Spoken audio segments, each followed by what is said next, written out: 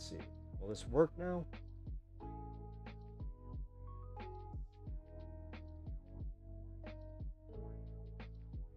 All right. I think I was using too much or some like I don't know what's going on, but hey, welcome to the show.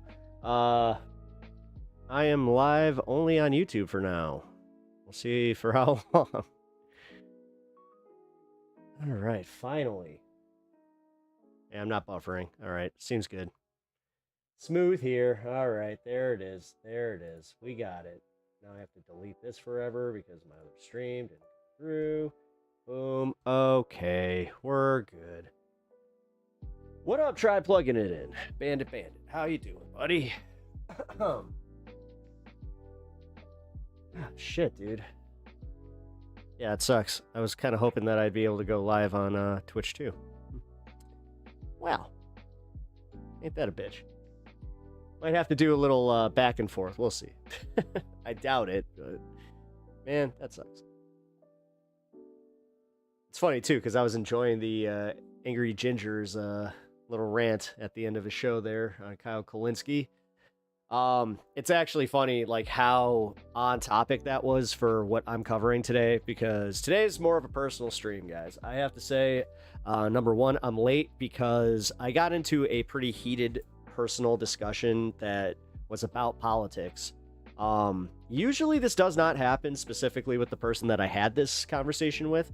So, it was kind of jarring, I have to say, but it was also enlightening, but I had to wrestle with some things that I'm not sure I was comfortable with, as far as like realizing that, you know, this person that I respect a lot, and I mean a lot. This guy is like a mentor to me.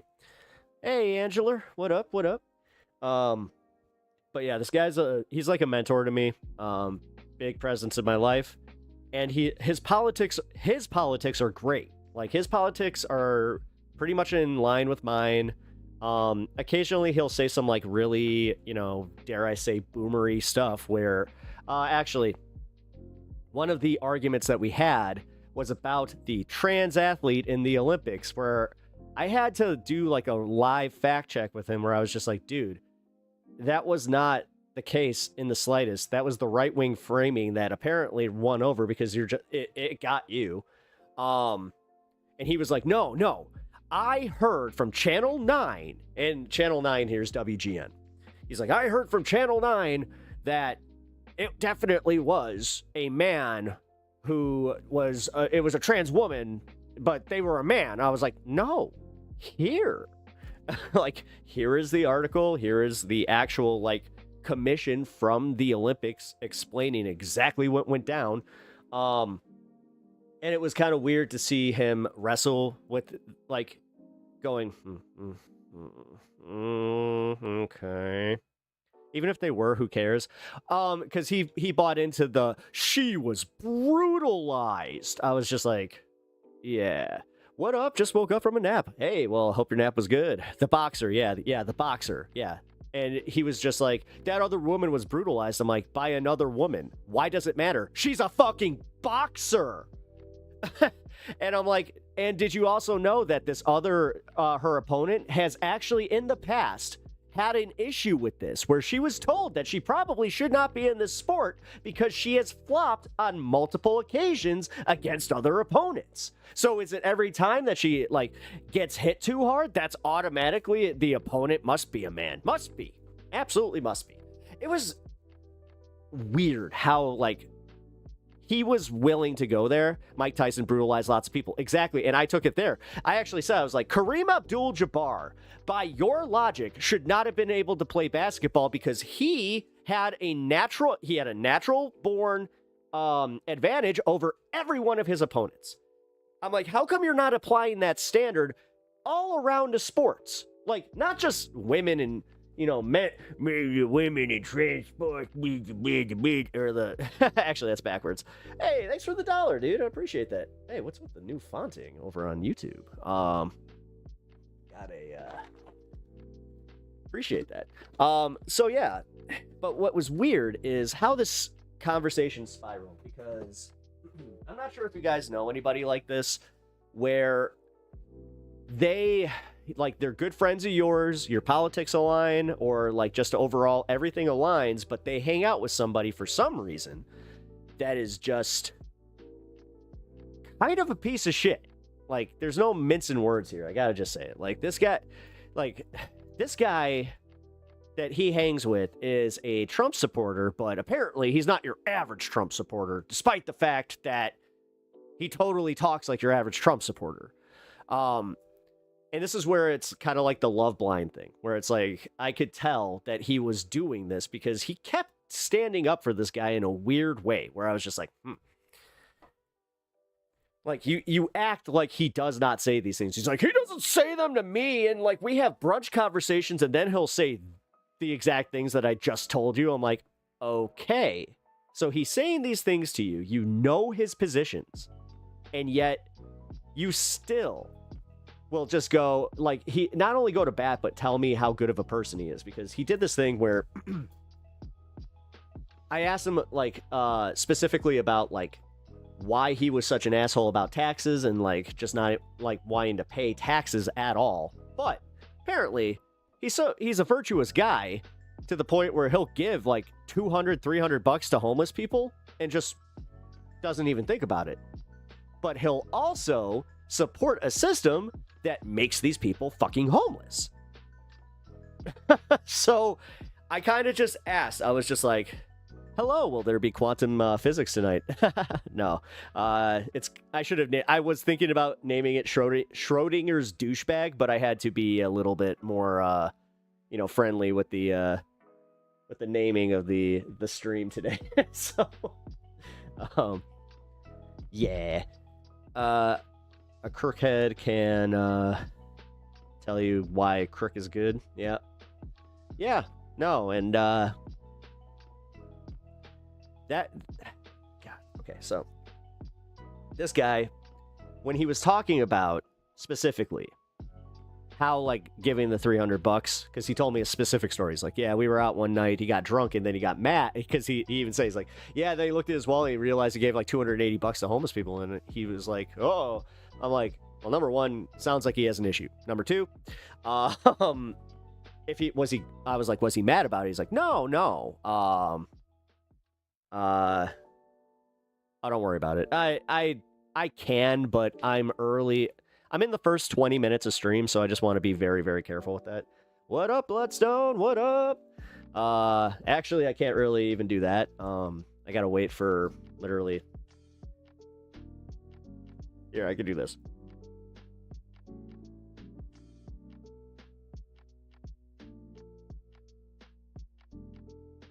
Just got home. Heard something happened to Hulk Hogan.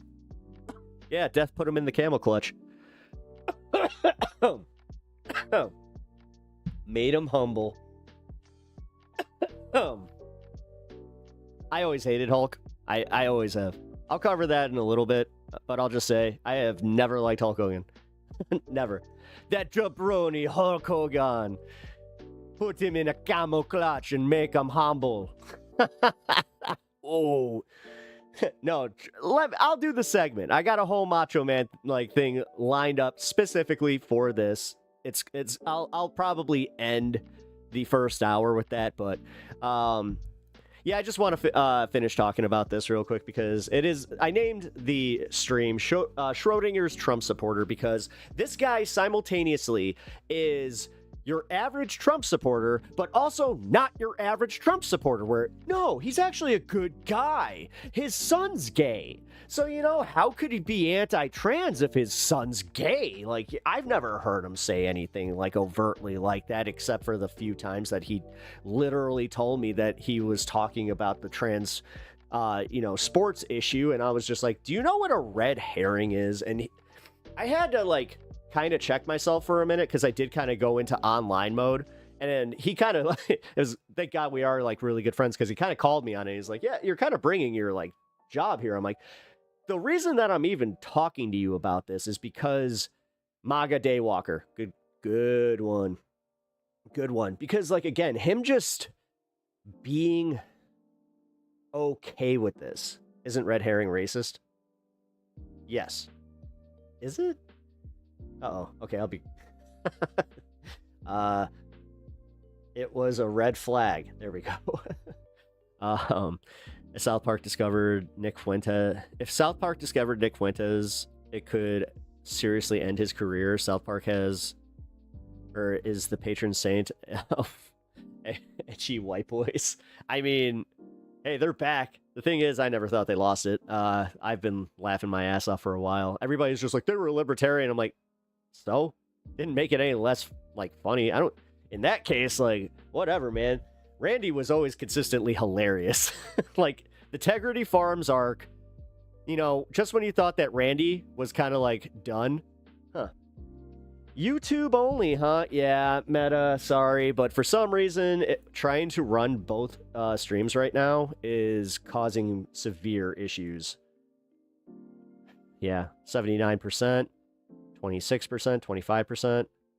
Yeah, see, I had a lot of issues going on 10 minutes ago. Uh-oh, that means that I had, I started the stream with some dropped frames. That's not good. But I went ultra low latency so I can actually read your comments. So that should also kind of help. As far as the quality of stream, I do apologize if it's a little choppy, but listen. I'm trying my best here. I'm lucky I even got on. Let's be real. I did enjoy the Hulk family reality show. Oh, Hogan knows best, or Hulk knows best. Yeah. The one where you kind of got the hint that you're like, I think he might be a racist. But either way, okay, so this guy simultaneously, right, is like he'll talk about his gay son, which again, this is something where he was not pro-gay before his son came out.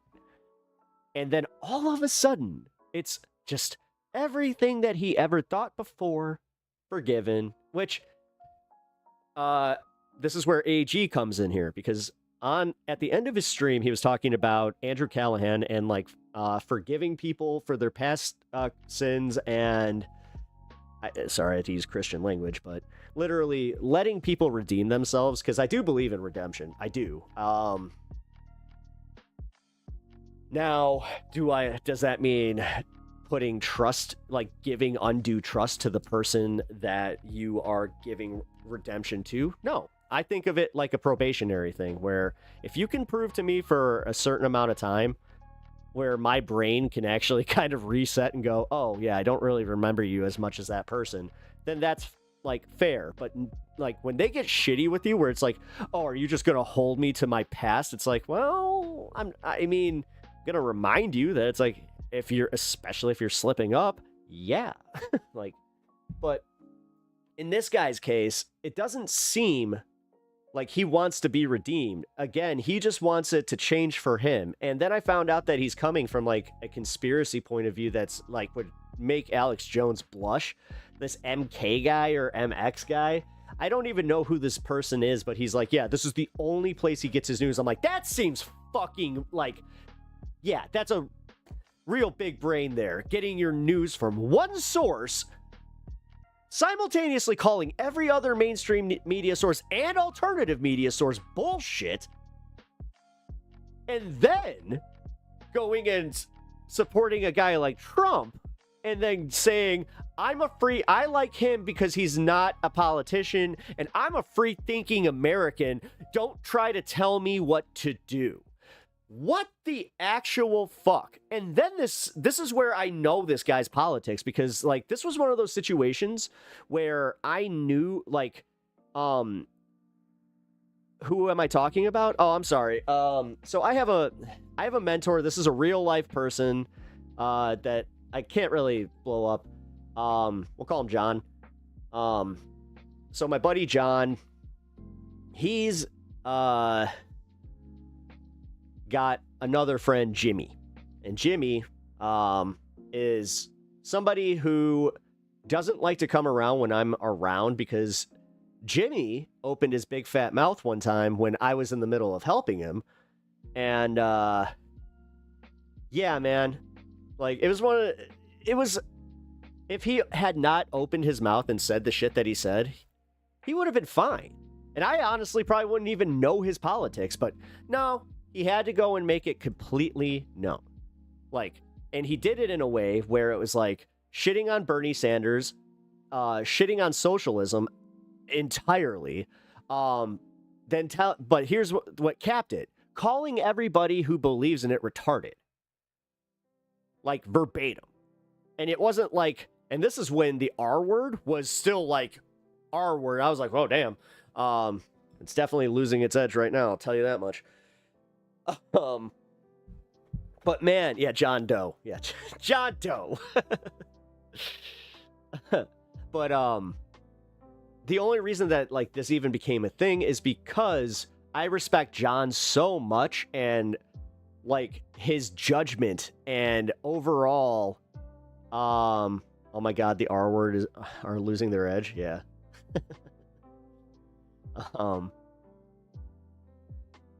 If you're meaning the Trump R words, because man, this is where I got into like the real heated argument, is when he started bringing up this guy's kid, where he was just like, yeah, you know, he stood up, you know, he's not a bad guy because he stood up for his kid. His kid came out and, you know, he still loves him. And I'm like, that's great. And trust me, I'm very happy about that, because I was immediately, I was like, uh-oh. Like, but then, man, this is the weird part where I was just like, okay, so, oh shit. Hold on, I just realized that I have the other stream still up. Give me 1 second. Goodbye. There we go. We're good now. Turn this on. Whew. That could have been bad. Because I was trying to... Oh, wait a minute. Was that why that was happening? I think that I might have left that one open. It was trying to pull the signal, and that's why it kept crashing. All right, that might have been a user error. Either way. For anybody that does want to go over to Twitch a little bit later, I am thinking what I'll do is I'll do the last hour on Twitch, and we'll watch the Jubilee video. Because I still want to watch it, despite the fact that I really do hate that channel. And you know what? This is a principle matter now, because I don't want to give them the view. I don't want, but I don't want to do the Ethan thing either. So stop pulling on your signal, Pep. Uh-oh. Jubilee was such a train wreck. Yeah. Give me 1 second, guys. I'm getting another stream freaking... Shank's gonna be on Jubilee too. Of course he is. I wonder how the... I mean, the curiosity angle there. I mean, that's the thing. Like, I understand what they're doing. But to finish this up, guys, because, like, I think that we all know somebody like this. We all have somebody in our life like this. Like I tried to preface earlier, that they keep somebody else around that, like, you do eventually come into mixed company, and then you just get reminded where you're like, what the fuck are you doing? Like, how? How are you still friends with this person? It makes, because like and I think this is why I'm so bothered by this, is because my grandma, she was not religious in the slightest, but she raised me with the moniker of, you're judged by the company you keep, so don't go around hanging with a bunch of assholes. Now, I'm not sure if you guys were all taught that, but it was a really solid lesson from my grandma. You know, rest in peace. And that's where, like, I was getting angry about this, because he even asked me, he's just like, where is this coming from? Why are you, like, so mad about this? I'm like, because I know you're better than this. Like, I know that you're a better person than this. And honestly, why do you not push back? Because that's where, like, I was really, like, that's what, because he did ask me, he's like, what do you want me to do? And I'm like, push back. Like, you need to embarrass him with his really poor, like, positions. Like, and let him know that. Because, honestly, silence is complacency at this point. And I do think that he does not, like, he thinks that you believe the same shit he does, because you'd rather just sit there silently, let him ramble, and then just be like, well, why don't actually talk about this stuff? Because I brought us up. I'm like, what the fuck am I supposed to think? That, like, with this discussion, you're, like, kind of just placating to me? Or, like, what's going on with that? And he was just like, yeah, well, I'm not. You know, I actually do hold these positions because I did make him hold firm on, like, okay, so socialized medicine, I thought we were, like, in agreement here. I thought, like, I don't know, Trump bad, like, all this stuff. We can watch until it becomes unbearable. I already watched it, and I was not high enough. Yeah, I'm a little worried about that. I bet he calls them all behind to go on. Or he's, oh yeah, begging. Yeah. Oh, I see what you're saying. Yeah. This is an issue when we got different friend groups for different interests. Yeah. And that's kind of, like, I experienced that. Like, I kind of talked about this, if you guys caught my appearance on the Letter Hack show. I had a lot of fun, by the way.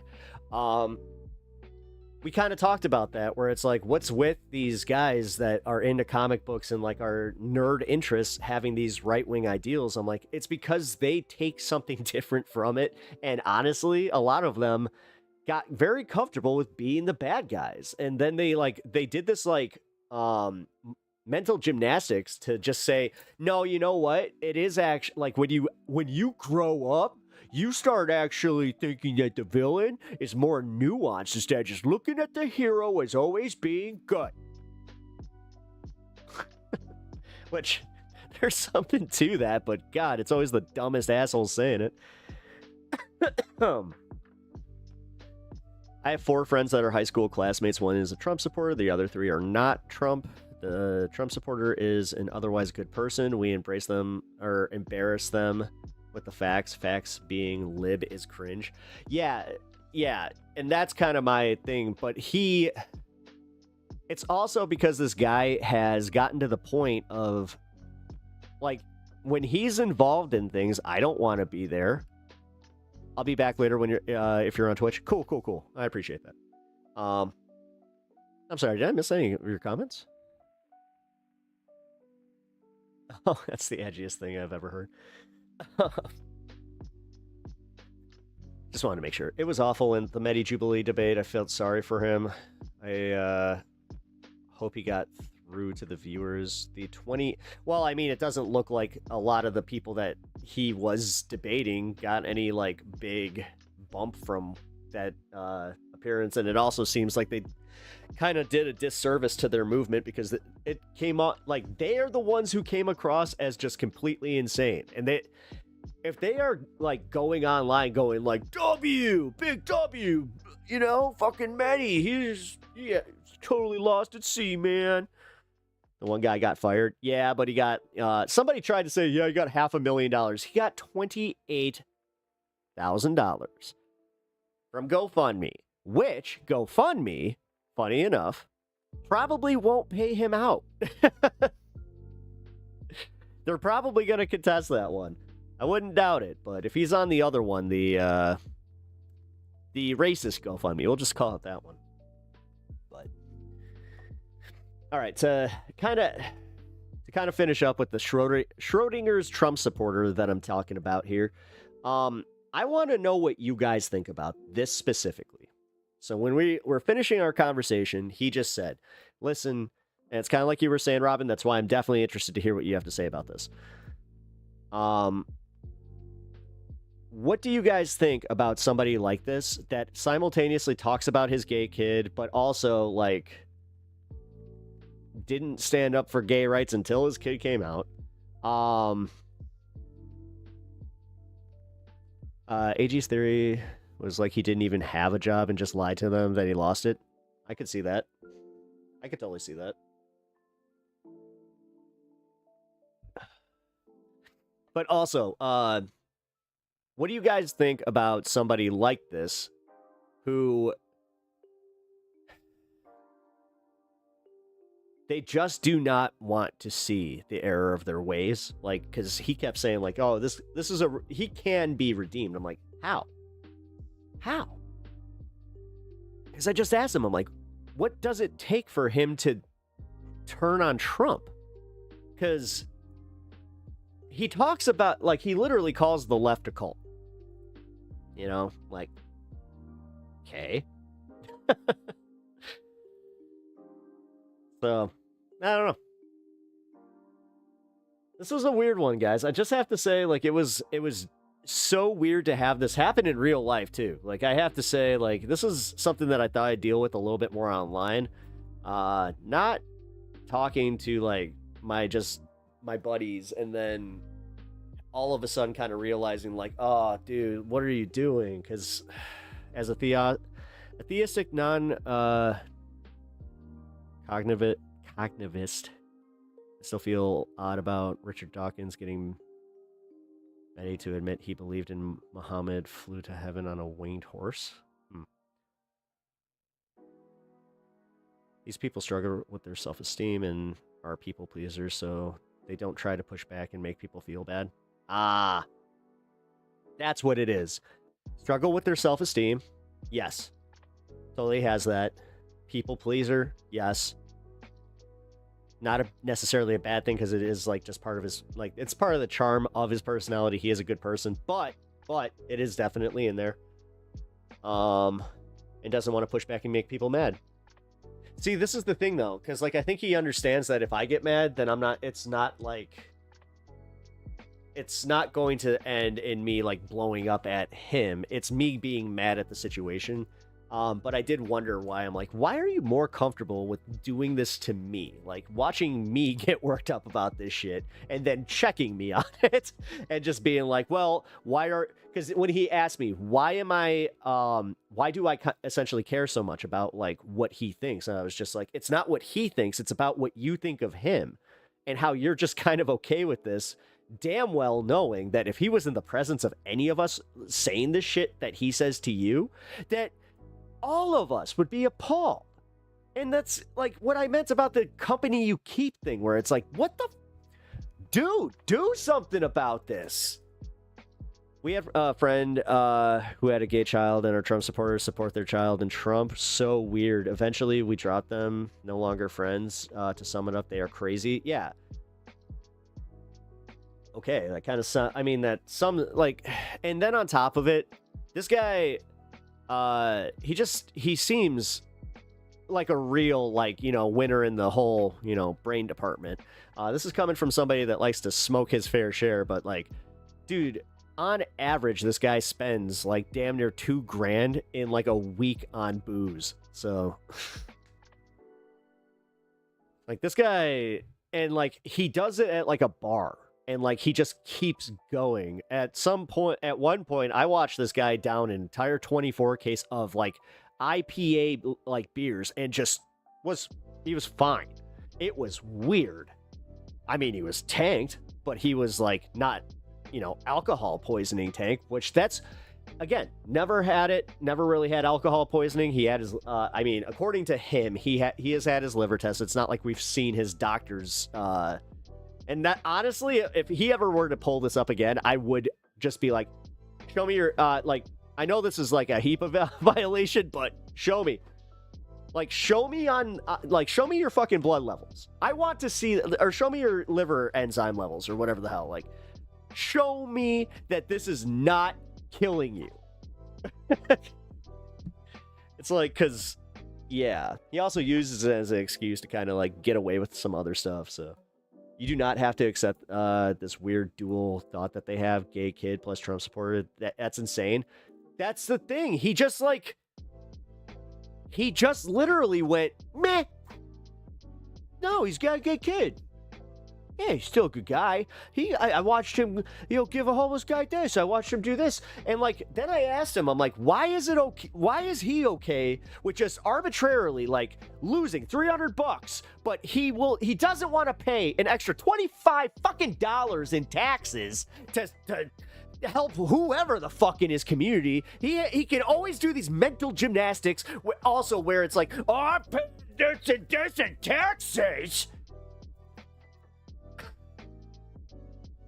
Well, simultaneously, I've watched this guy lose, like, damn, again, the $2,000 was not far off. It was about $1,800 I watched this guy just spend on, like, booze. So,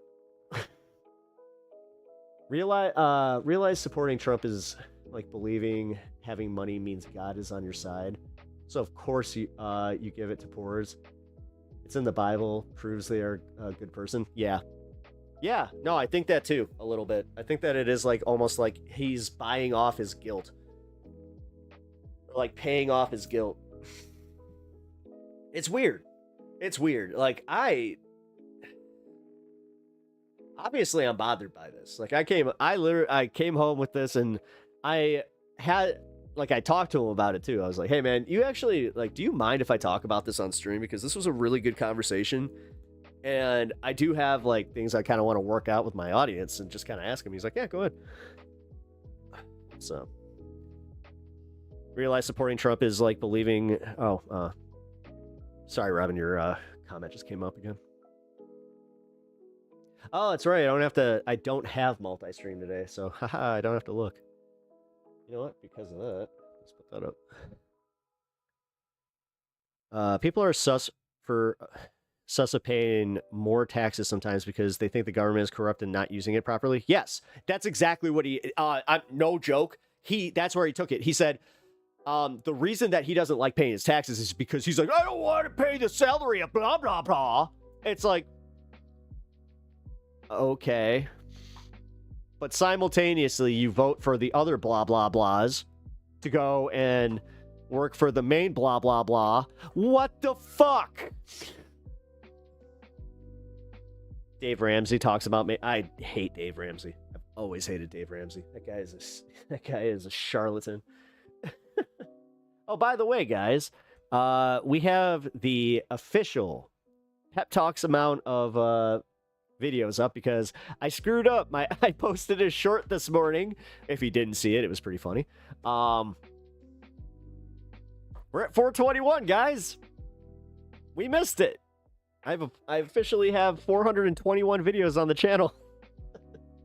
So, Pet Talks. Karma credits. Yeah, karma credits. Yeah. I kind of feel like that's what he's doing. But this is where I'm confused, because if he is that type of person, like, what the hell?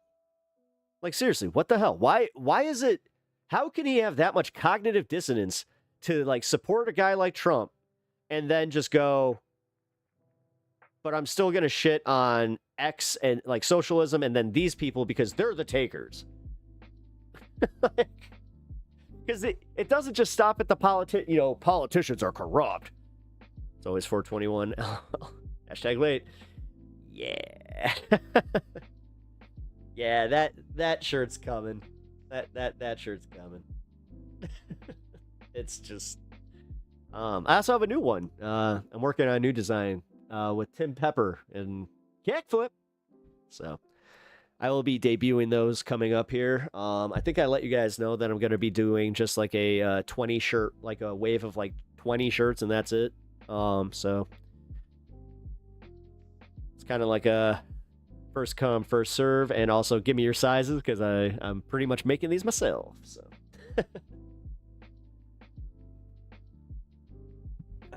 X Stellus Venomous.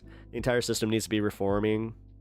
Get rid of presidential pardon system for starters. Yep. Yeah, I can agree with that. I think that the presidential pardon system is a little broken. I mean, dude, you ain't gonna get an argument out of me. Obama pardoned some pretty sus guys.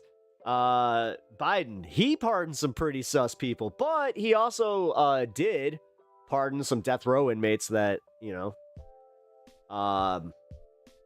they were having their, like, sentences, or they were trying to have their sentences commuted kind of thing. So I gotta say, as someone who's anti-death penalty, and also, like, it was, like, through the Innocence Project, and it was a few of them that, like, they just got caught up. Oh, I think it was Missouri.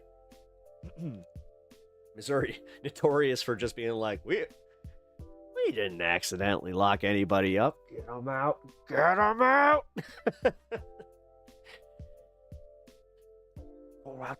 out the back. Hey, by the way, guys, if you haven't already, hit that like button. It will help out the stream immensely. So, I really appreciate it if you do that, and also sub to the channel if you have not already. Non-American here. Oh, interesting. It's an interesting opinion from non-American. Exstellus. Well, either way, I appreciate you having you here. All right, so if you guys could give me a piece of advice, I'm actually asking, what could I say to my friend to make him kind of see,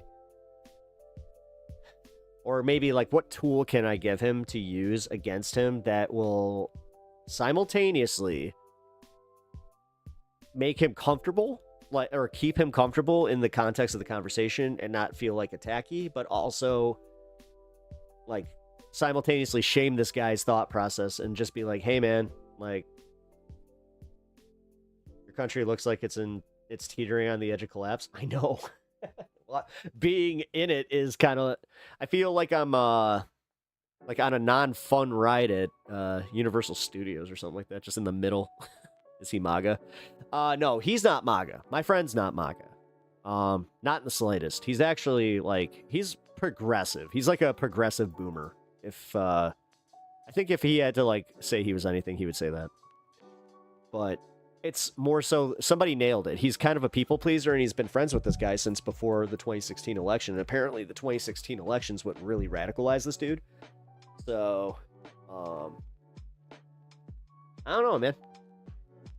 What's the issue? The issue is that he has a friend in his life that, like, I'm not trying to police who's friends with who. I legit told him, I'm like, that's not the issue here. The issue is that I have seen you not push back once when this guy is going off on his Trump bullshit, when you know that he's making other people uncomfortable, when you know that, like, he's wrong. And, like, you don't stand up for, like, against him, and then he takes the silence as consent. He takes the silence as you literally being with him. Because I've seen him do it. Where he's like, right, John? Right? Huh? Oh, yeah. And then he's just, huh? Sure. He's passive. Yeah.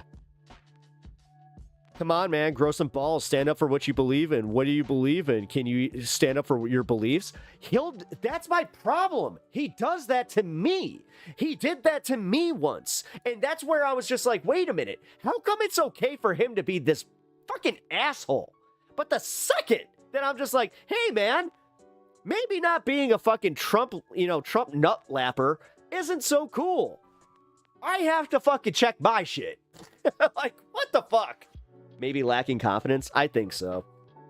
Because he does have this weird affinity, like, for, like, the way he talks about, like, hanging out with him is kind of like, he, like, God modes him. Because, like, that's how I know about how much he drinks.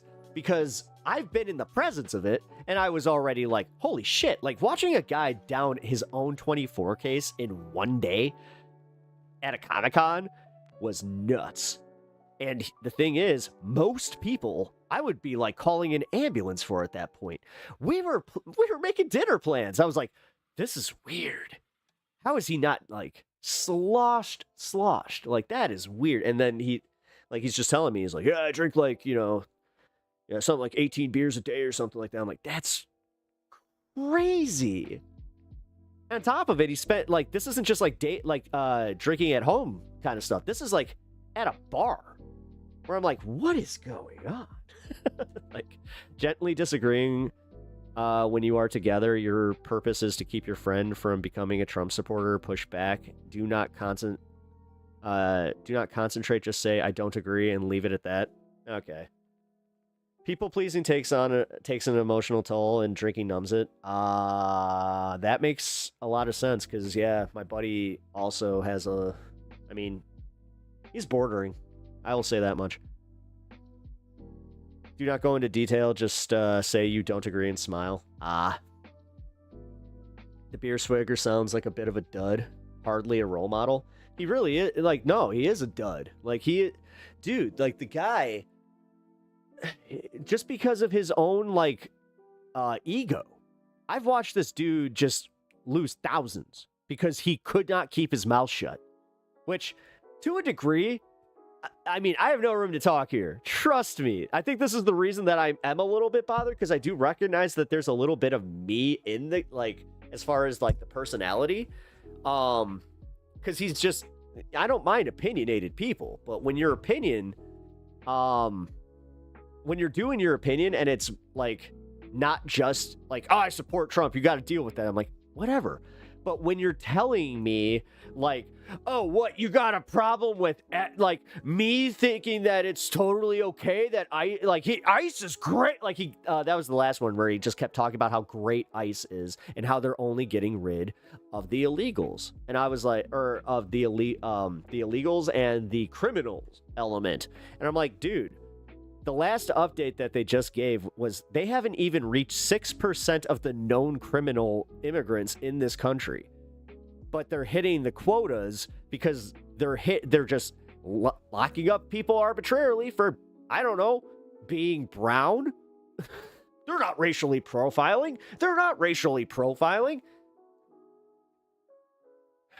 True, the drinking is a sign of self-medicating. Yeah, a little bit. But at the same time, I mean, God, it's like the way that I don't know, man. I don't know. It really just kind of breaks my brain sometimes, where hearing just what some people believe, just like, and then again, like having to just give up on my shit. I don't know, because I don't know, Robin, because like that's where I kind of felt like I was doing, like it was almost like the just don't make a big deal about it. Don't even, don't entertain it. And that's where I got mad, where I was just, dude, I've been sitting on this for a long time, where I was just like, I'll bring this up later. Because this happened, God, a year ago, 2 years ago? It happened a while ago. But I finally just had that moment where, like, because he brought him up, this guy doing something like this and saying some shit about, like, how he doesn't believe that we landed on the moon, but he simultaneously believes that Trump is going to take us to the moon for the first time.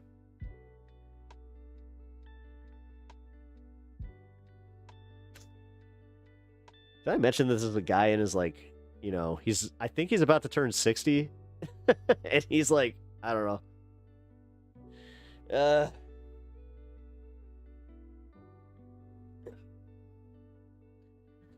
I know too well, but he needs to realize it for himself. If you read up on Love and Logic, which is really about how to handle children, it will really help you. Do not let him get a rise out of you. Okay. No, that's fair. Like, and I appreciate that. I needed that.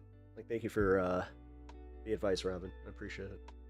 Also, thank you, try plugging it in for the advice as well, because yeah, I'm trying, like, I really am trying not to be like so angry about this, but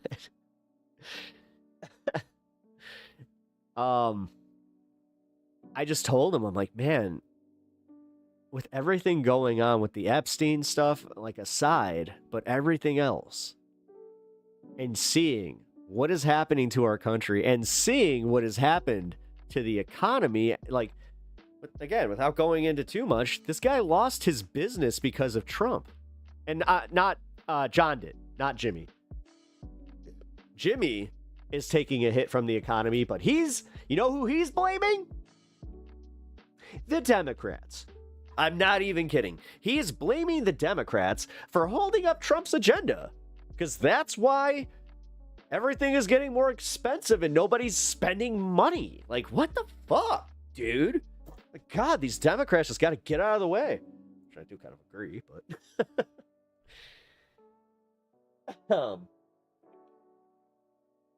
I don't know, guys. I tried to really not let this bother me, but say the same thing every time. It'll make him angry eventually.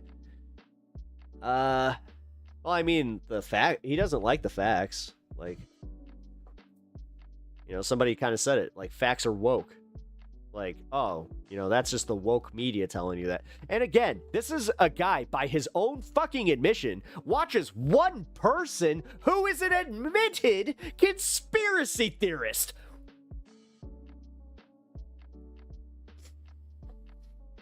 But I'm supposed to take his worldview serious?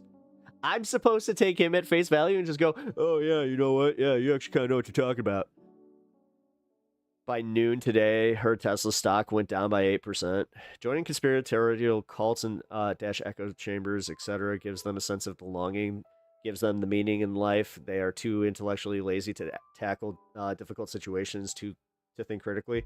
And that makes perfect sense. That's why he goes from, like, binge drinking during the day at his job. Like, he binge drinks during his job to go to the bar to binge drink more.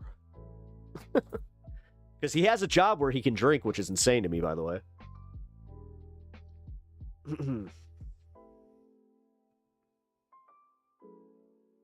But yeah, like, that, he only listens to, like, again, the one source and then calls everybody else bullshit.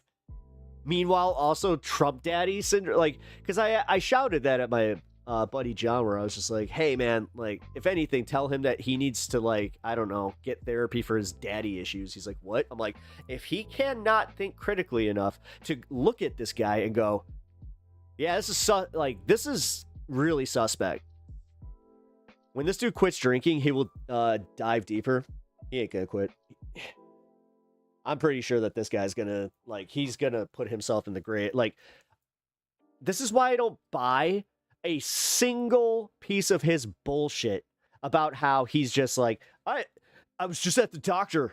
He said my liver's perfect. Because, like, the way he talks about it, he talks about himself like he's a medical fucking marvel. Which, when you witness him drink, you tend to buy it. But also, I've been around bullshitters before. Tend to smell a little on this guy. Problem is, when you multiply this mindset by a few million and then let them lose the ballot box, chaos. Yep. Yeah, and that's the thing. He wouldn't shut up about, like, the, Biden administration and, like, all the corruption. Like, the last 4 years has literally just been him being like, the Biden conspiracy, they're just going after him, these witch hunts, or like the witch hunts on Trump, and then, everything's more expensive because of Biden this, Biden that, Biden. Ugh.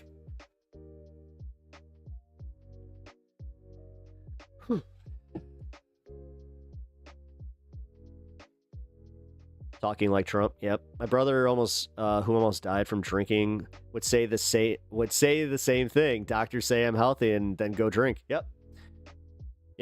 Sean Baker. Yeah, and honestly, I wouldn't be surprised. I would not be surprised if this guy's, like, liver failed and they just found him. And, like, again, this is what sucks. John has a really good heart to, like, and I think that's also part of what it is. It's not just the people pleaser thing. He genuinely is, like, a very good guy. Again, he's like a mentor to me, man. Like, I owe him a lot. But the way that he will eagerly, he won't just believe this guy. He will enable it. And that's what sucks, because he's a drinking buddy. So, like, the fact that his drinking buddy somehow is this anomaly who he just, like, then he looks at his thing and he's just like, oh, I'll only have, like, 5 to 6 beers a night. I'm like,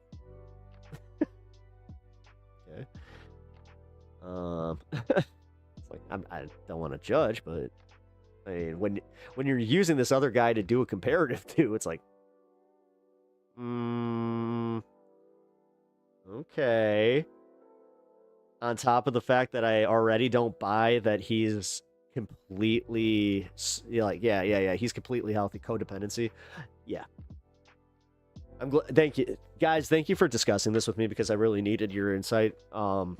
because I would not have come to that myself. No, it's total codependency. And it's sad, because, like, they're very close. Like, this is, you know, I would dare say one of his best friends. Honestly, why I was so taken aback by it, because, like, I can't repeat this enough. I respect this dude so much that, like, when this dude just, like, went off on Bernie and socialism, it really made me go, like, whoa, was that pointed at me? Because you were pretty much looking at me the entire time you were fucking saying it. Consider they are, like, bookends holding each other, but with a good reason to drink. Yeah. Yeah. Yeah, and unfortunately, like, they travel together and stuff like that, too. So, like, yeah. Yeah. Because I always hear these stories, and it just makes me go, that doesn't sound fun. That sounds like a problem. Thank you for the $1. Appreciate that. Also, here's, watch him come running in. That's my last $1 until payday. Oh, really? Which is tomorrow. You know what? Thank you. That's, I mean, don't... I almost feel guilty taking your last $1. But also, thank you, man. It's really thoughtful. I appreciate that. He's getting 2. Usually, he only gets the 1 for $1. But he gets 2. These guys are also holding it down for me. Like, you guys are, sincerely, thank you for, like, letting me talk about this with you guys and also being receptive to it, because I have not dealt with this in my life. Fortunately, since the first Trump administration, this is the first time that this has kind of come up where it became an issue, because I think I told you guys the main issue here was, like, he was making other people uncomfortable. Like, in the circle that we're just like, I don't like when he's around. Like, I will leave when he's here. It's just like, well, then you need to tell John this. It's like, I don't want to tell him what to do. So, alcoholism is like quicksand. Sucks. Yeah. Yeah, it is. I mean, I grew up with it. My mom had alcoholism. Trust me. I think I talked about it when we were cleaning her estate, how I found some hidden bottles. Where it's just like, oh, Jesus. But yeah. Issues with good friends are the worst. They really are. They really are. Especially when they're, like, genuinely good people that, like, I could never abandon this guy, or, like, I could never, like, cut John out of my life. Jimmy, heartbeat. Yeah, Jimmy sucks. You know, again, he's a 60-year-old who has undiagnosed cirrhosis. Sorry. I'm not trying to be mean. God damn, dude. The amount this guy drinks. They're adults responsible for their own decisions and choices. You have stated your case.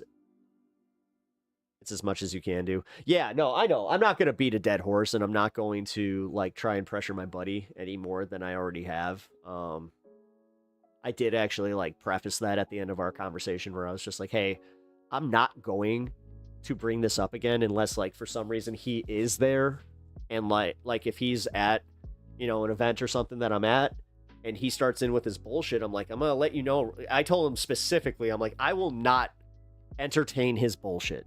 And when I say I will not entertain it, I will shut him down either with counterfacts, or I'll just tell him to shut the fuck up. And he was just like, all right, that's fair. Because it is also bullshit. Like, there's something that also just on another level, this isn't just about him. This is just Trumpers in general and, like, society. Why is it okay for these assholes to be the loudest ones in the room, always command this attention, and then the second we start pushing back, it's sit down, you're being loud. Sit down, you're being a problematic leftist. Oh, look, the violent leftist is getting, look, they're getting up in arms. Oh no, protest. Like, ugh. I think that there's a like degree of that does like that has that in it, where I'm like, oh, this also has that like sit down and shut up like feeling to it, and I hate that shit. Conservatives hate having their energy matched. Yeah. Oh, I've noticed. Trust me. The one thing that I can say I did well in the debate against Andrew Wilson was when I matched his energy and told him I was doing as much. When he was just like, where's this coming from? I'm like, I'm matching energy. You're being a dick. Like, he did not know how to respond to that. And that was funny. Alcohol, etymology is Arabic. Tell him this if he rants against Muslims. Oh, he totally does. Seriously. He was talking about how, like, yeah, Iranians, getting picked up is like a good thing, and how that should have been sooner. No, he's just, and I think that's part of the problem too, because I should have prefaced with, I see his posts where John does not. John is your quintessential 60-year-old. He up until like 2 months ago had a Nokia that still somehow worked. So good for him. But yeah, it finally broke, so he was forced to get a new phone. Which I find that funny. But yeah, he doesn't use social media, so he's always like, oh, where are you, like, just silence. Like, he'll tell me, just like, unfollow him, silence him. I'm like, dude, it's that easy, sure. But it's also like, I'm trying to tell you, we're all seeing this, and you're just kind of like, yeah, but he's still a good guy. Nokia 3310, best phone ever. I was thinking about getting one. What's your Discord? It's like Kitty's secret super club. Yeah, here. Here is my Discord. It is, actually. By the way, how many of you guys were watching the my appearance yesterday? Let me know if you saw it, because I gotta address something. Not sure if you guys saw the very beginning. Oh,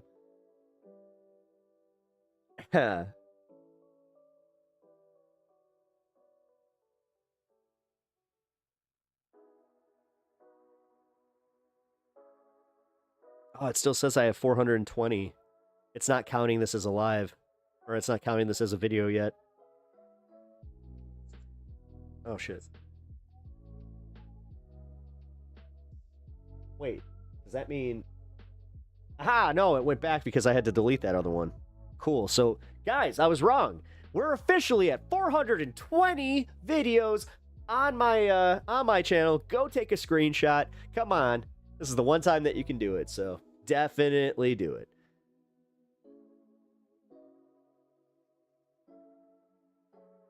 Did not watch all of it. Was mostly on AG, sorry. Oh.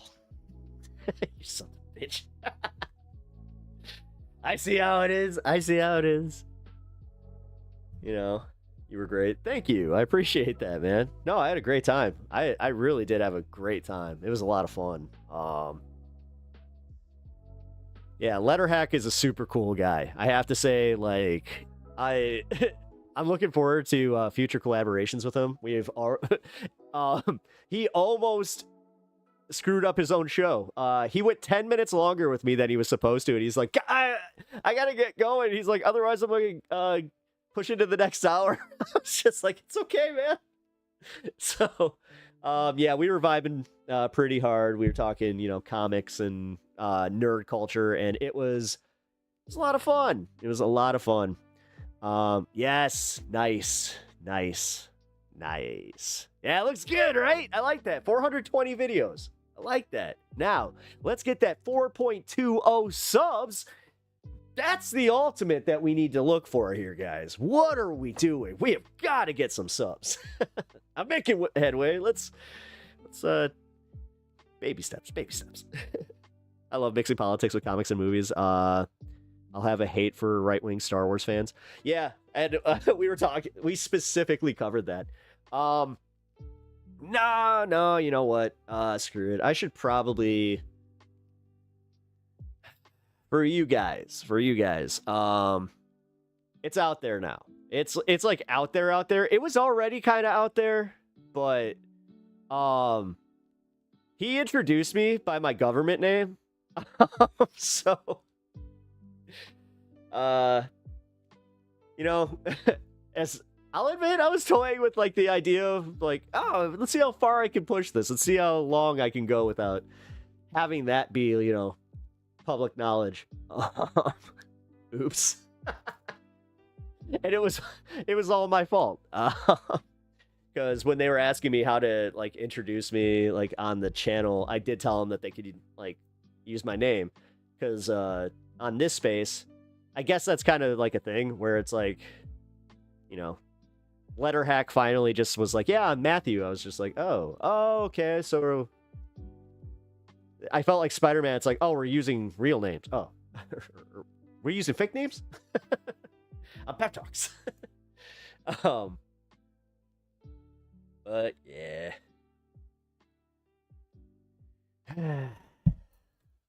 Are you guys just waiting? I'm waiting for somebody in chat to get it. They're putting chemicals in the water to turn the lightsabers gay. Dude, all of a sudden there's a pink lightsaber and they lose their mind.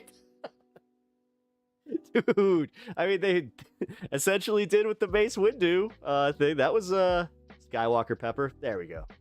Yeah, Skywalker. That's it. Skywalker Pepper. No, it's just kind of funny because other people have kind of pointed out how I'm like, oh, you actually have like a streamer name. Shit. Rainbow ones. Like the ones we used to get at like the at the circus. Like you guys remember those? Like, or you would go to like the carnival and you would get a lightsaber, but it was like it had the rainbow light up. It was almost cooler to get that. I think some other streamer you had already leaked it, started with a C. Yeah.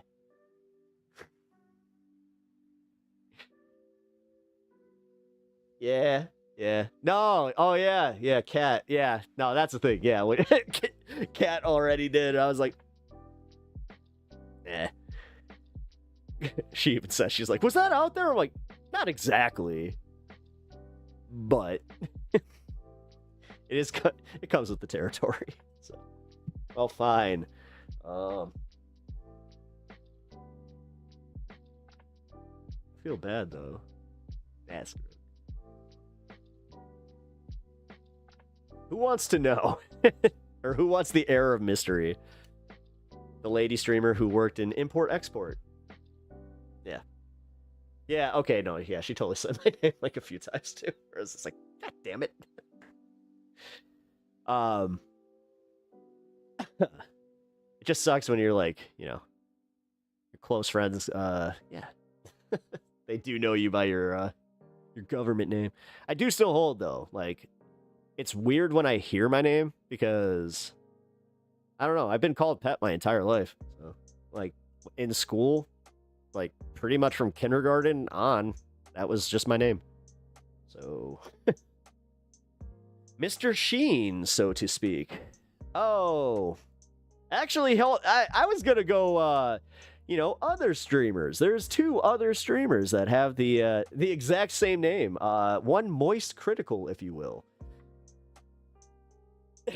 Which, I'll be honest, there's been a few times where I've covered him.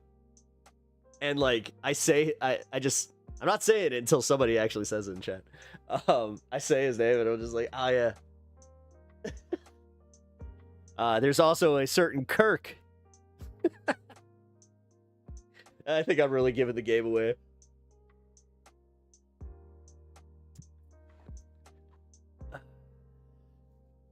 I guess it wasn't as exciting as I thought. Nah. I legit, like, when I first started streaming, I was kind of, little worried about it. Somebody told me, they're like, yeah, try and keep it anonymous as long as possible. Somebody even told me, they're like, you should do VTubing. You know, you should probably do some VTubing. I was like, Jesus Christ. Oh, fine. Cayenne. There it is. When you said your name, I was wondering if this was a known thing. Sean. Yeah. To them. If you were wondering if it was okayed, yeah, no, it was okayed. Nah, he kind of explained to me like it's the next step, you know, and I'm taking that next step. So, guys, drum roll, please. It is nice to meet you all. I'm Charlie. Nice to meet you guys. And yes, that's my real name, by the way. Charlie Pepper. That's me. But you don't need to use the first name, so. World premiere. Yeah, for myself. It is actually the first time that I've disclosed it on stream from myself, so yes. But yeah, nice to meet you guys. I like my name. Already forgot. You are only Pep. Cool. See, now that is a brand. And also, that's just what I prefer. Like, with you guys, I will always say that. It's like, just call me Pep. It'd be so weird. Like, oh, shit. Although, like, the other guys that do that, like, when I found out Vosh's name, number one, finding out that Vosh is not, like, part of his name at all, I was like, where the hell did you get that from? And then I found out it was, like, from a book or something. I heard that yesterday, and it sounded weird to me. I know. Oh, thanks, Angela. I appreciate that. But now you know why I like Charles in Charge. Charles in charge of our days and our nights. God, can you imagine though? Growing up, I had it from both sides. I got the last name made fun of, and I got the first name made fun of because Charlie Bucket. Oh my God, the amount of times I heard that one, Charlie Bucket. Shut up. You know, where's your chocolate factory? Once I introduced to someone as one way, that's the only way I know that person. Good.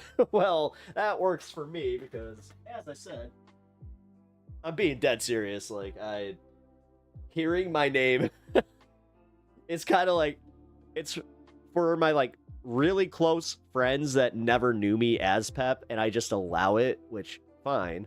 Or, like, my family, but, yeah.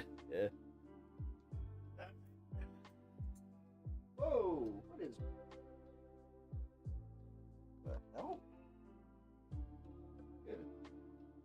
You licking? I hope that was you licking.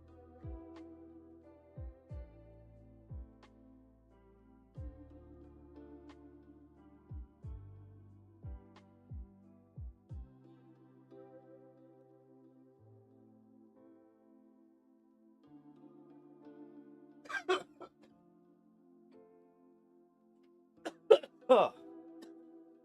Wonderful.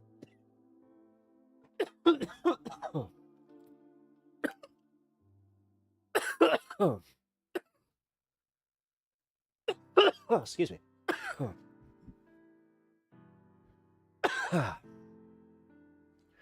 Yeah.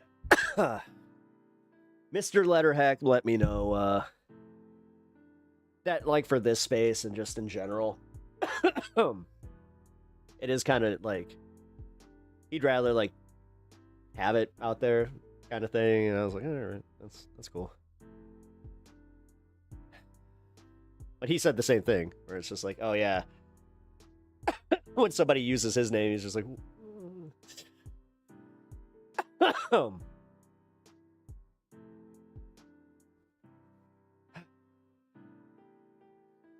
But hey, look, name reveal.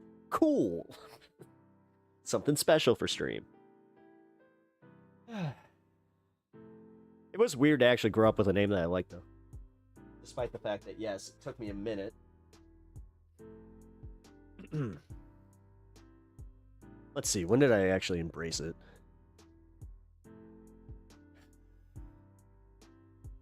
That's when I started playing sports. So I was like 6 or 7. Whenever somebody called me pet, like honestly. I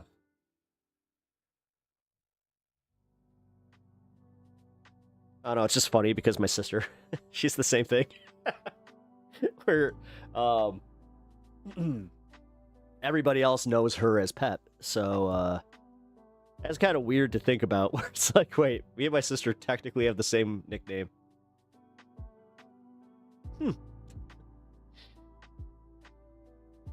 But also, I do always wonder, I'm like, when our family came to America, did we have one of those names, like, number one, were we running from something? I remember asking my dad about that. He doesn't know. He's just like, I have no idea.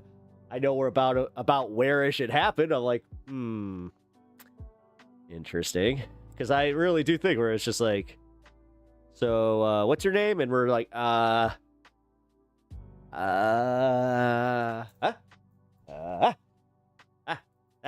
Right there. Pepper? Yeah. And thus...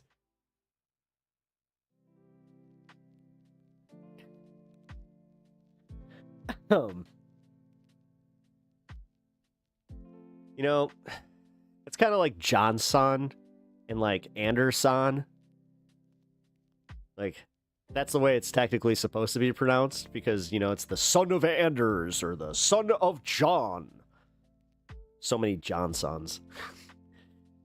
But then, yeah, they just, like, took him as last names. Isn't that crazy?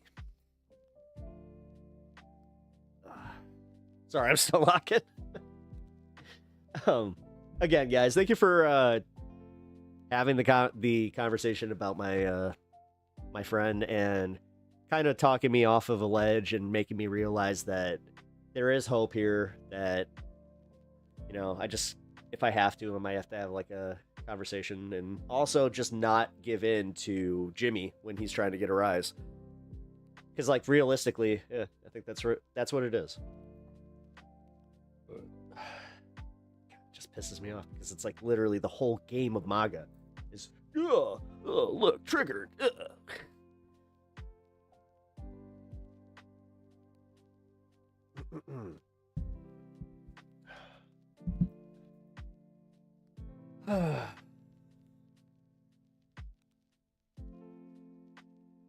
Well, we did it. We went to the first hour. We got to the first hour. I'm not dipping on my frame rates right now, so that's kind of nice. And, yeah. I assume my name is something to do with, tree bark. Or a carnival barker. Bro, are you related to Travis Barker?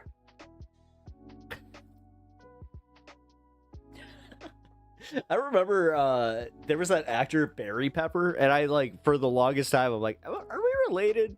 We gotta be related. Like, we gotta be. And then it turns out we're not. Yes, there's other Peppers out there. Wild! And they are not part of my family tree.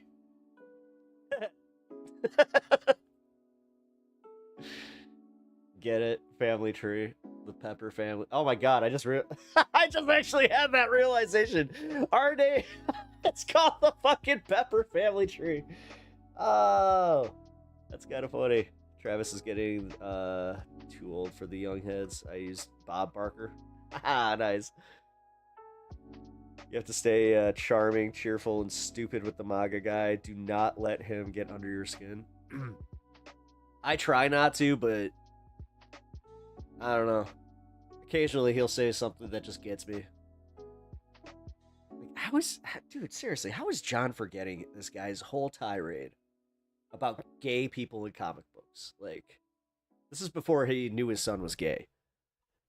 Like, he went off like on a tirade in front of numerous people about how, oh, this pride push in comic books, blurdy blurdy.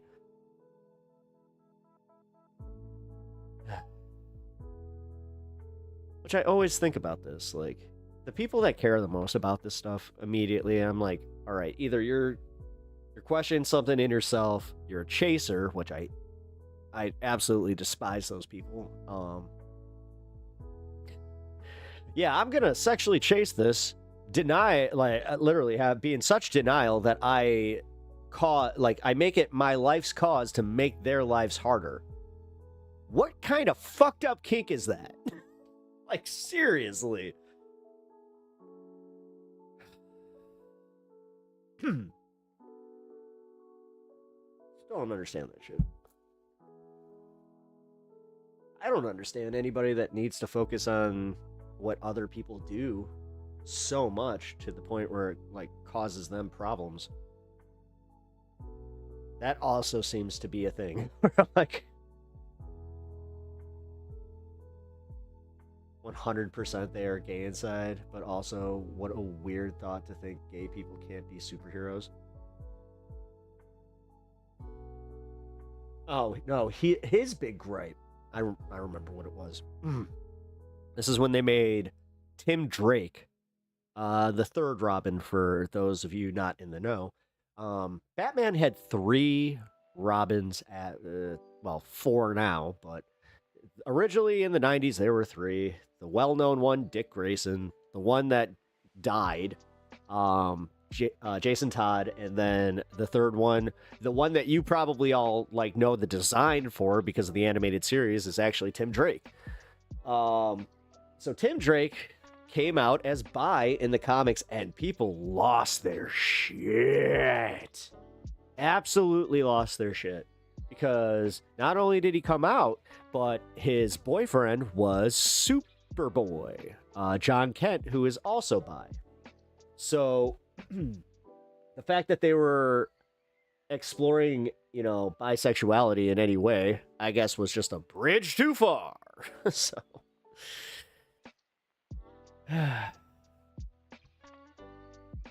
I said, I personally will never understand that shit. I don't understand people that care. The more that you say you care about, like, gay people's sex lives or trans people's sex lives or just anybody's sex lives for that matter, I tend to think that it's like, yeah, it's a big problem.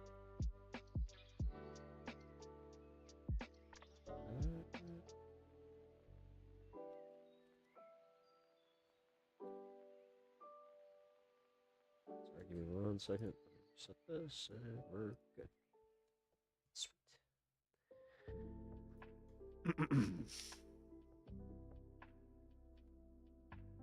A coworker of mine who doesn't read comics and hates comics was hella mad when Robin was bi. Why am I so gay? The gayest straight dude you know. Because I legitimately don't give a shit.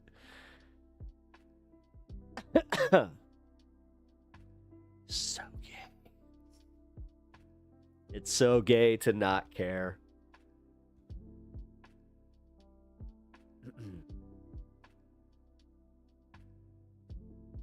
Oh yeah, Bill, you totally got banned from Letterhack yesterday. That's right. Yep, that will not be tolerated over on that side of the show, so I can just say that right now. Didn't the right try to spin that as Superman being bi to trick the non-raiders? Yeah. Yeah, because he was Superman at that moment. There was this period where John Kent became Superman for a little bit. That's ridiculous. Only for you, Brett.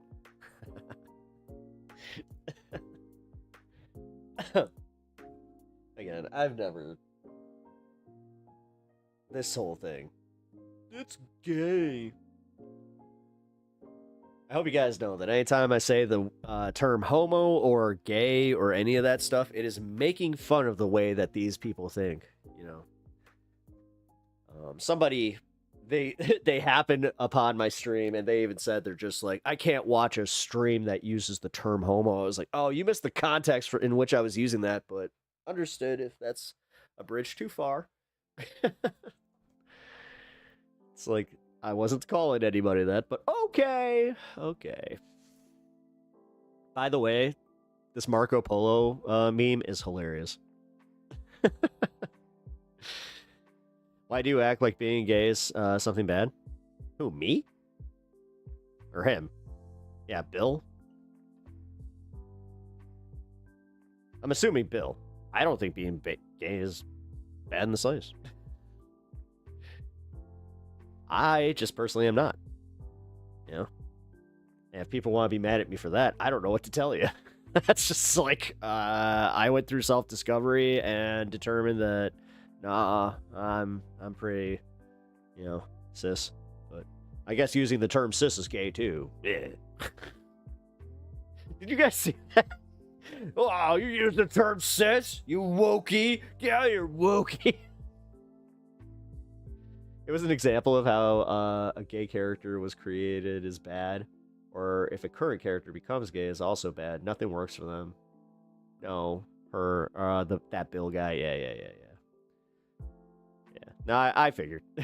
So I was like, wait, what? Like, I'm 99% sure you mean Bill, but what's the chat lag? I think it's about 10 seconds. Let's see. 1, 2, 3, 4, 5. Oh, it's only 6. Okay. We got a 6-second chat lag. That's the best we're going to get tonight. Cool. It's actually pretty good. For this stream, that's actually really good. Over on YouTube? Hell yeah. Oh God. I just realized that not having Twitch up is really bugging me. I don't know why the hell this is happening. I have to figure this out. Apologies for anybody. You were 20 seconds behind. Ah, okay. Oh. What? Dude, what is... I need to have my curiosity, like, answered here before I take some actions against you, because honestly, it's getting a little old. Why? Like, why? Like, what the fuck? Like, the hate watching, like, because you show up to every stream. So, there's something there, man. Like, dare I say, you might be a fan, but that's... Apparently, you're a very hateful fan, which... Hey, I guess I made it, guys. Like, I said that before when I had my first hate watcher, but this is like a real one here, because, like, honestly... Either that, or, like, you actually vibe with the community and you just want to be an edgelord. Then, in that case, I also have to ask, why? Like, what are you doing? This isn't... It's not funny. It's not even edgy. It's actually just kind of like, they were projecting on you. They are attracted to you. The first person. Back from Smite 2ing with friends. What'd I miss? Nothing, DJ Cobra Spy Agent. That makes sense. Man, you want to talk about someone who's spiraling with this Trump thing where all of a sudden he's just like, dude, they actually believe this shit? It's like, oh, yeah.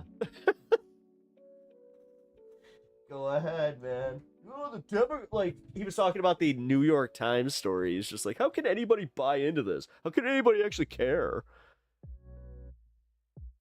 We need wording in here.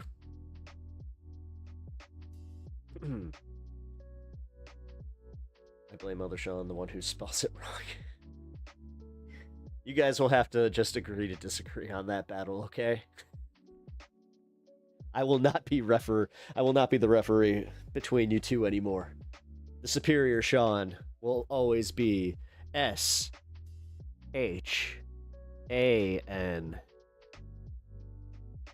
Shan.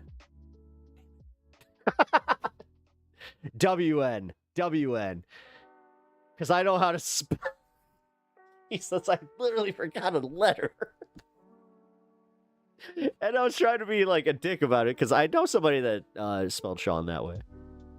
Mine is phonetic, so I win. I'd actually argue that the W probably is more phonetic. Although A-U, no, because you got the no, yeah. Damn it. I have to give it to you. You're right. I think that you do win. Unfortunately. If I have to just, if I have to get serious about this for just 1 second. Let's go. What? Let's go what? Let's go what? Like, what the fuck, man? Are you, like, this is where I'm starting to get bot vibes, where it's just like, I don't know, the whole are you gay, are you trans, blah, blah, like, I don't know, are you a monkey, like a trained monkey, like from Superman, where you just...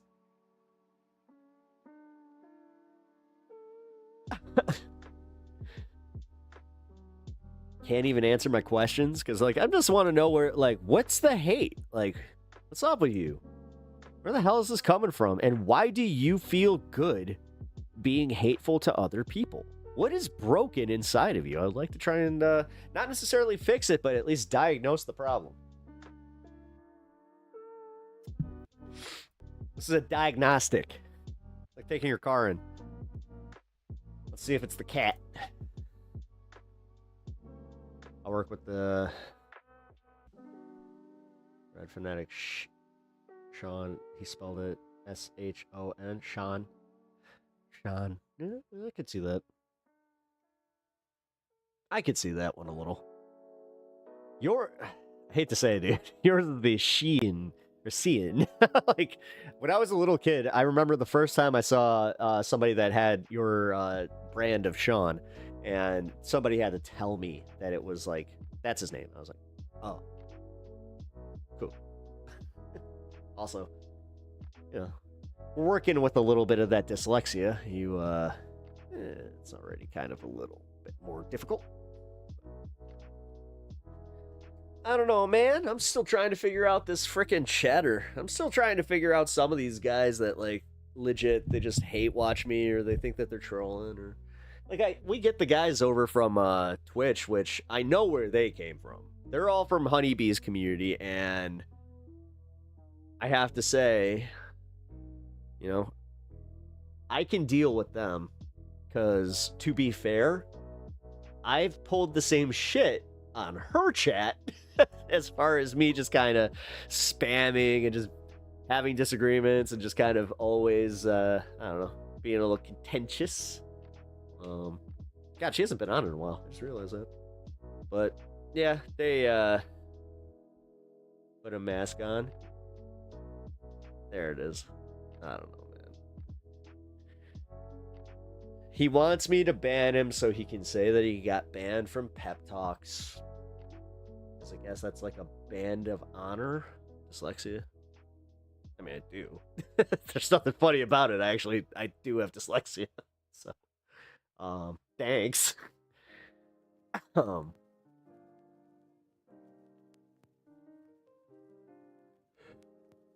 Yes. When I'm in the middle of reading, letters tend to move. It sucks. How's it going, comrades? What up, Charlie? How's it going, bro? Did you catch my appearance on the Letter Hack show yesterday? Above dyslexia. Oh, sorry. Oh, did you say my stripper name? Oh, yeah, that's a different context. No, I totally missed that. My bad. Got lost there. That's a good one. Coming up next, we have dyslexia. She'll make you question everything you read.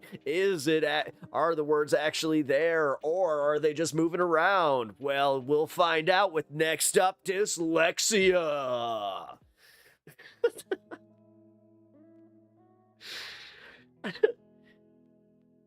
Wait, in this case, would that just mean you put the bra on your bottoms and then your bottoms on the top? That would actually be kind of funny.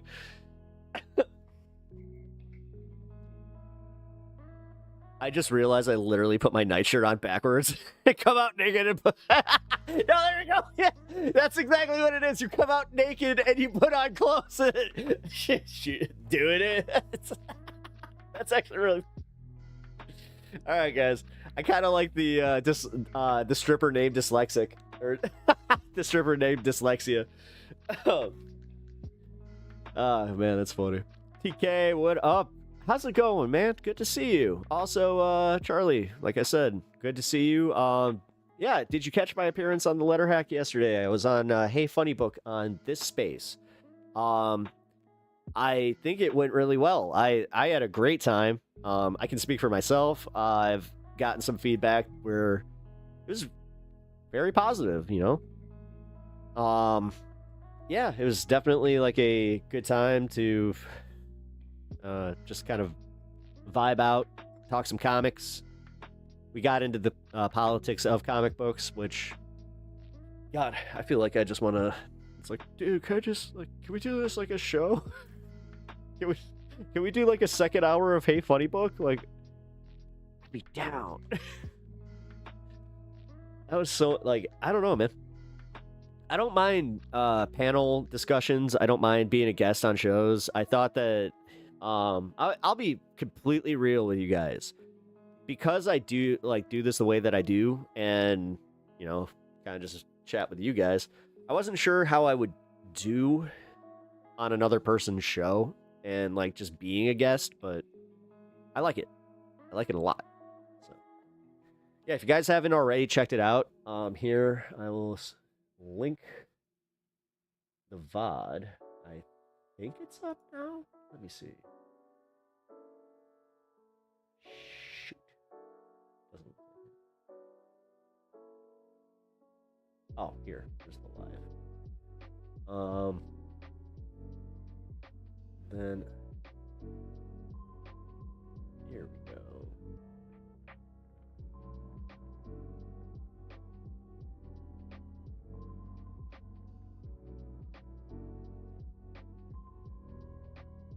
I was on at 7:02. To it. There we go.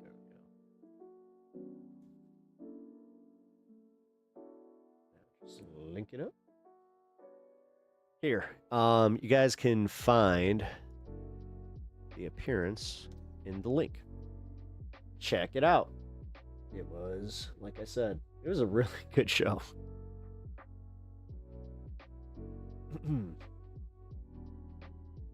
Also, you can use that link, subscribe to the channel, because I'm going to be on my my first show is going to be on Tuesday at noon, my time, Central. So 1 o'clock Eastern. What was that? Wait.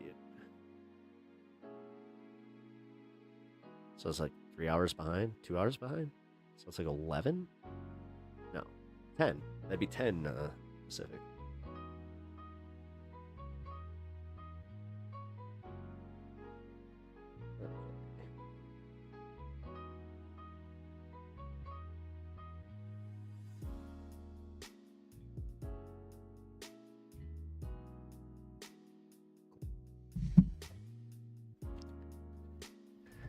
All right, the link is up.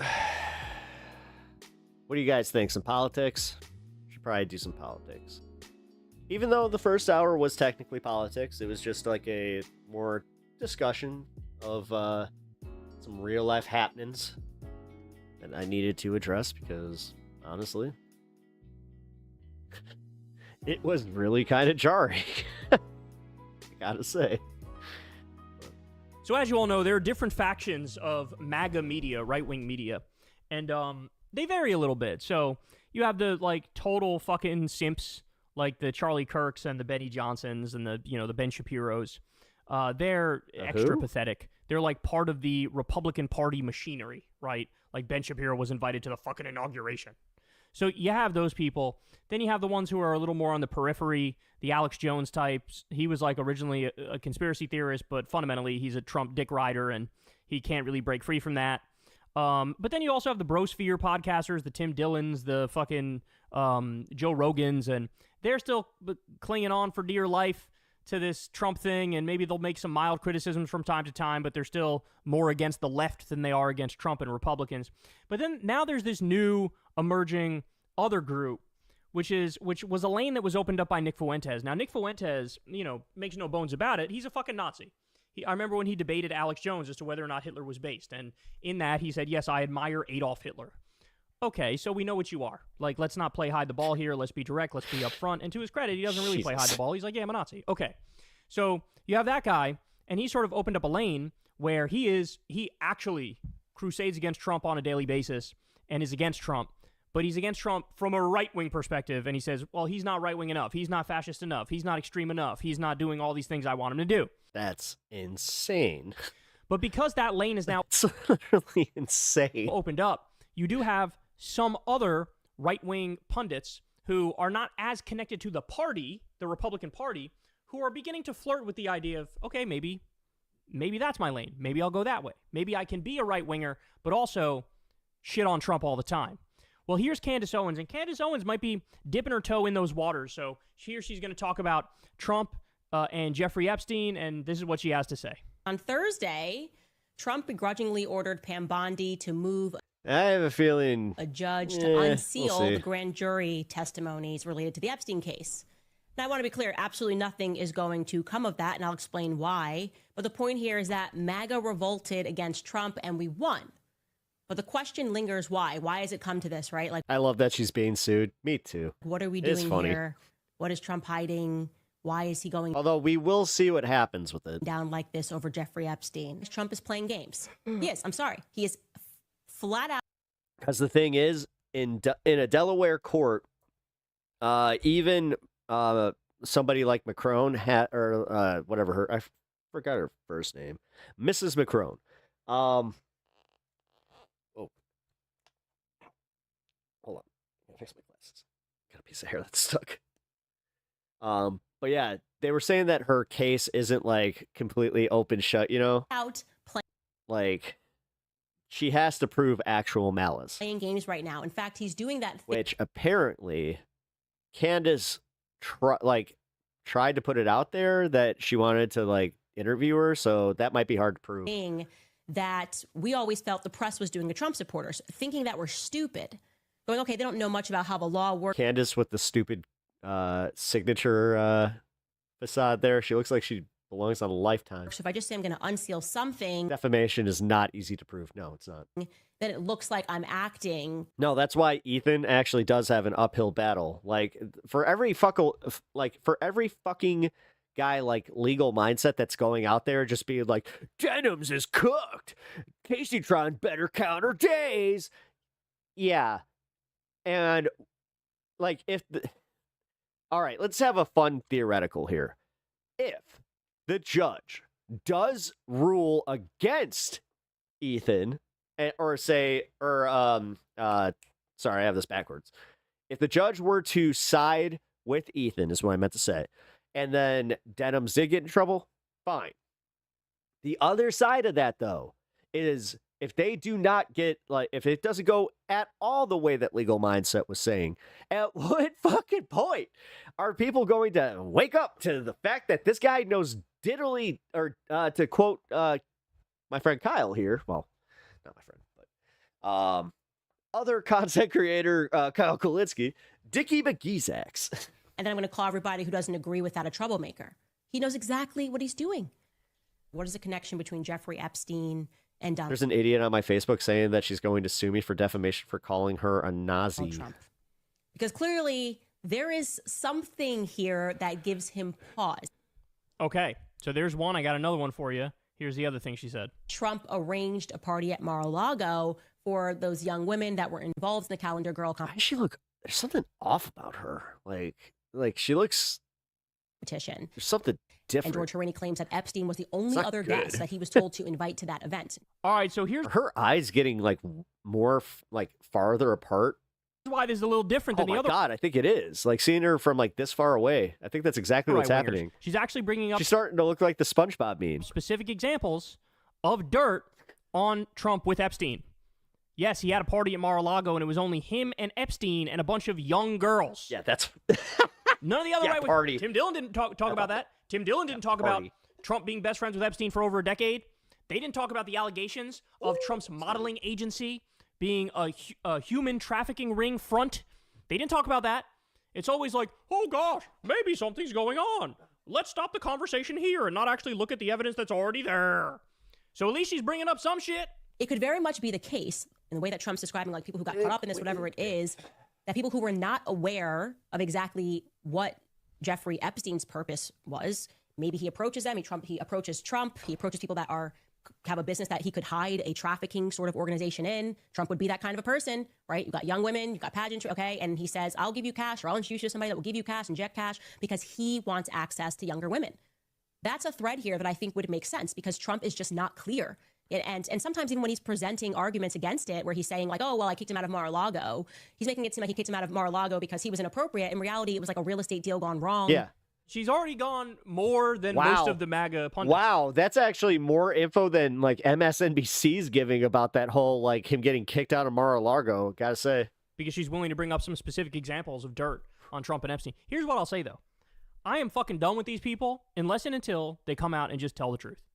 And if you come out and tell the truth, you say very clearly, Donald Trump is in the Epstein files. Not only is he in the Epstein files, he was in the human trafficking business with Jeffrey Epstein, with Jean-Luc Brunel, with Casablancas or whatever that other guy's name was. They had these modeling agencies where they Tom Casablancas had underage girls, 13 years old, 14 years Tom, old, or from was like it John? post-Soviet bloc countries. They would take advantage of these poor girls. There's countless stories of Trump at his hotels with underage girls having fucking sex parties and shit. We just got validation on that from one of the rappers who was hot in the 90s. So unless these people are willing to come out and just say it, just fucking say it. And even Nick Fuentes, who's been the hardest on Trump, even he hasn't said Trump was best friends with Epstein. He was in business with Epstein. They were running a human trafficking ring, and he's deeply implicated, and he's afraid of all the dirt coming out, like the picture Michael Wolff described of Trump.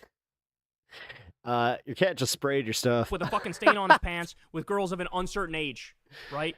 So this is how this is what drives me fucking crazy, is that even when all of the evidence is there and everybody can see it and everybody knows it, even the right-wing commentators who are most aggressive against Trump still won't go all the way.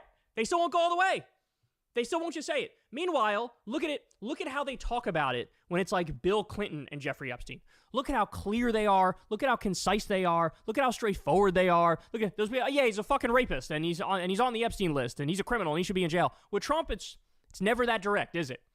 So I'm curious what you guys think. Do you see a difference among the MAGA pundits where, you know, most of them are still trying to stay in Trump's good graces and still trying to cope, but then you have Fuentes opening up this lane where you could be more directly against Trump and clearly against Trump, and Candace Owens is sort of straddling that fence, right?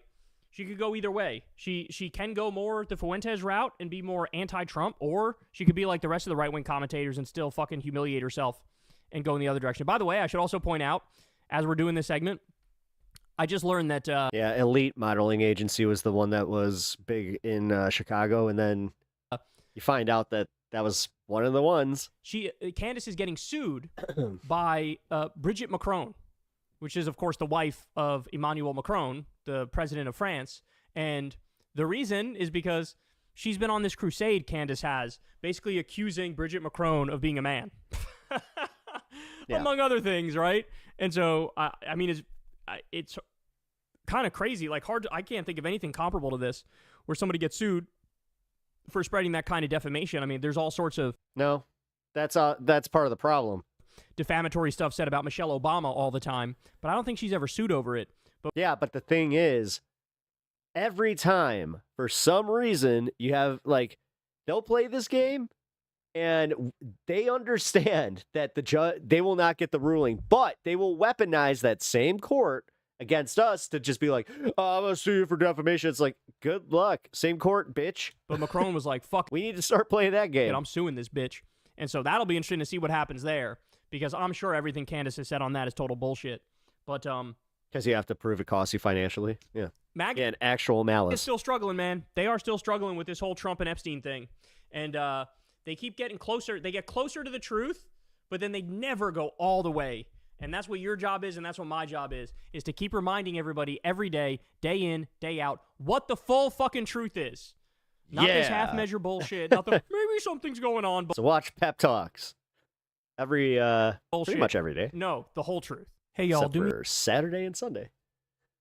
Special Saturday shows, though. I actually think that I'm going to go back to, after we do this hair braid thing, I'm going to go back to doing try to hit the goal to do a Saturday stream. So, watch Secular Talk through Pep Talk. Brian, hey, you know what? You ain't wrong.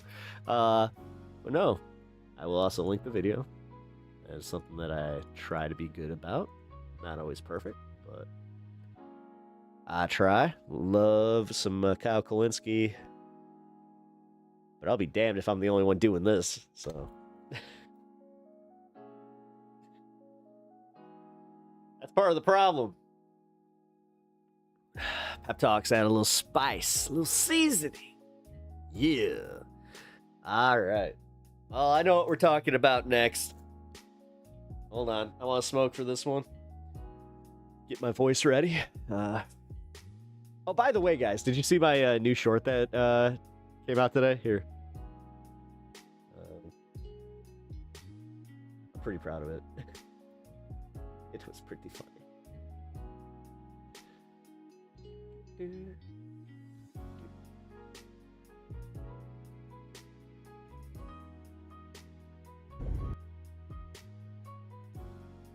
I get to watch Superman tomorrow. Nice. I'm probably going to go see the Fantastic Four tomorrow. Hopefully. We'll see. If the wife feels like going, I would like to go see it. But, yeah, she's not big on movies, so maybe I'll just catch a matinee. A little pepper. Your friend offered to take you? Yeah, that's why I got to go. It was actually really cool. My buddy got it was 2 tickets to the world premiere at the local theater that we had because he is a club member there. So that was pretty cool. Got to see the very first showing at that theater. So, all right, so this is funny. Hey guys. How much APY? Hey guys. The creepy laugh. How much APY?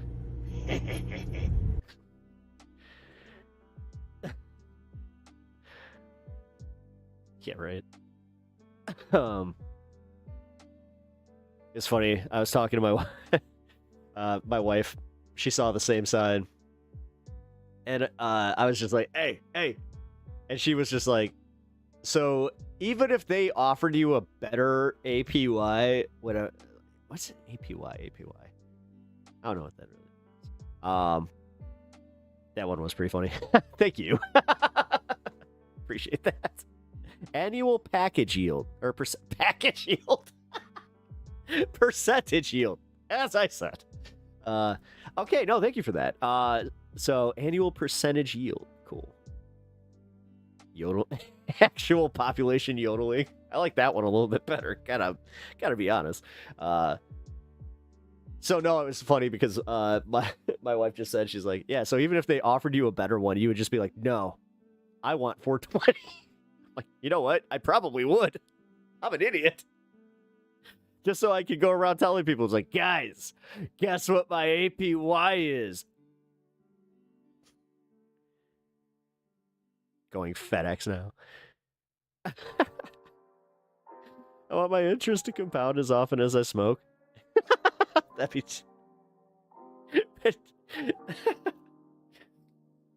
I'm just saying.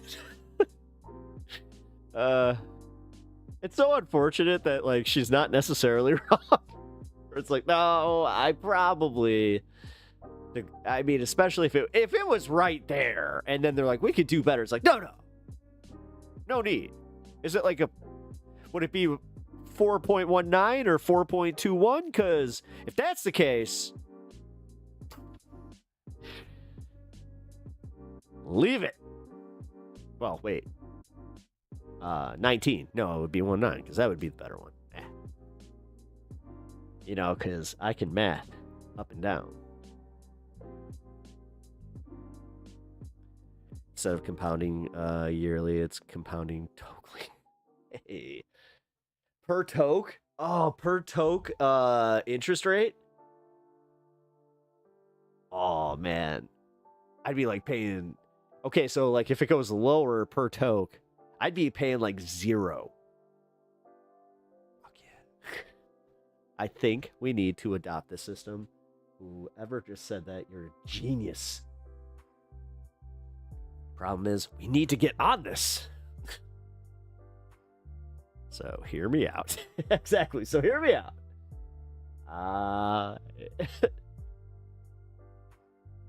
If you had $69 in the bank, well,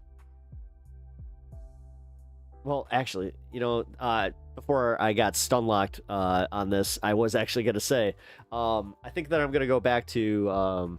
after we're done with this goal here, going to the weekend goal, where if I hit 420 during the week, then I will have a weekend stream. So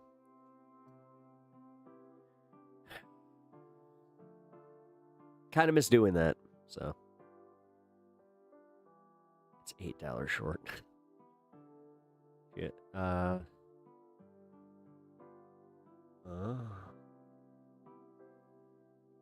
20% tax on can that covers healthcare.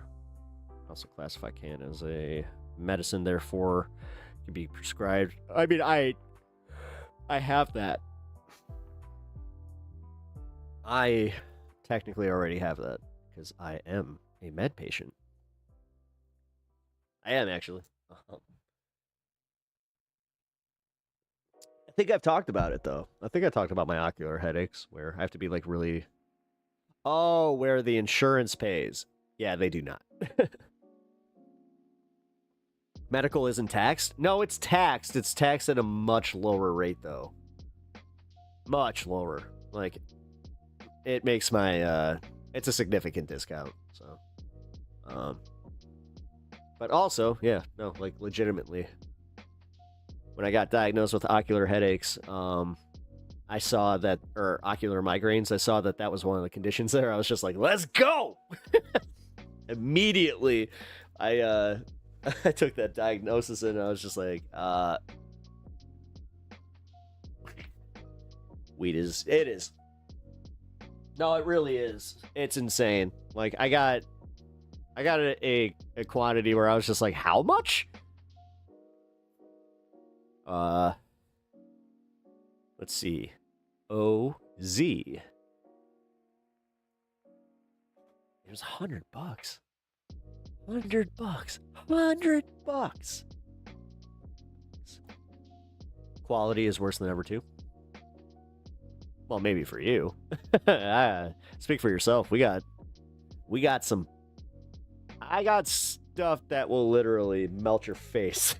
So, and then I have the stuff like that I have down here. That's a little more tame. I love the fact that I can curate it. So, like right now, I have oh god, shit. It was the owl haze. Shit, mountain owl haze, I think is what it's called, something like that. But it's really, really good.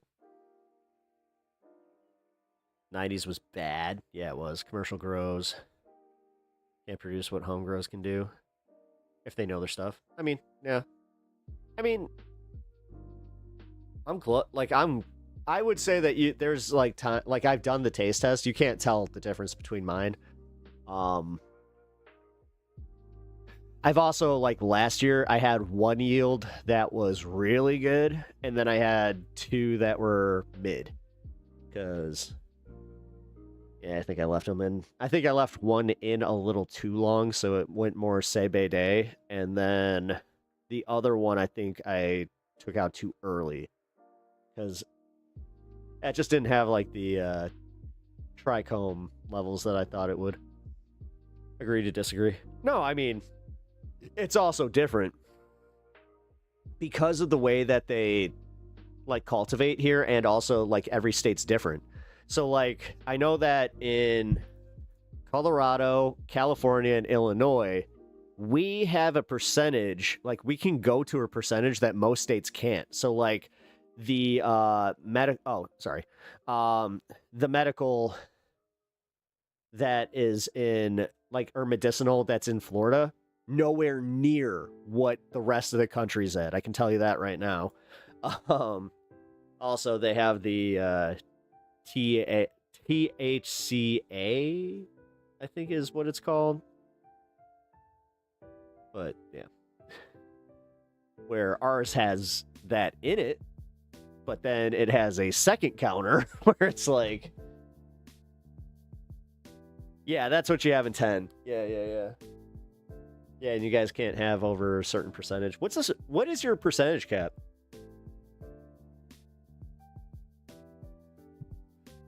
When the A is heated? Yeah. I know. I can tell you right now, though, the Delta 9, I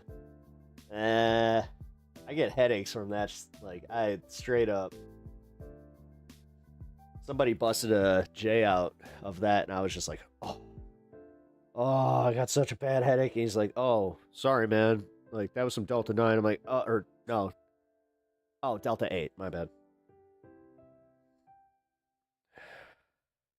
No, Delta...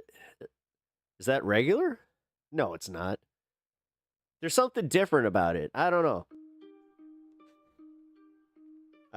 Look, I think that there is definitely something different about it. Because, like, I've had experiences with it where I'm just like, I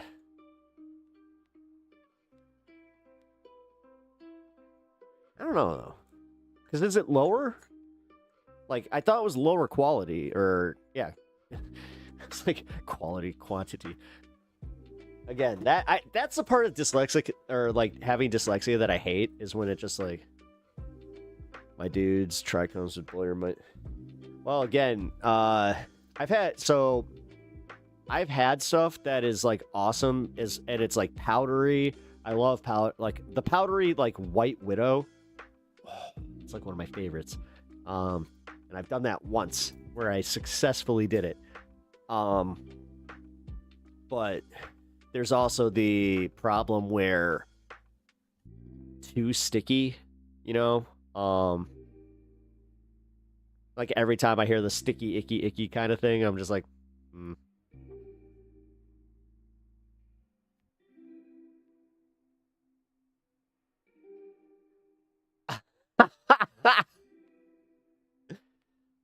I failed chemistry because I mean, you ain't necessarily wrong. I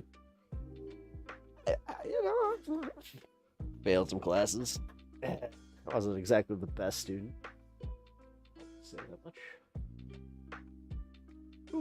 Who out of us was, though? Too sticky is not a thing. I mean,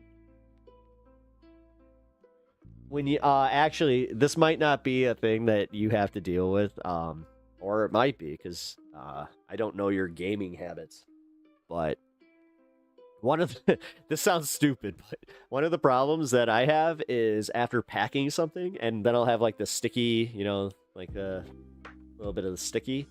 I go to play my games, and then it like, I'll feel the button, and I'll be like, oh no! I've ruined a controller that way, by the way. Like, that's also why I'm a little more paranoid now, where I'm just like, okay.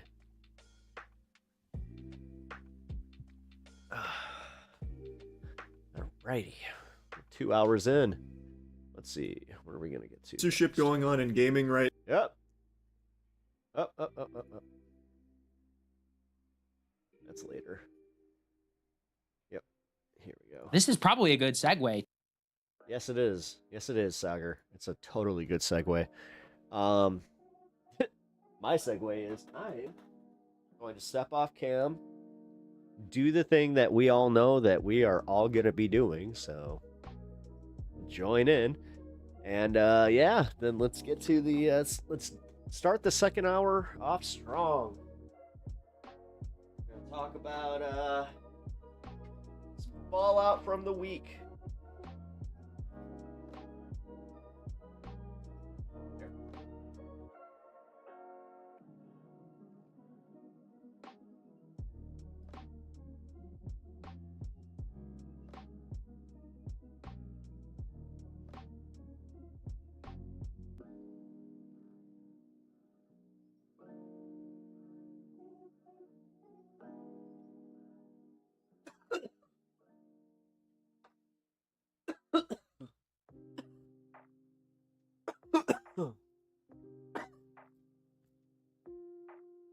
Okay.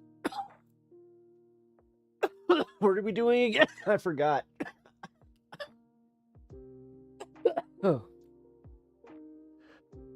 You're not streaming on Twitch? Not tonight. I had an issue where every time I tried to start stream, it would knock both of them out. So I was kind of like, I'm gonna just try the one, see if that works, and just go with that. So I have it on ultra low latency though, so chat should only be like max 10 seconds behind. But it's good to see you. Glad that you're here. We might be moving over to Twitch. We'll see.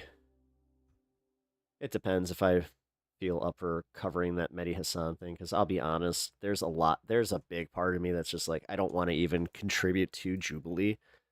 Because they really are. Like, they're not contributing anything. It's all just, it's very effective clickbait. Because they understand exactly who they're going after. They're like it doesn't matter if you're on the side of the, conservative or the liberal. Or whoever. Whatever discussion they're having. Because, I don't know. This one was pretty egregious, but then again, it is content, so that's where I'm wrestling with it. I really am. But yeah, if you guys want to watch it and I'm feeling up to it, then we'll go for it. There's enough people going over Jubilee. That's the thing. Like, that's also where I'll be. Thank you for saying that. Like, I kind of feel like that I can cover this then. Yeah. I feel like everybody else has done it. Like, everybody else, they milked it for what it's worth. Everybody that would watch my content has seen exactly what I'm going to watch, or has essentially heard similar opinions. Like, I appreciate like people that come here for my opinions and want the spicy takes from Pep Talks. But like I said, this was one of them where, had I been a better content creator or like a more on it content creator, I would have just covered it yesterday, but it's almost like we had something else going on. So here, let's there's some fallout with the Nelk Boy stuff that I dare I say did not expect. This is probably a good segue to our Nelk Boys segment, because that is a watershed cultural moment for the future of the country and for a lot of these people who did vote for Donald Trump. Put Nelk the guys out of it. I'm talking about young people. Remember, young men specifically broke hard for Trump in the 2024 election. Now, will they come out to vote again? Nobody knows, all right? I think so, especially people, especially age, they gain some, grasp in society, they start to. And I think this Nelk Boys moment is a very very important one for, I think, both in the Israel conversation, but really politically and media-wise as well. Yeah. So it's been, let's transition here now. The Nelk boys continue to talk both about the details of their interview with Bibi Netanyahu, but more importantly, the incredible amount of remorse that they show that they have never done before. Remember, these guys have had on Trump. They had Trump on in 2020. I remember when their episode got taken down after he was talking about, you know, the stolen election or whatever. Yeah. They had on Candace. They've had on all the most controversial people. They've never apologize. And yet this time, that's true. The level of freak out from their own audience and within their own cohort is such that they are doing public mea culpas. Here we have Kyle. Well, I was just about to say, like the Hassan thing, like they kind of ran to like from Hassan. the Nelk boys, basically not only expressing remorse, but saying he would have changed everything about the way that he did his interview with Bibi. Let's take a listen. I wish we could go back in time and fucking grill him 1,000 times harder. And we just went in there fucking unequipped to fucking interview him. We have a lot of Muslim friends. We've been to fucking Dagestan. We all know what's in our hearts. We don't hate anybody. We're not taking sides in this shit. We love everybody. I'm sleeping great because I know how I actually feel on the inside. So, and I know a lot of you guys are fucking, and this is not an apology. This is just, we fucking walked in there and we weren't fucking ready for it, man. And we walked in there uneducated. And I can admit that. But life goes on. There's nothing you could do. It's an apology. He's sleeping great. You can tell. It's an apology. He's barely Kyle. even thinking about this. You're thinking about it, brother. I mean, that's in a little some ways, I'm like, look, you got a bunch of prank, frat, degen morons who are walking in there, and they didn't know what they're doing. But they have enough. Okay, these are 30-year-old men. Thank you.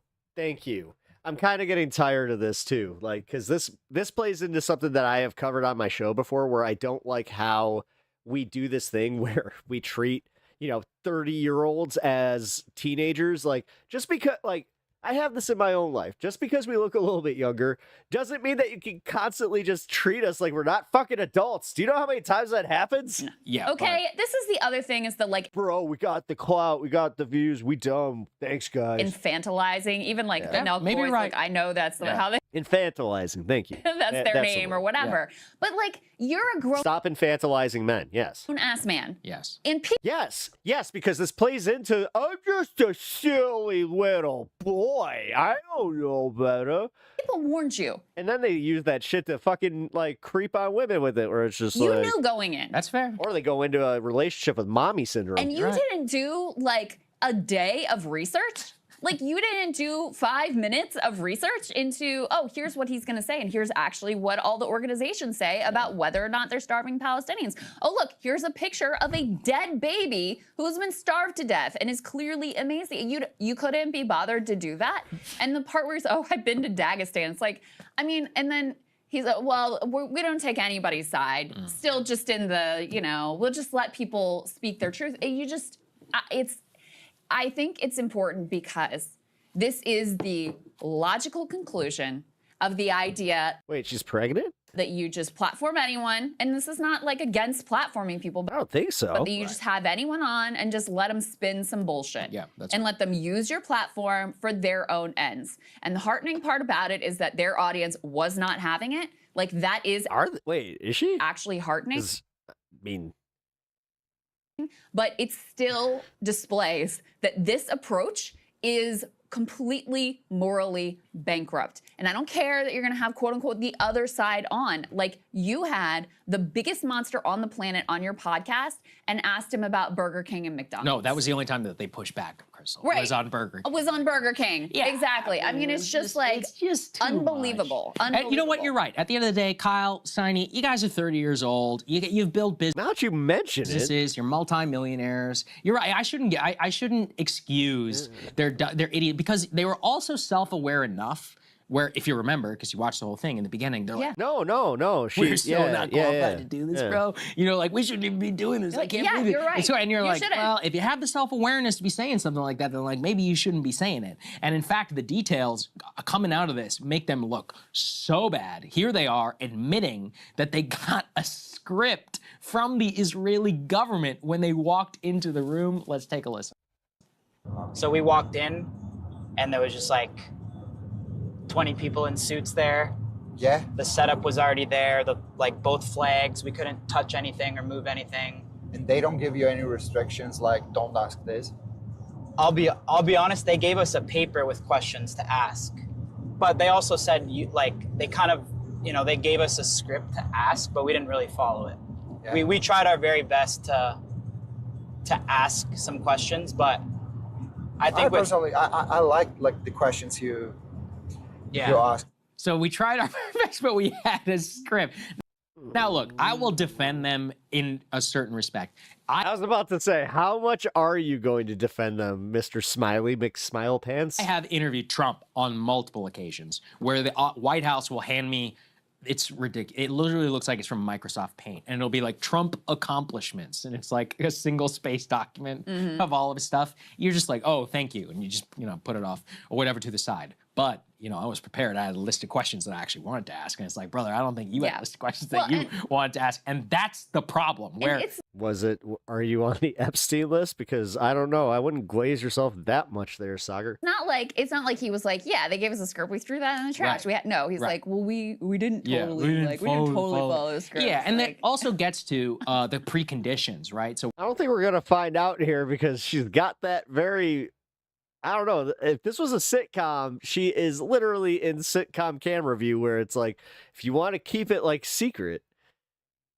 When you walk in there. So for example, they're like, oh, we weren't allowed to touch anything. She'd be taking the trash out and just be like conveniently, like it's just to one side. Everything was set up. There's 20 guys in the room. It basically sounds like what happened is that the Israeli and White House set this. Oh, you mean the Epstein list that the DOJ literally admitted to having? Yeah, that one. Yes, we are still talking about that. Everybody's still talking about that. The Israeli government and the White House set this interview up. Yeah. They were like, sure, no problem. They didn't give any conditions. They didn't ask for the ability to ask for whatever they want. Apparently, the whole set is there. Yeah, like she's holding a laundry basket for the whole episode. By the way, why are there 20 guys? Why are you so messy? God, people in the room. That's fucking crazy. I would never agree to an interview like that. It's insane to have all these people in there. They didn't exert any of the interviewer's prerogative, in my opinion. Yeah. And then you put all that together now with what we're about to show you, which is that they were basically used as useful idiots here by the White House. This was revealed when Hassan started talking with the Nelk boys about the exact circumstances, and here's what they had to say. All right, so you guys, or it's going to be the biggest groiper on the planet. Guys interviewed the incarnate Benjamin Netanyahu, and now everybody's yelling at you guys. Okay, so first and foremost, who the set that up? Some of the communications team at the White House hit us up, connected us with their communications team, and presented us the opportunity to do it. But with the Full Sun podcast, hate it or love it, right or wrong, if we ever get the opportunity, this is all right. That's even a little bit worse. I was under the understanding that they were just there. Opportunity to have a controversial guest on, we're never going to turn it down. Because in my opinion, what we want to do with the Full Time podcast on is we're not afraid to have controversial people on. We're going to ask them questions. Sure, we're probably not the best at asking questions. We're not the best journalists, never claimed to be. So we might not be the best at pressing them. But in my opinion, it's up to the viewer to form their own educated opinion. Just because we have someone on and we're sitting beside someone, people aren't going to be like, oh my God, Nelk's with them. Like, I love this person. My question is, do you feel like there is a culpability that you have? Because look, Donald Trump is a contentious figure, and obviously he's responsible for a metric ton of pain and violence as well, but so is every other American president. That's one thing.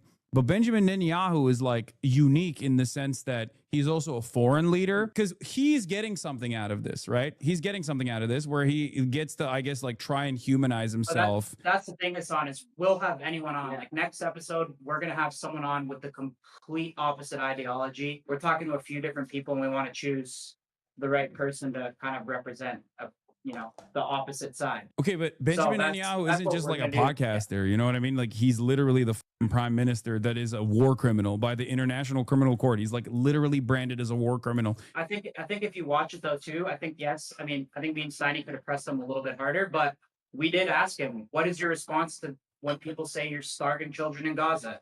Do you think October 7th could have been prevented? Are you trying to implement regime change in Iran? We definitely did ask him some questions that I think people wanted to know. Okay, what did he say? I mean, of course, he said For starving children in Gaza, he said that they bring the food in and Hamas steals it and then sells it. That's a lie. No human rights organization that works on the ground, from the UN to the World Food Program, has ever agreed to the Israeli position that this is all Hamas stealing aid or whatever. See, and that really is what gets to it. Is like, just tossing things out without being prepared on the facts of it is actually worse, because I will say I brought that up. Because it means that you just get their icy weather alert in OKC. I heard about that. Yeah, the first weather response. And he gets Hassan, I actually think, put it quite well. Trump, I get it, it's one thing. But baby, in the prosecution of a war, it really is another. When the stakes are so I'm not the best journalist for millions of people, and people are dying as a direct result every single minute of every hour of every day that this continues, the death toll goes exponential. Yeah. That's another level, right? And I said this in our original thing. I was like, look, he doesn't sit with his own goddamn journalists in his country for a reason, because they would ask him.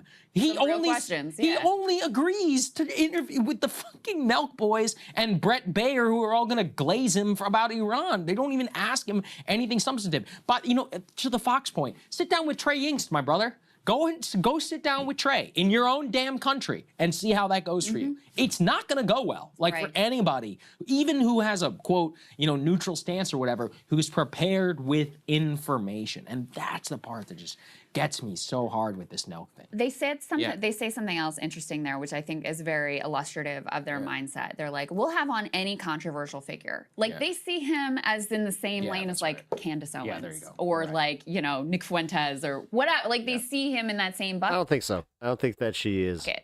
And I was watching R.M. Brown, who has a YouTube channel, he's a comedian, his take on this. And he was like, in their brains, there were two types of people who get clicks and people who don't get clicks.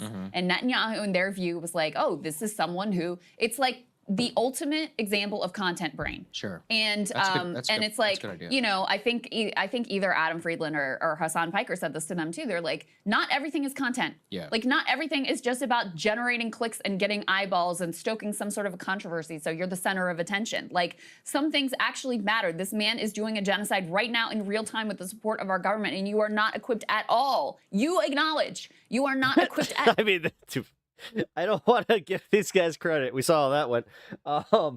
Which to my detriment, I was kind of like, all right. All to actually know what's going on and be able to ask him intelligent questions, or even more. They totally did say they were qualified, and then it's like, yeah, but that's not enough. Especially when you had how many, God damn, dude. And then seeing that video of them in the car, they really just do not seem, they didn't learn it. They didn't learn a goddamn thing. More importantly, ask intelligent follow-ups when he lies to your face, as he did Their audience did, though, so that's important. Multiple times. And so I think that's what this comes down to, is this incredibly amoral view of the world, where it's RM Brown is a great channel. Just about who's gonna get eyeballs to my channel. This will be hot topic. This will get me attention. This will get eyeballs to my channel. Therefore, I'm going to do it. I'll sit down with any controversial figure. That's what they say. As if this is just, some podcast or somebody trying to sell some merch or sell a book or whatever. And not to say those things aren't consequential as well, but this is so different. This is on such a different scale. And so I hope that it's a cautionary tale, because this did not go well for them. I mean, their own audience, their sub count has gone down somewhat.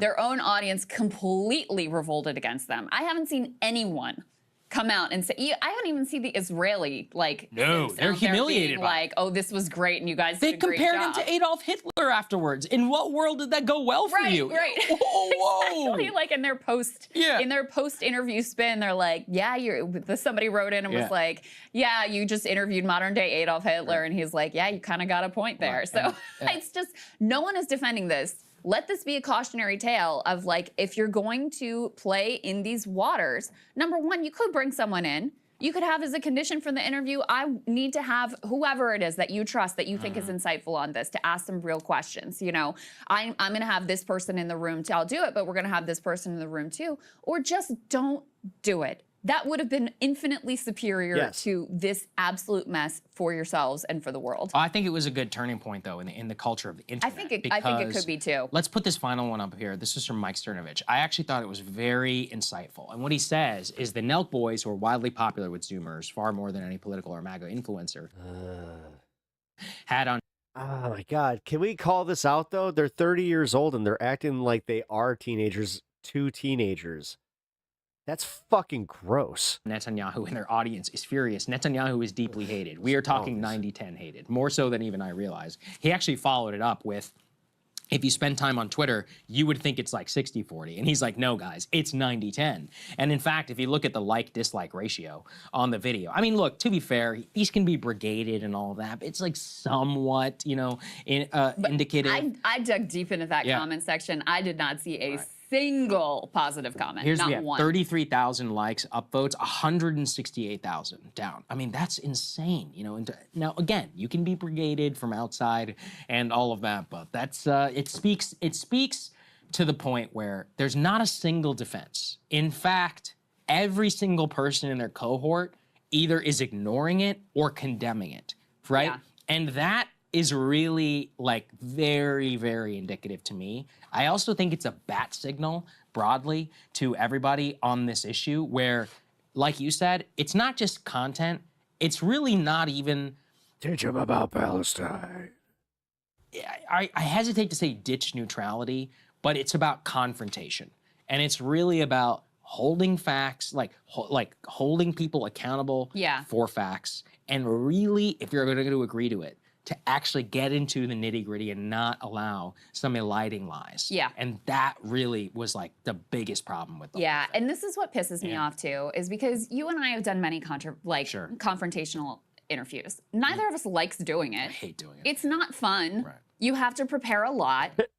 It's A la Jank. uncomfortable. You know, there are some people out there who like enjoy the like debate bro types, and they enjoy Chris the fight. Matthews, Piers, and all these people. I hate them. I mean, I think Glenn loves to get in. It makes Dude, speaking of peers, John, the friend that I was talking about earlier, he didn't know who Piers Morgan was. He's like, who? There are people who are wired Not even the slightest clue. that way. Most people are not wired that way. I'm not wired that way. But when you have someone who's sitting in front of you who aspires to power, has some position of prominence, it is a responsibility that you have to be prepared and to be uncomfortable if that's what the interview requires. And so this idea that it's somehow like noble and good to do none of that and just let people spout off whatever they want, it actually pisses me off because it's a lot of these internet personalities are middle-aged men targeting youngs. I don't get that. That was one of the first like things that I decided to do where I was just like, I don't ever want to even like have this.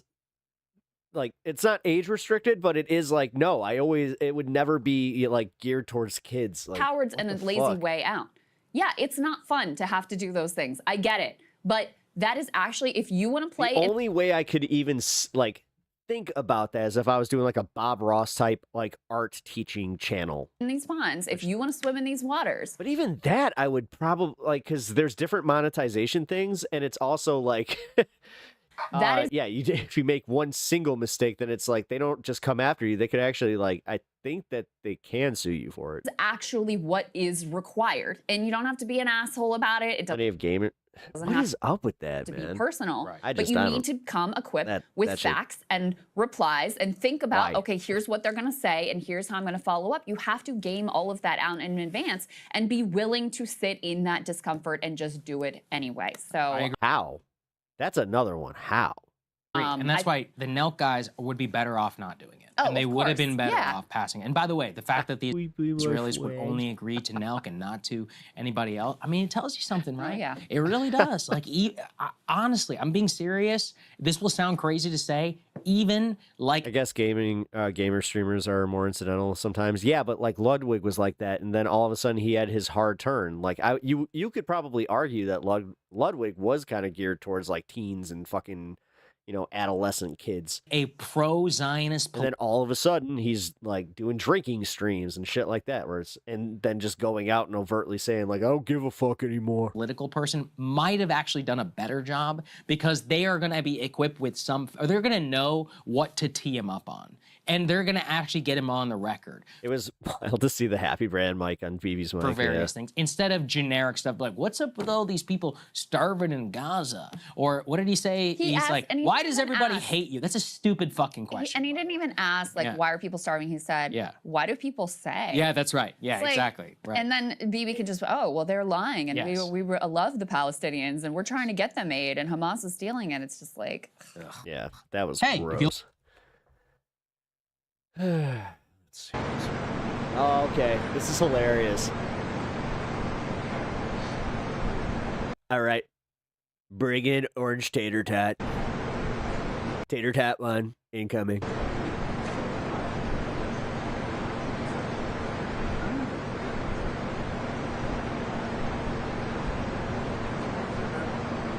Why does his Secret Service look just... It's actually funny. Of all three of them, that guy looks the least Secret Service-y. Except for the one that almost walked into the wrong area. Unless she was doing a check, but... Nah. I think...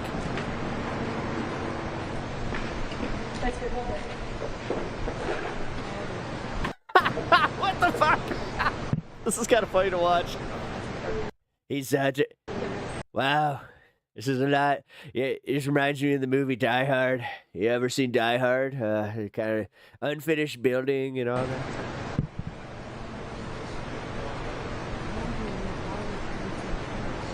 So if you look up here, there's girders and buildings. I got a new hat. I like the hat. Little penis. Wait a minute. What? No data.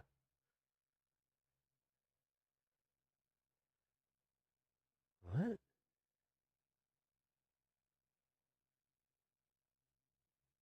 How are you saying that there's no data? My YouTube's still up. What?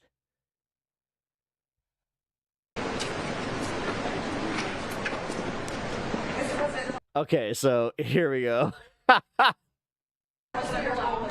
Well, thank you very much. We're looking at the construction, and we're with the chairman, as you know. Chairman, come on over. Come on over. Come on over. And we're just... He so did not want... He was just like, do not use me as a fucking prop. Taking a look at what's happening. You know, it's a tough construction job. They're building basements where... They're building basements. They didn't exist or expect ending them, and a lot of very expensive... They're digging great big holes. Great big holes. Expensive work. There's no question about it. I may have just let it slip, you know. And Tim has been with me for a long time, and you're in charge of the committee. That's the one okay, I gotta add that to my impression. And one of the reasons why we wanted to see the overruns of the expenses, wanted to figure out why. Yeah. So we're taking a look at... Okay, so Powell just like sneered there, like... And it looks like it's about 3.1 billion. It went up a little bit, or a lot. No, it didn't. So no, it didn't. 2.7 is now 3.1. His fucking face! What the fuck did you just say? I'm not aware of that. Yeah, it just came out. Yeah, it just came out. I saw it. It's on this little piece of paper that they gave me. I like to have figures and numbers given to me every day. It's just random figures and numbers that I can use throughout the day. I haven't heard that from anybody at the Fed. Yeah, it just came out. It just came out.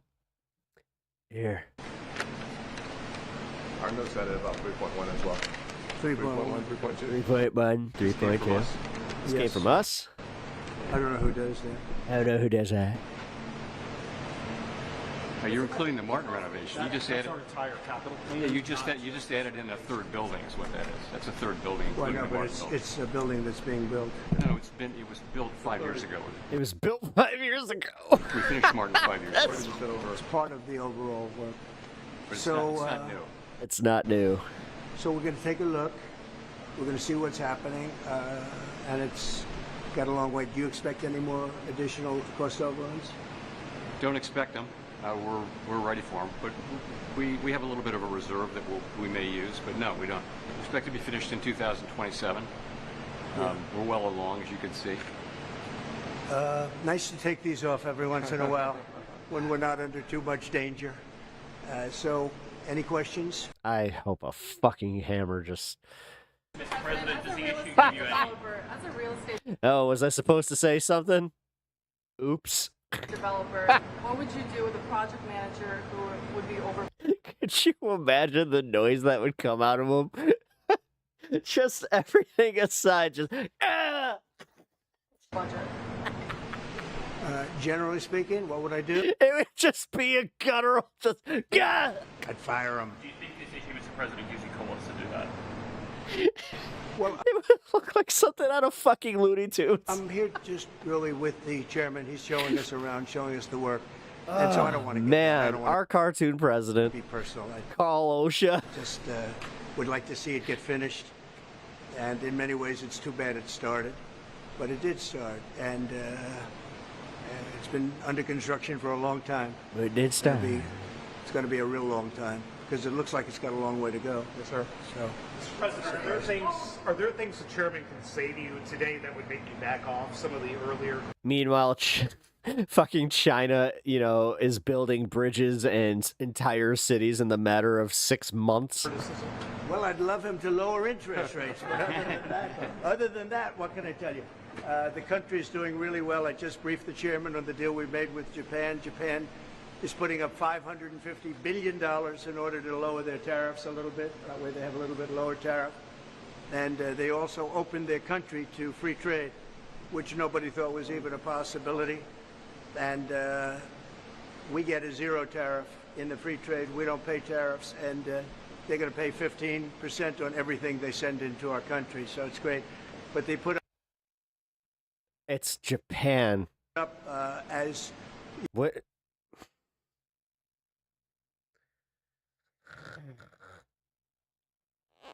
You could call it seed money. Let's call it seed money. You could call it anything you want, but it's It's a total of $550 billion.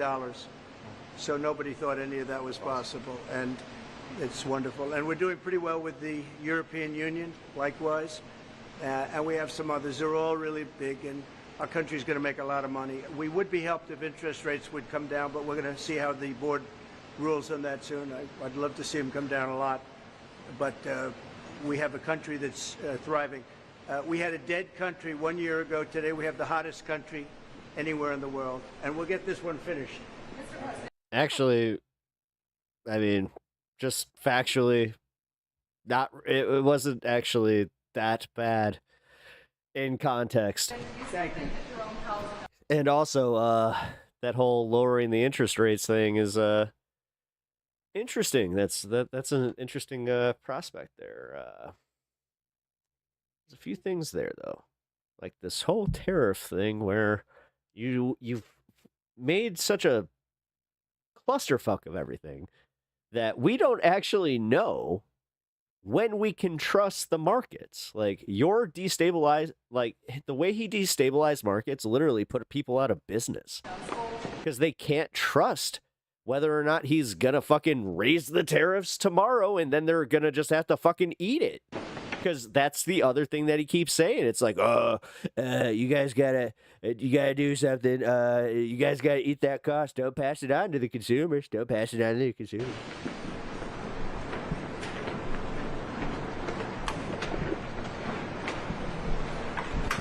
God, I'm just hoping for faulty construction throughout this entire video. It's just like, come on. Come on. Here, one more time. Hey guys, hey guys, hey guys. How much APY?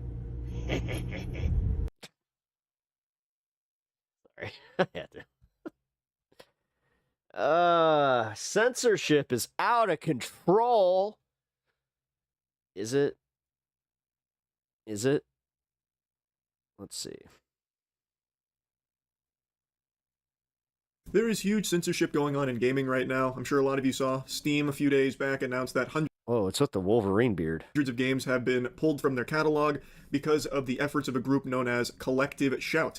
Collective Shout is an organization that has been forcing payment processors to bully platforms into removing games they deem unfit for sale due to the themes around them. And for Steam's case, they targeted hundreds of adult games that featured like rape and incest. And a lot of people were pumping their fists like, yeah, that's good. How could you possibly be mad at that? Less degeneracy and disgusting shit on the platform. This is a big W across the board. It's not censorship if it's things I don't like being taken down. Hold on. If this is just part of a like broader TOS type of wait, Obviously, is he really taking a okay? Every weapon out there, this is only going to be used for good. Clearly, they're only going to use this power to take down very bad, gross things. Which is the most low IQ take you could ever have. Collective Shout, just yesterday, has now also gone after itch.io, and they have removed every single not suitable Meanwhile, sitting here like, that's a low IQ take. Hey! Game from their platform. Not just rape and incest games, all adult games. We have de-indexed all adult NSFW content. Saw that coming. From our browse and search pages. We understand this action is sudden and disruptive, and we are truly sorry for the frustration and confusion caused by this change. Recently, we came under scrutiny from Anna, isn't this guy local to... I think he's local to you. Our payment processors regarding the nature of some content hosted on itch.io. Due to a game titled No Mercy, which was temporarily available on itch.io before being banned back in April, the organization Collective Shout launched a campaign against Steam and itch.io directing concerns to our payment processors about the nature of certain content No More Massacre found on both platforms. So this is the playbook here. Collective Shout is a very powerful organization who somehow has a lot of leverage on payment processors. I don't know if they're just over there giving them perpetual wet willies or they got some serious dirt on like the upper echelon elites in the food chain at the payment processors. Like they got proof they're in the Epstein files or some shit. But they have got these payment processors by the nutsack and they are squeezing the piss from their balls. So now the payment... That's not how piss works, but okay. Payment processors are LARPing as the moral authority on what people are allowed... Time for anatomy course there, Charlie. ...allowed to spend the money they earned on. So they're making these sweeping censorship changes to Steam and itch.io. Steam, they made it very easy for the public to not make a big stink about it because they went after a very low-hanging fruit target that most people aren't going to be upset about. Oh no, you lost... Pete, don't you know that Pete started the ball? All your rape and, incest games. Boo-hoo, call the fucking ambulance. What the fuck? What people don't realize is that is clearly just the first step here. Collective Shout has now already taken that, which hasn't even been like a full week, and it's translated it to wiping all adult content from itch.io, a totally separate platform using the same methodology of having the payment processors threaten to leave them. I think this is a conversation, I swear to God, that like we had when I was like in first grade. Censorship is not something that is a good thing. This is not a positive thing. Give Charlie some slack. He was raised in Florida. Yoko Taro also came forward saying like this is... All right. You get a little bit. It's pretty bad stuff, that other countries can now limit everyone else's free speech. He's right. That's not great. You don't like to see that. And let's go ahead and extend this to its natural conclusion here. As Collective Shout... There's a streamer that was saying his views would gift him Funtari Steam games while he was playing on stream. Becomes more and more successful at censoring games, other organizations will spring up and do the same. I don't know what that is, but I can assume for things Collective Shout maybe doesn't want to see censored. Like, who's to say, with this censorship, now that it's proven that it can be done by having the payment processors threaten to pull out of these services, if you could bully them through the payment processors, you win. That's checkmate. Who's to say an organization doesn't pop up that wants to take away all kinds of LGBTQ representation in games? And now that they have a proven formula to follow, they could easily spring up and be probably very successful. Another organization could come... Man, it's killing me with the fucking... ...about where they believe that M-rated games just shouldn't exist. Games should be focused purely to appeal to a younger demographic. They shouldn't be deep, thought-provoking games. There should be no violence. There could easily be a very puritanical organization that comes forward making similar pushes for censorship. I don't know how delusional you have to be to... Well, I've already lived through this. Like, I lived through the 90s, like, with, what was it, MAD? Think that somehow this is only ever... Moms Against, going to be used... God, what was it? Wait, no. It wasn't... Against bad things. It's not. And it's already extending way beyond what it started with. It was the Tipper Gore organization. And they were the ones that got parental advisory and the game ratings change for Collective except Shout. for Gore. They started with a what up, Golf Marine? Good to see you. Very easy win on a genre of games that most people aren't really going to miss, and they have already extended that to just broad adult content from another platform, itch.io. And as they continue to be more successful, more organizations are going to follow that blueprint, follow those footsteps. It was Moms Against something. And be successful as well, censoring other things that maybe Collective Shout doesn't want to see censored. It's going to just be fucking pandemonium, because it is clear now that these platforms are willing to go belly up, roll over, and suck the fucking schmeat of the payment processing cartel Moms that for shackles Liberty. them. These payment processing patriots Yeah, who all of a sudden care so deeply about morality. Yeah, I was mixing it up with Mad Moms Against Drunk Driving. This was it was the Moms of Liberty. Are able to get these platforms to censor themselves at the behest of the organizations that are strong-arming them. It's absurd, and it doesn't stop there. If you do any amount of research on Collective Shout, you'll see that it's not just like adult games. They also went after Detroit Become Human and Grand Theft Auto 5. I knew it. All right, that was the one. I was waiting for him to say it, and fucking A.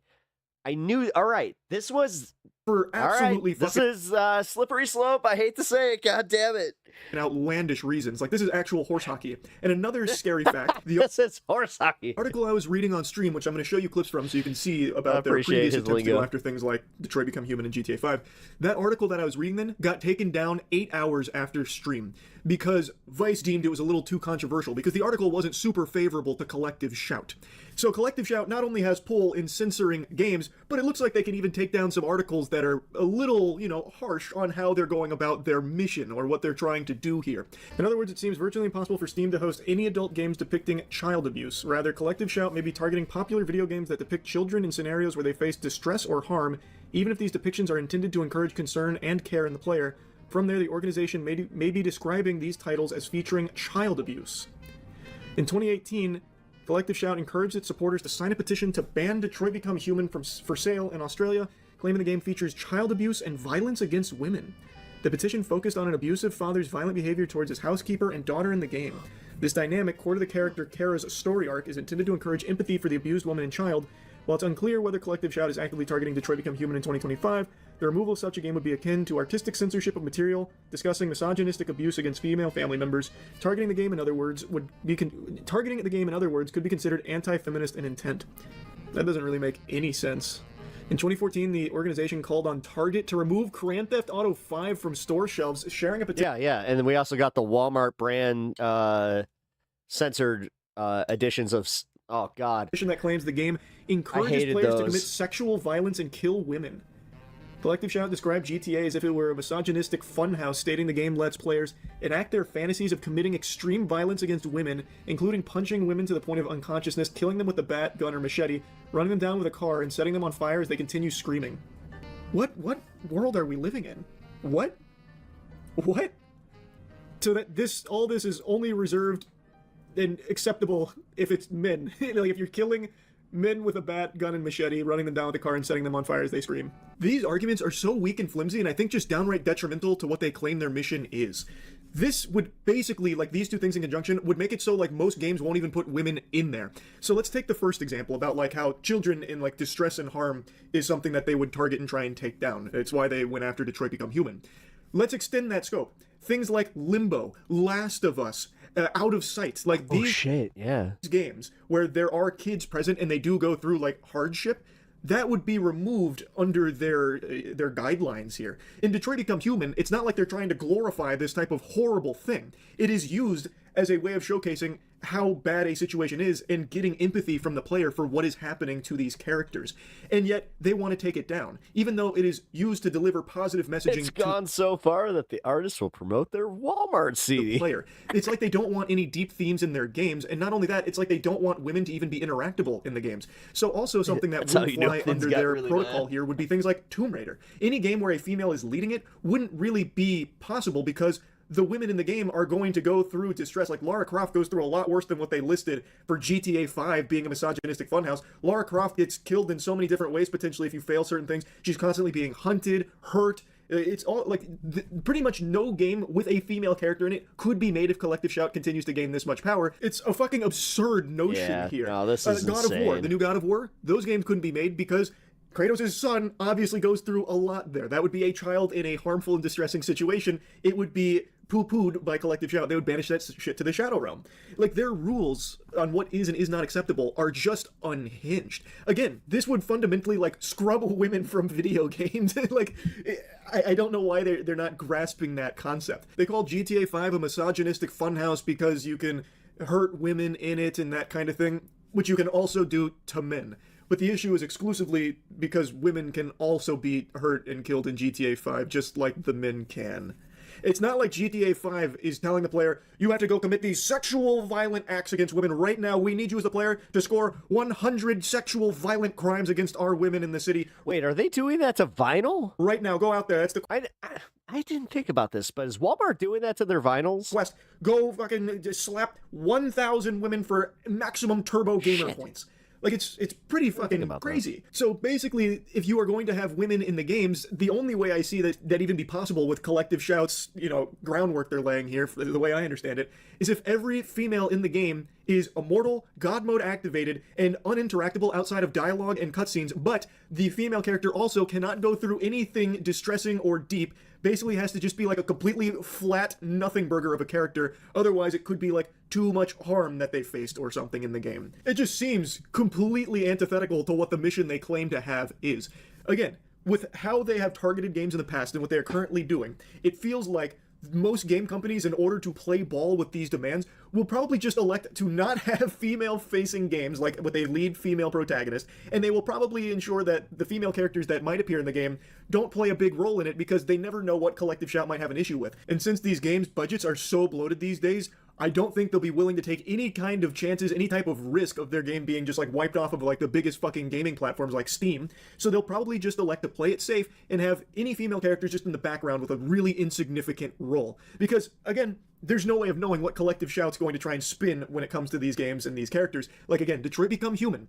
All of that they listed there as an issue, that was literally in the game to deliver messaging on how unacceptable that shit is. It was used for empathy, not a glorification or anything at all. It was actually delivering a message that really feels very in line with what Collective Shout claims to fight for. It is completely out of control. And let's go ahead and just continue to play a little here, a little theater of the mind.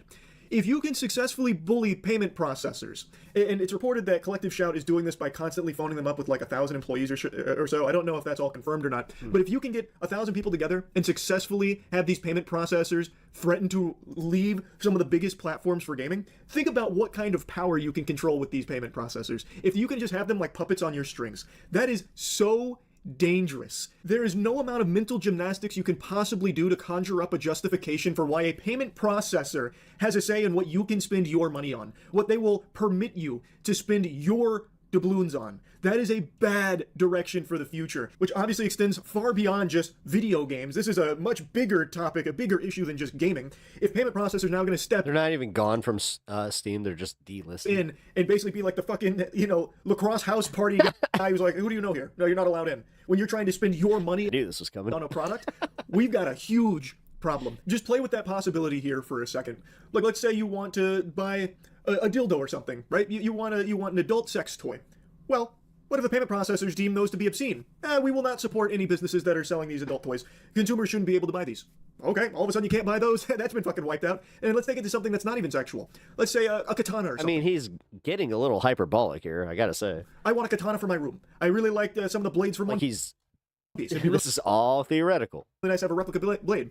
And like you said, this isn't as bad as he is kind of making it out to be. Like, he hasn't made like a strong interest or like a strong point to say like, no, they're not. They're still on Steam. They're not getting rid of them. Turns out the payment processors deem those to be a little too dangerous and threaten to pull out of any websites that are offering katanas for sale because those are some very scary, lethal weapons. So can't buy those anymore. It's a big issue. Payment processors should have no say in what you spend your fucking money on. Of course, that doesn't apply when it's like you trying to buy something highly illegal. I get that, but things like this is absurd. Like, this is complete. All right, so this was 10 hours ago. Do you think that they did actually delist and or they just like didn't have it? Completely a bit exaggerated. Yeah. Preposterous and out of control. Anyway, I just had to yap about this a bit. That's really it. See ya. Okay. I feel like that didn't go anywhere.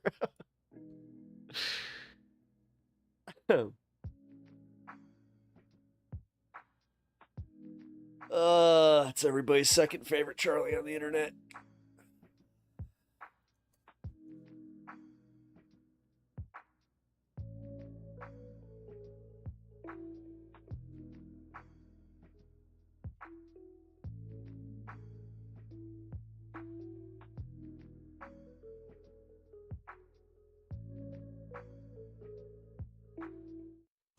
All right, here we go. Exist, or maybe they don't. It's a cover-up. The Epstein files. They exist, or maybe they don't. It's a cover-up. It's a witch hunt. It's a hoax, or maybe the whole thing is a big old nothing burger. Ooh. Maybe the Epstein files are really the friends we made along the way. Actually, they're probably the friends we lost, because a very long time ago, Trump and deceased pedophile Jeffrey Epstein were pretty good friends, and a very short time ago, Trump and Rupert Murdoch, the owner of the giant conservative media empire, were pretty good friends too. But now that's all over, and there's nothing to see here. Move along, please. I don't understand it. I don't understand it. Why are they still asking me these questions? This is ridiculous. Why they would be so interested. He's dead for a long time. He was never a big factor in terms of life. Life? I don't understand what the interest or what the fascination is. Which is why the president filed a lawsuit against Murdoch and the Wall Street Journal, which the media mogul also owns, because the paper got a copy of a birthday card Trump sent to Epstein decades ago and published a story about it. And obviously, nothing will put this thing to bed like protracted litigation on the public docket. Did the guy who spent his entire life suing and being sued by everyone he ever interacted with forget that discovery is real? Okay, drink up. Let's do this. On July 17th, the Wall Street Journal published a story entitled Jeffrey Epstein's Friends Sent Him Bawdy Letters for a 50th Birthday Album. One was from Donald Trump. Journalists Khadija Safdar and Joe Palazzolo reported that in 2003, 3 years before the notorious pedophile's first arrest, his girlfriend, Ghislaine Maxwell, assembled a leather-bound album of personal messages for his 50th birthday. What else do you get for the pervert who has everything, right? Many of the messages were a little off-color. See above. The billionaire Les Wexner, founder of mall staples like Victoria's Secret, wrote, "I wanted to get you what you want, so here it is," with a drawing of breasts. A former assistant wrote, "Jeffrey, oh Jeffrey, everyone loves you. Fun in the sun, fun just for fun. Remember, don't forget me soon. Epstein, you rock. You are the best," which is embarrassing enough to make Wexner's boobs seem like poetry. Yeah. Trump's contribution is described as Well said. as an outline of a naked woman, hand boobs drawn with a heavy marker. A pair of small arcs denotes the woman's breasts, and the future president's signature is a squiggly Donald. I don't know, man. The more that you find out about this, the more it seems like it's like, that seems pretty real. Below her waist, mimicking pubic hair. Inside the figure was a typewritten note imagining a conversation between Trump and Epstein. Oh, which is so weird. Voiceover. There must be more. Voiceover. wait. Voiceover. There must be more to life. More to life having everything. Having everything. Donald. Yes. Yes, there is, but I won't tell you what it is. There is, but I won't tell you what it is. Jeffrey, Nor will I, since I also know what it is. will I, since I also know what it is. Donald, we have certain things in We have certain things in common, Jeffrey. common, Jeffrey. Jeffrey, yes, we do. Yes, we do. Come to think of it. Come to think of it. Donald, enigmas never age. Have you noticed that? age. Have you noticed that? Jeffrey, as a matter of fact, it was clear to me the last time I saw you. of fact, it was clear to me the last time I saw you. Donald, a pal is A pal is a wonderful thing to have. Happy birthday, and may every day be another wonderful secret. wonderful thing. Happy birthday, and may every day Jesus Christ. be another wonderful secret. The president vehemently denies that he had anything to do with the album. He said, "This is not me. This is a fake thing. It's a fake Wall Street Journal story." And he protested that he doesn't draw dirty pictures. I never wrote a picture in my life. Picture in my life. This is how you know he's lying, is because he couldn't correct himself. I never wrote a picture in my life. Don't draw pictures of women. It's not my language. It's not my words. But as the New York Times and Washington Post were quick to point out, damn, this was hilarious. I did not know that he fancied himself a artiste. Trump has contributed numerous line drawings to charity auctions. Look, I got this one is my take on New York City. Lots of points. I almost called it pointillism until I realized that, you know what? Somebody already took it. Over the years, often using his unmistakable echocardiogram signature as part of the image. Money trees all day. Trump threatened to sue the Gotta get those money trees. Wall Street Journal, just like I sued everyone else. And on Truth Social, he held that it was a fake letter and he was going to sue Rupert Murdoch's ass off. And I'm about to pass out. See you next time, Pep. Hey, I'll catch you later, Sean. Third-rate newspaper. Also, he doesn't draw pictures. May you keep our secret. Thank you for your attention to this matter, DJ. Is it secret? Is it safe? I mean, we've all seen him take a Sharpie to enhance the anatomy of a hurricane. But the weird thing I forgot about that. Here is how unsurprising. That's a motherfucker.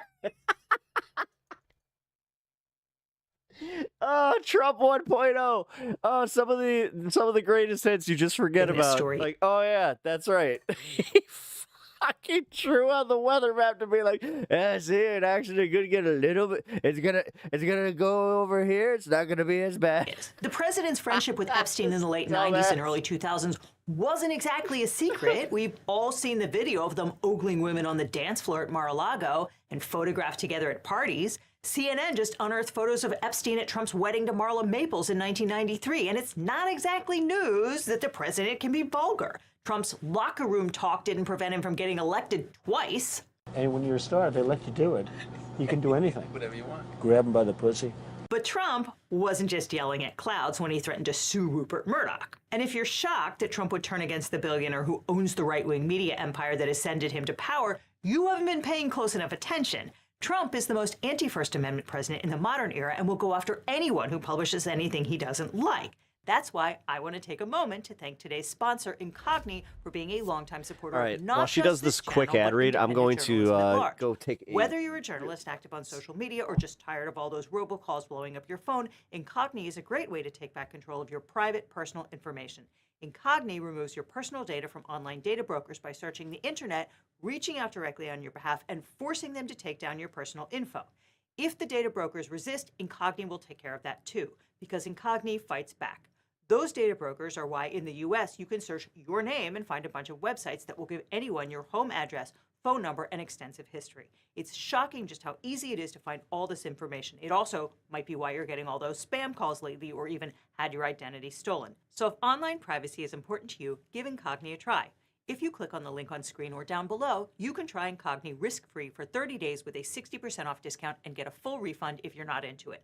And if you keep it, you'll still get the exclusive 60% discount so long as you used our link or the code LegalEagle, all one word. So sign up for Incogni or we will see you in court. The very next day after Trump threatened to sue Rupert Murdoch, he made good on his promise and filed suit against the Journal, the paper's holding company, News Corp CEO Rob Thompson, Murdoch, and the reporters Khadija Safdar and Joe Palazzolo. He alleged defamation as well as defamation per se. Defamation is a tort which involves a false statement of fact about the plaintiff published to a third party. The speaker has to have known the statement was false or at least been negligent as to the veracity of the statement, and the plaintiff has to show that he was actually harmed.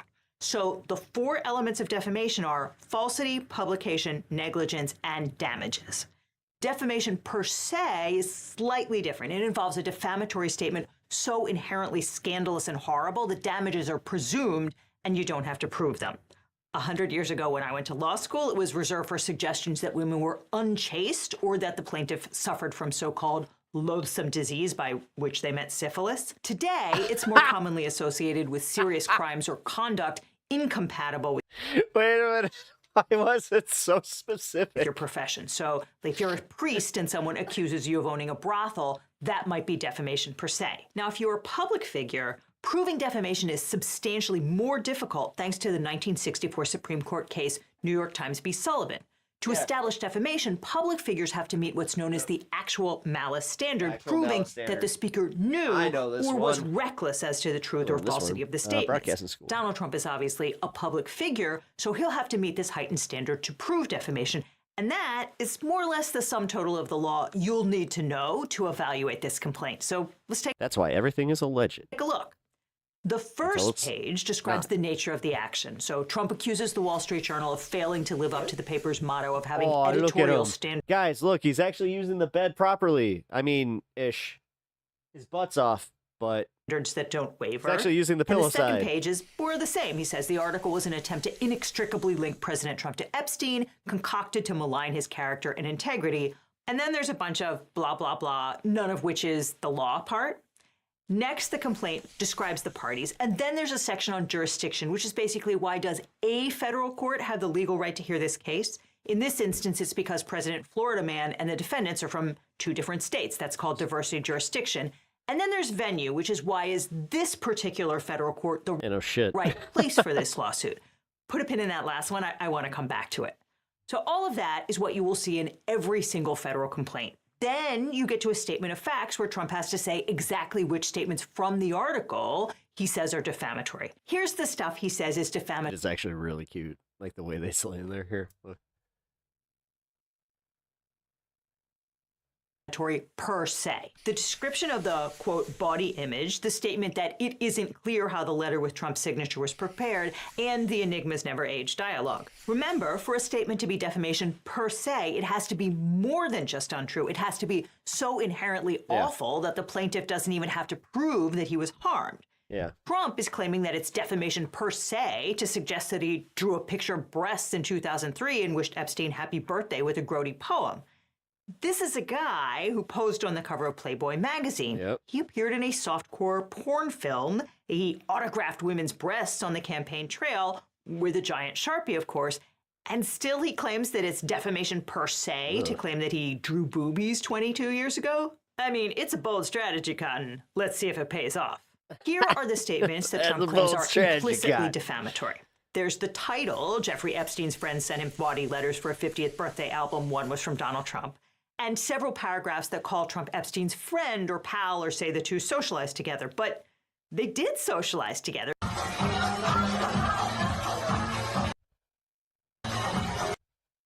Feel the rhythm of the night.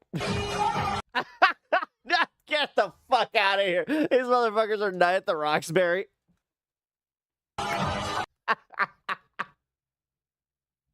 Come on, Jeffrey. Come on. You don't want to be Roxbury with me? Haven't you seen the Roxburys? You want to be Roxbury number 2? Gave a quote to New York Magazine in 2002 saying, "I've known Jeff for 15 years. Terrific guy. He's a lot of fun to be with. It is even said that he likes beautiful women as much as I do, and many of them are on the younger side. No doubt about it, Jeffrey enjoys his social life." Oh. And since Trump... I do appreciate the fact that she's incorporating her reactions to this, where it's just like, oh my God. Truth is an absolute defense to defamation. I'm not sure where this thing is going. And then there's the little problem that Trump is a public figure, so he'll have... There it is. There it is. I consider myself a bit of a star. The actual malice standard. Or actually, no, he was asked, do you consider yourself to be a star, Mr. Trump?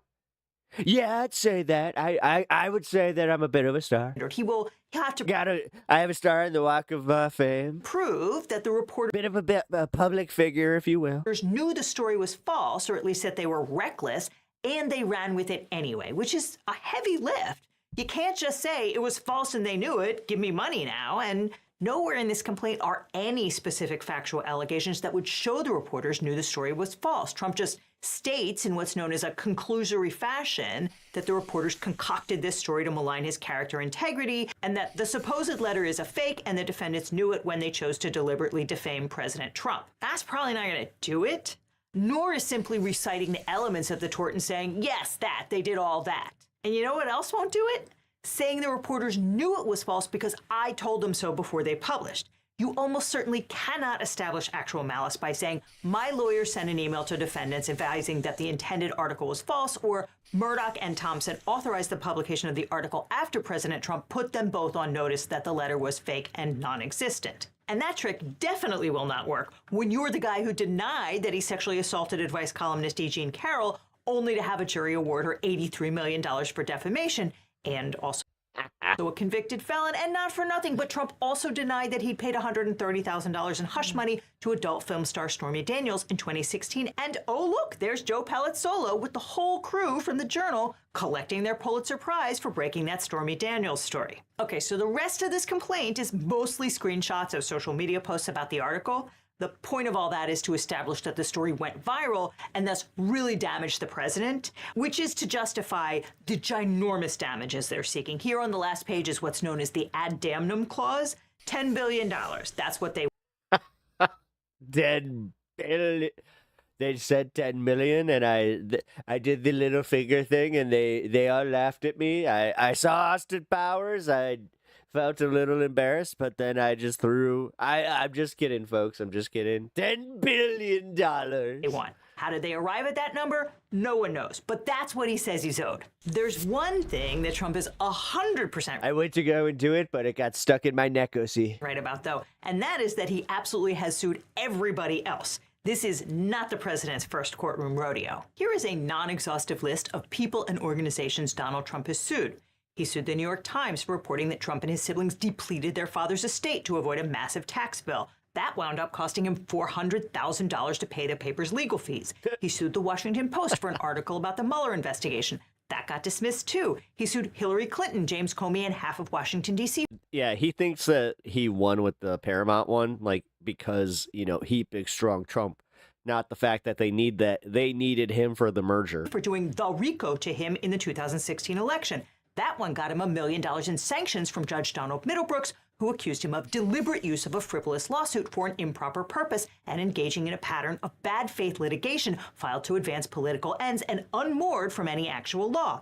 He sued CNN and Google and New York Attorney General Letitia James and the Des Moines Register and the Pulitzer Prize Board for defamatory refusal to retract prizes for the Times and the Post, and none of these lawsuits went anywhere in court. In fact, his copyright suit against journalist Bob Woodward and the publisher Simon & Schuster got dismissed the same day the Journal suit was filed. Trump has had some success, though, arm-twisting settlements out of CBS and Facebook, since both companies have pending disputes before the federal government. Also, Twitter paid Trump $10 million to make his troll suit against that company disappear back when Donald and Elon were still pals. Ah, memories. But everything in the Trump era has a weird echo, and so does this newest lawsuit. So, you remember that story Palazzolo broke about the Stormy Daniels hush money payoff? Michael Cohen, Trump's longtime personal lawyer and fixer, was the one who negotiated that deal and fronted the cash. The cover-up of the payments is what led to Trump's 34 felony convictions in New York before the election. Cohen eventually turned on Trump, and in 2023, Trump sued Cohen for saying all kinds of mean stuff about him on his podcast. That case was filed in the Southern District of Florida in the Miami division, and you remember, like 10 minutes ago when I said, hey, let's come back to the issue of jurisdiction and venue? We're back. Donald Trump is a Florida resident. He is entitled to file lawsuits in federal court in Florida, but he lives The other orange man that is unfortunately no longer with us. in Palm Beach, and he did not sue Michael Cohen in the Palm Beach division. I think it's safe to assume that he didn't want to risk ending up back in front of Judge Middlebrooks, who sits in Palm Beach and had just sanctioned him. So instead, Trump sued Cohen in Miami, and courts will sometimes boot you for suing in the wrong venue. When Trump's former national security advisor Michael Flynn tried to sue the January 6th committee, he filed in Fort Myers, Florida, but the court immediately transferred the case to the Tampa division, since that's where Flynn actually lived. Because you're not really supposed to be able to, pick your courtroom by filing in the division you think looks best for you. Yeah. Flynn lost that case, by the way, but do not worry, because if there's one person in America That's where Macron actually has an uphill battle because she filed in Delaware. who files more lawsuits than Donald Trump, it is Michael Flynn. The point here, though, is that Trump wasn't really entitled to sue in the Miami division because he didn't live there. He had no venue in Miami. And arguably, the court in Miami didn't have jurisdiction over Cohen because Cohen lived in New York. So Trump solved both of those problems by saying that Michael Cohen's book and podcast were available in Miami, so the federal court in Miami had personal jurisdiction over Cohen. And that's the same argument that he's making in the Wall Street Journal case. Trump says that you can buy and read the Journal in Miami, so he's entitled to litigate this case in Miami instead of Palm Beach. We will see whether the Journal tries to get this case moved, but Back in 2023, Michael Cohen did not try to get the case transferred to Palm Beach or even to New York, where he lives. He was perfectly content to litigate in Miami in front of Judge Darren Gales, and after several months of back and forth with Trump scheduling and rescheduling and refusing to show up for his deposition, Judge Gales lost patience and ordered Trump to show up and go under oath on October 9th or get out. And hey, wouldn't you know, on October 5th, Trump's lawyer Alejandro Brito filed a notice of voluntary dismissal because when push came to shove, Trump backed out rather than be deposed under oath. Trump characterized this as a pause and vowed to sue Cohen again at a later date, but of course, he never did. And by now, I think we all know where this is going, because the lawsuit against the Wall Street Journal was randomly assigned to Judge Darren Gales, an Obama appointee, and because there are only so many lawyers in Trumpland, Alejandro Brito is back for this episode too. What are the odds that this case makes it through discovery and Trump agrees to answer questions under oath about his relationship with Jeffrey Epstein? So if this lawsuit is likely going nowhere, what is the point of this exercise? Well, if you watched Devin's video on the Epstein files, you know that the administration is trying desperately to get away from the issue of Trump's connection to Epstein. Are people still talking about this guy? Are people still talking about this guy? That is unbelievable. That is unbelievable. Unbelievable. I can't believe it.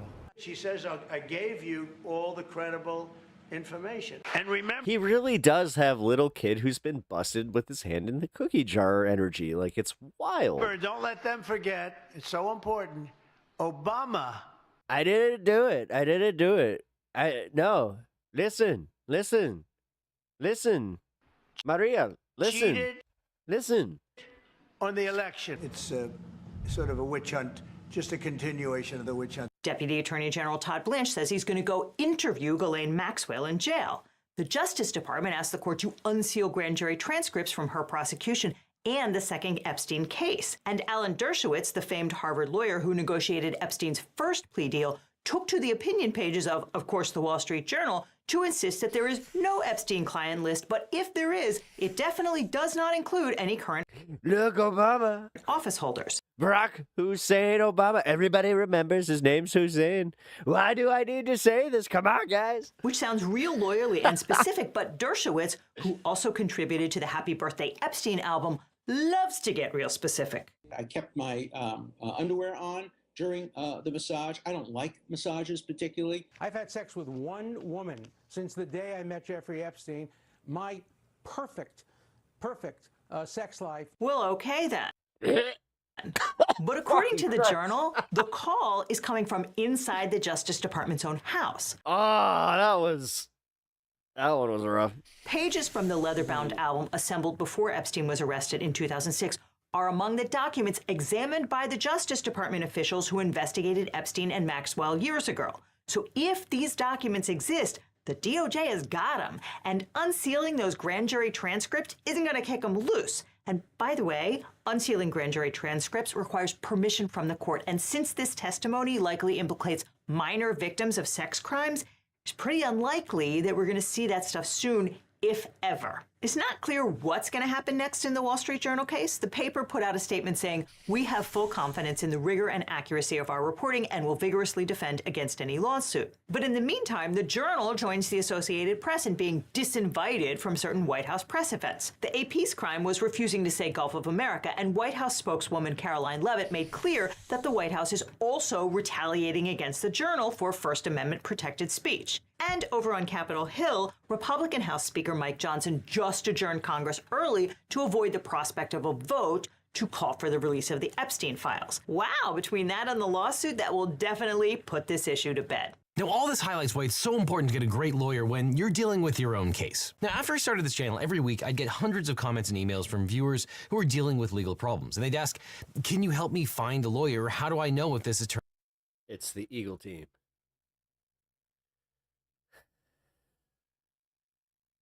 It's funny. I've consulted with them once. Oh.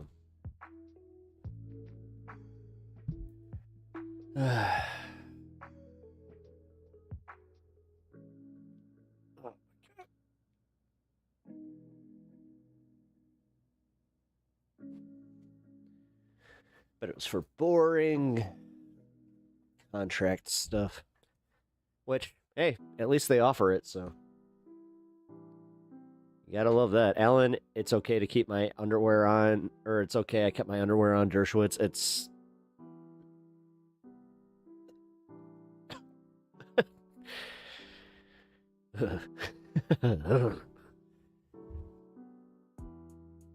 No. No. That ain't it.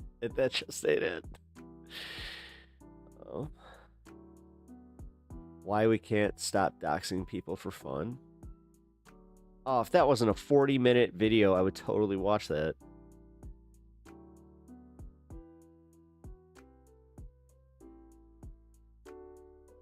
Guys, I don't want to be all corny and cheesy, but is that a little bit of hope I feel? Is that the tiniest bit of hope that I'm feeling at the moment? And the answer to that is yes. And I say that because all of the soft Let's get some Kyle Hopian. Let's go. Support is melting away at a record pace. It is, though. Dude, the youth, they're just like... Yes, you have the cult. Yes, the cult will never abandon him. But as I always point out to you, the cult is anywhere between 26% and 33% of the country. Yeah. That's roughly the range that makes up the cult, which means the overwhelming majority of the country is not in the cult, right? Now, a lot of people voted for him, so that means there was a lot of what we call soft support. So you had some independents, you had some moderates, you had some young people, people who otherwise wouldn't maybe be pro-Trump, but for whatever reason, they don't follow the stuff too closely. They think he's going to lower prices or some shit. They don't like Kamala for whatever reason. They ended up voting for Trump. Well, this is all going away super quick. He's being whittled down to just his base at a record pace. So we talked about this earlier in the show, but I want to show you one more time. In early February, we had a CBS poll, and young people, so between age 18 and 29, Trump had a 55% approval rating with those people. That's pretty high. Majority with young people for a Republican, that's pretty high. Well, fast forward now to July. Now Trump has a 28% approval with that same group of people. So that is a 54-point swing against Trump. Jesus Christ. 54 points in such a short time frame. What the fuck, dude? Okay. So now I tell you all that to give you this. This is all right. I am asking genuinely, is that the TikTok effect? Is this like everybody like getting their TikTok feed just, flooded with the pro-Trump bullshit from the campaign, and now that they're seeing like the implications of all this and like we are, doing things like this, now they're kind of like tuning in and like realizing how bad this really is. a guy by the name of Rich Logis, and he is the founder of a group called Leaving MAGA. And he's going to drop a banger for us and try to explain to other MAGA people what's going on. I don't think that there has ever been a time more so than right now in which more MAGA Americans are questioning their support for Donald Trump. And I think that there is a burgeoning cognitive dissonance pervasive across MAGA, and begotten from that dissonance are confusion and doubts.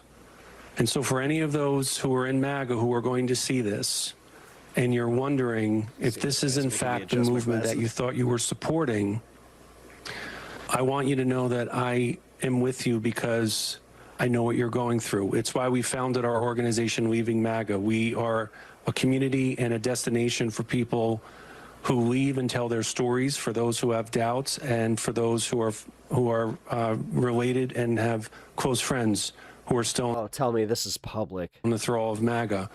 And I want to ask those of our allies, our friends and family, to consider respectfully asking their friends and family if this could be a bridge too far for them, and ask them that if Donald Trump is lying about the Epstein file here, what else is it that he might be lying about? That's a devastating point. Yep. That's a devastating point. If Trump is lying about the Epstein files, what else is he lying about? And if he's liable to lie about the Epstein files, he's again. This is what happens when you make this your entire, the entire crux of your campaign for what 2 to 3 years, because there was the shadow campaign before he started the main one. Liable to lie about fucking... Oh, dude, thank you for the gifted membership. I appreciate that. Anything, homie.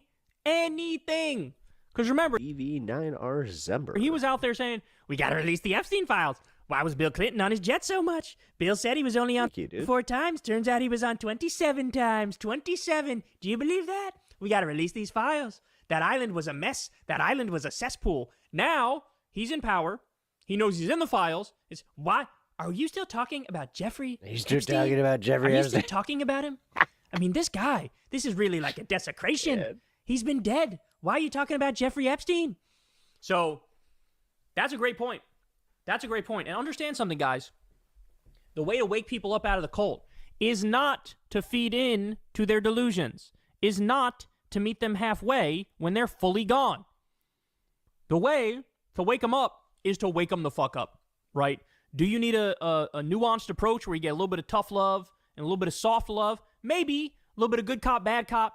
But this guy is former MAGA. He's providing that softer touch, that softer approach. I mean, that's needed. Where he's like, hey, a lot more people are open to it now.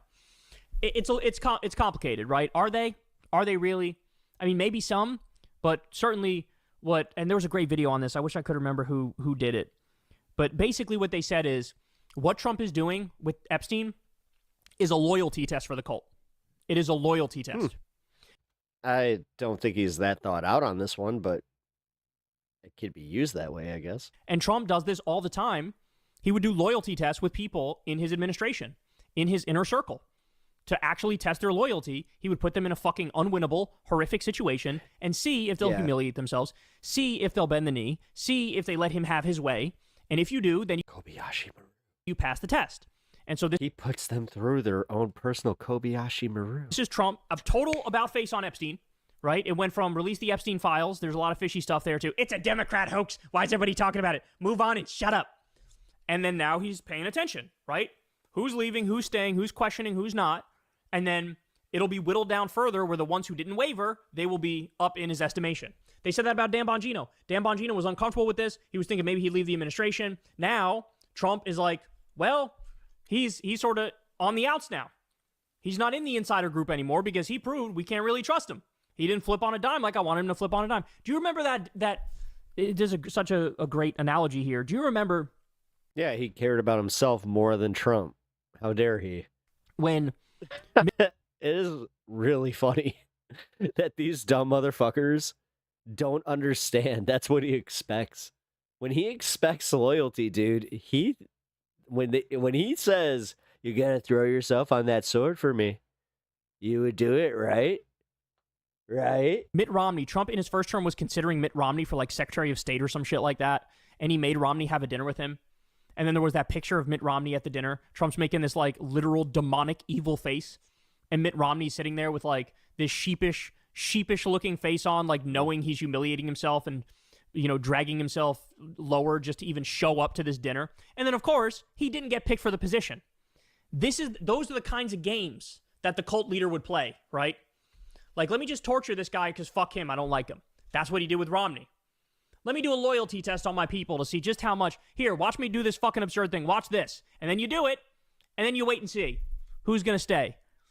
And look, at this point, most of them are staying. Most of them are staying. You know, he's already down. The low I've seen for polls for him is 38%. But remember, guys, he's 38% overall in the country. That's horrible. But when it's the Republican base, his numbers went up. It went from 88% to 90%. 3 polls in a row said, since the Epstein fiasco, his numbers went up. They went up with the base. And so, if that doesn't say it all, I don't know what does. That is 100% a function of it being a cult. If it was any other politician with the same set of facts, you would see a mass exodus in a moment like this. But you don't get that mass exodus. You don't get it. Because it's a cult. And he's the fucking cult leader. But shout out to this guy for trying to make the world a better place and trying to, you know, to deconvert the MAGA cultists. Because, yeah, at this point, look, at this late date, if you're still ride or die for Trump, I got nothing for you. Most people have nothing for you. I mean, you're just cooked, right? Like, you're just cooked. Your brain has been sacrificed at the altar of the online culture wars. And the nice part about that is most people are just, like, unilaterally giving up on people like that. It's, you know, That's why I had the kind of breakdown that I did today where I was just like, you know, No, like you got to stop going to bat for this guy. Like he's directly contributing to the downfall of our fucking nation, and he's cheering it on, and then calling you a pussy for, oh, how dare you have an opinion? You're just irrevocably gone. Like there's no way around. I'm gonna start watching a stream of me watching Pep watching Kyle. Because Streamception. If you can look at building concentration camps as Trump, let's do it. Trump has done and is continuing to do. Alligator Alcatraz. You got CCOT. You got Gitmo, where they're trying to send 30,000 immigrants. Let's see what we can do. If we can get a streamception of, all right, I want to be the one to watch Kyle. So I watch Kyle, you watch me, then we got to get someone to watch you, and then someone to watch the person. If we can get this chain going for, let's see, like 1,000 people, contact Guinness. They want to build like 4 or 5 more Alligator Alcatrazes. The beer company, not the world. You look at that. You look at Trump Record sending the company. military to Los Angeles, basically invading the United States of America. You look at illegally and offensively hold on, I got bombing Iran. You look at arming Israel and lifting the ban on the 2,000-pound bombs that they use on civilians in Gaza, saying we're going to take over Gaza, threatening Greenland, threatening Mexico, doing a trade war, prices skyrocketing, cutting taxes for the rich while raising it on the bottom 90%, kicking 17 million people off healthcare. The whole time, you're looking at all of this, and at no point did you go, you know what, I don't agree with that one. At no point. Every step of the way, doesn't matter how extreme the thing is Trump did. I like it. Doesn't matter how extreme. Well, then there's nothing left in my sympathy well. It's empty. It's empty, bro. So anyway, there you have it. Shout out to this guy for trying to make the world a better place. But sympathy well. This is definitely a loyalty test.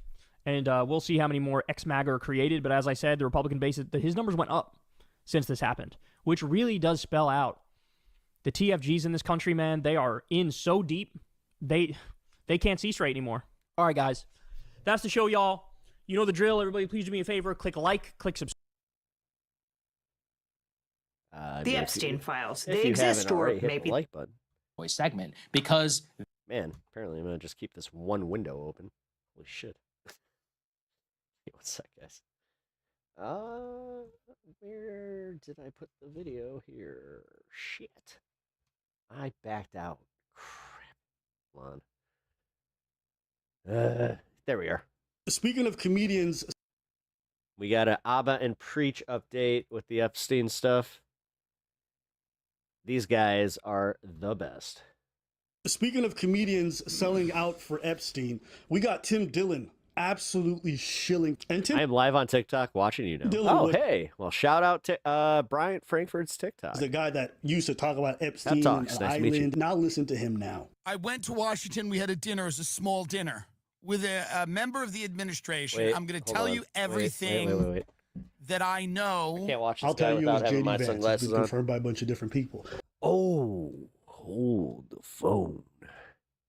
This is almost like I gotta. No, I'll end the show here. Talking about a certain jabroni, yeah. Release the list.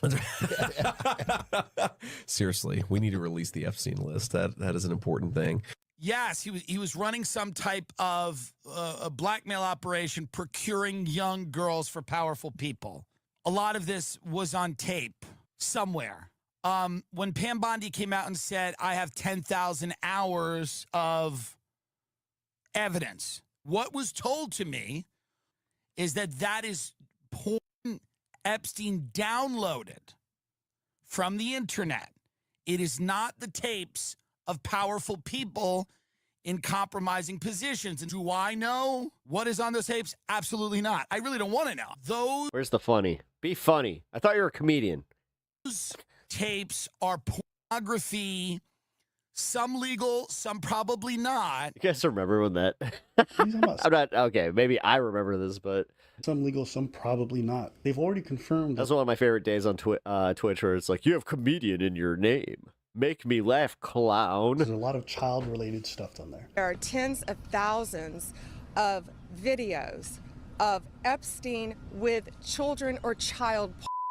How is that ever legal? Like, but there is no tape of.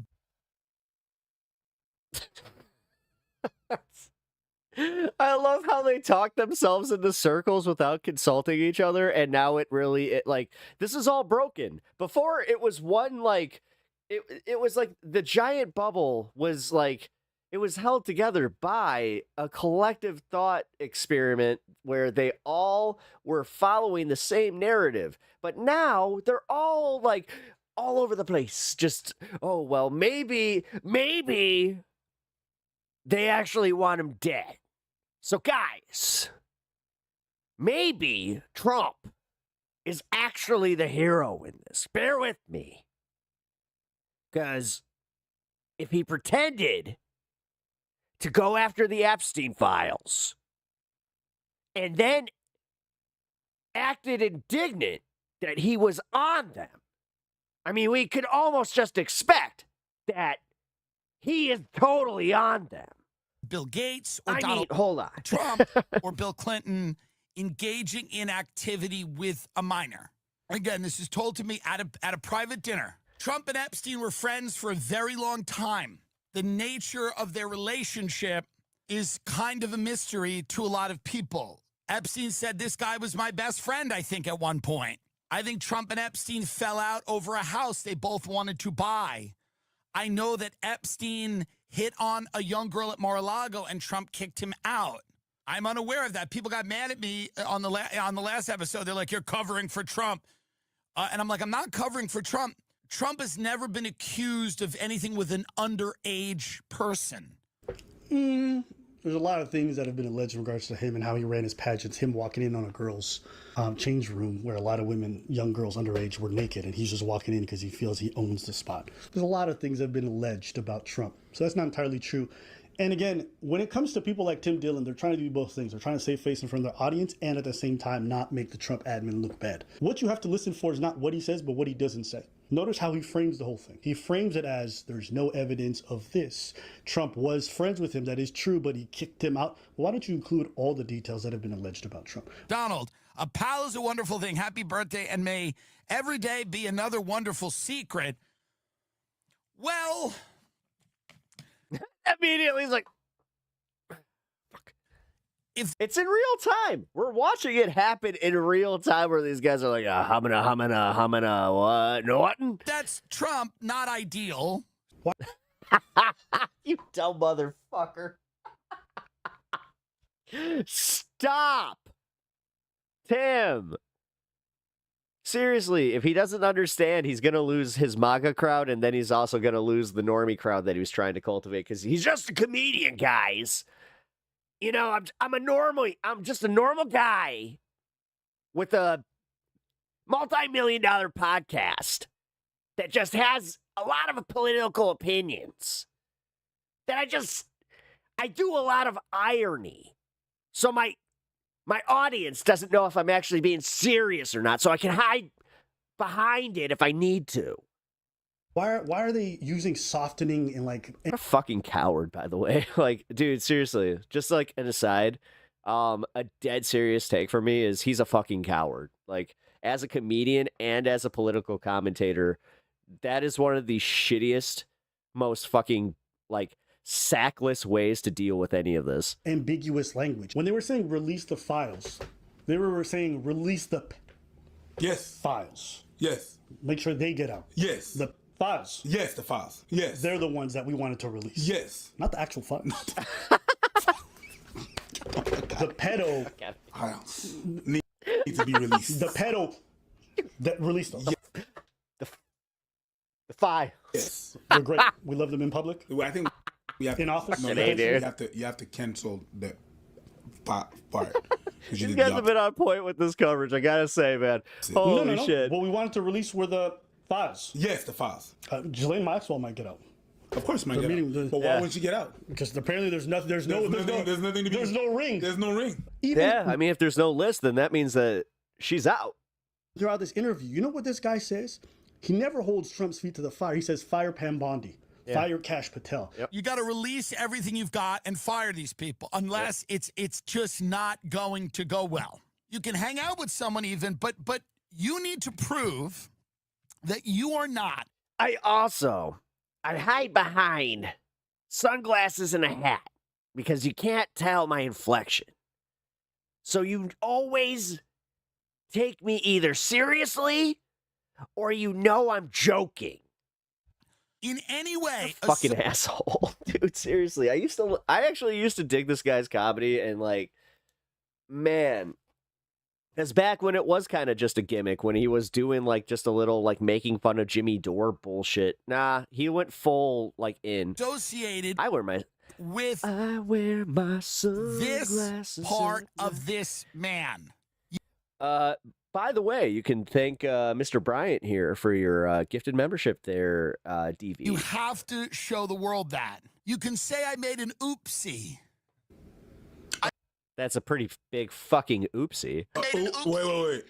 Oopsie? I took a ride on a plane that I shouldn't have been. I thought he was just a whack. Oh, he did? Cool. He was a silly Billy. Maybe that's what you say. Go, he was a silly Billy. He's just, see? That's my... God damn it! He's talking about Epstein right now. He's saying what Trump should say about Epstein. He's just a silly Billy. But you got to show people you weren't raising children.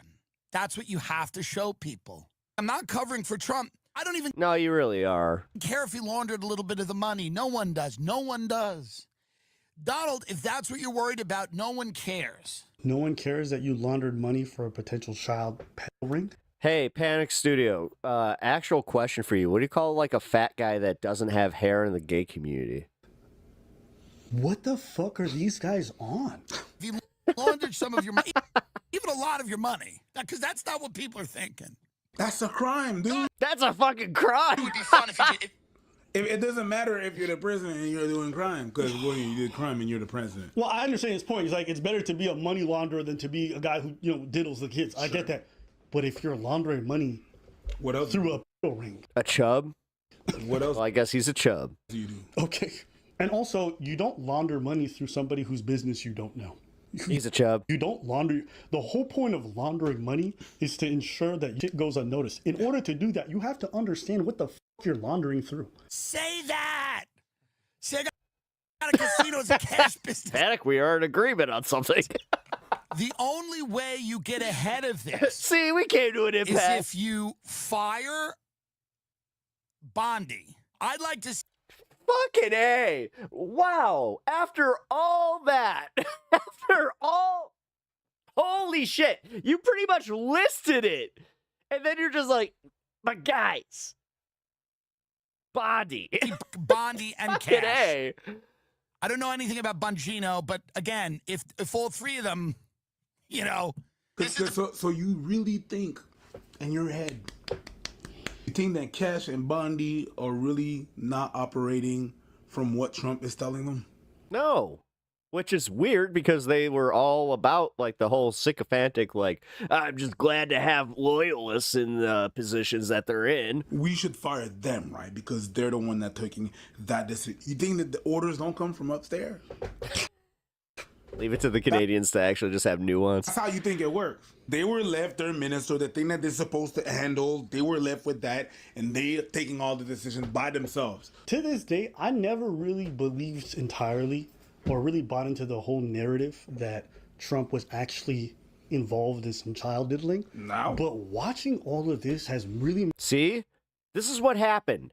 I love the fact that normies are finally just like, or not finally, but normies are the ones doing this. They're the ones that are propagating the fact that like this ain't going away, because even they're like, yeah, I didn't believe this before, but seeing his reaction and him freak out kind of makes me convinced that he's definitely into some weird shit. Made me double take and be like, this is the weirdest reaction to something you didn't do. Yeah. Right!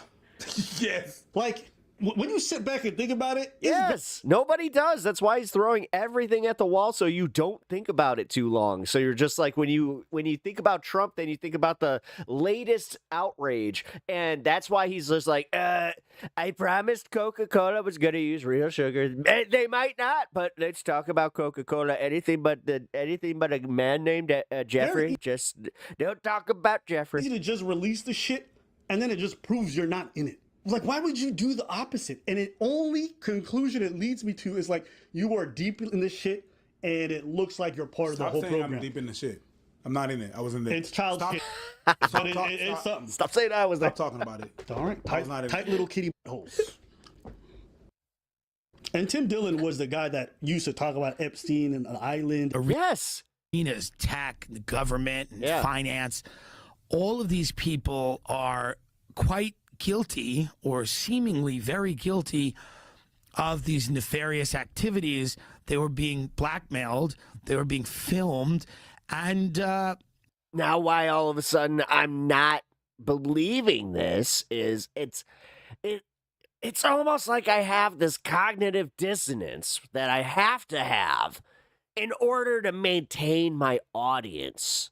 I think you understand something about that, right, Joe? Well, does that have an impact on how the world is run? And nobody wants to have that conversation, but it very clearly does. The woman was fun. Look at how relaxed he looks.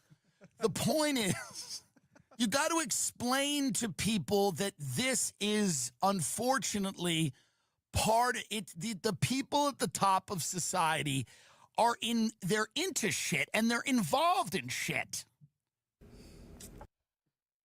What the fuck did he just say? That wasn't even about Trump, bro. I gotta say, man, they're trying to whitewash some fucking shit here this is wild. And this is like the comedy sector. Like dude, we're supposed to speak truth to power at all times, not fucking be mouthpieces for these motherfuckers. What is wrong with you guys? Fucking Lenny Bruce, the guy that like Joe Rogan and half these guys, fraudulently claim to have as an idol, or George Carlin even, will look at these guys and be like, what the fuck is wrong with you? But you gotta show everyone that you're not involved in it. This is what comedy became? Don't believe you. And comedians? Can be best friends with somebody? That's fucked up. Be that intimately close with them and not know what the fuck they doing. Yeah. Especially when so many people admit to the fact that Epstein often hung around young girls. These motherfuckers own you. They all knew about Prince Andrew and all this stuff, because at the end of the day, when you're this rich, you have so many people working for you and everybody yaps to each other. There's no way this escapes them. The thing is, Panic, we did hear about this.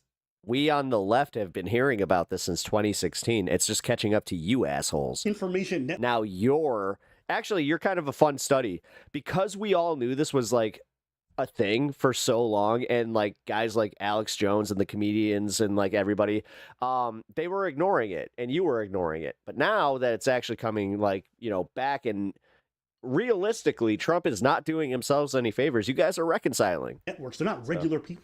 They know. And if there was money laundering, he knows how he's making it. He's making it worse every day. It's kind of fun to watch. This isn't the fucking left, man. I mean, you can have fun doing your little delusional thing here, but like, you look like a major fucking douchebag here.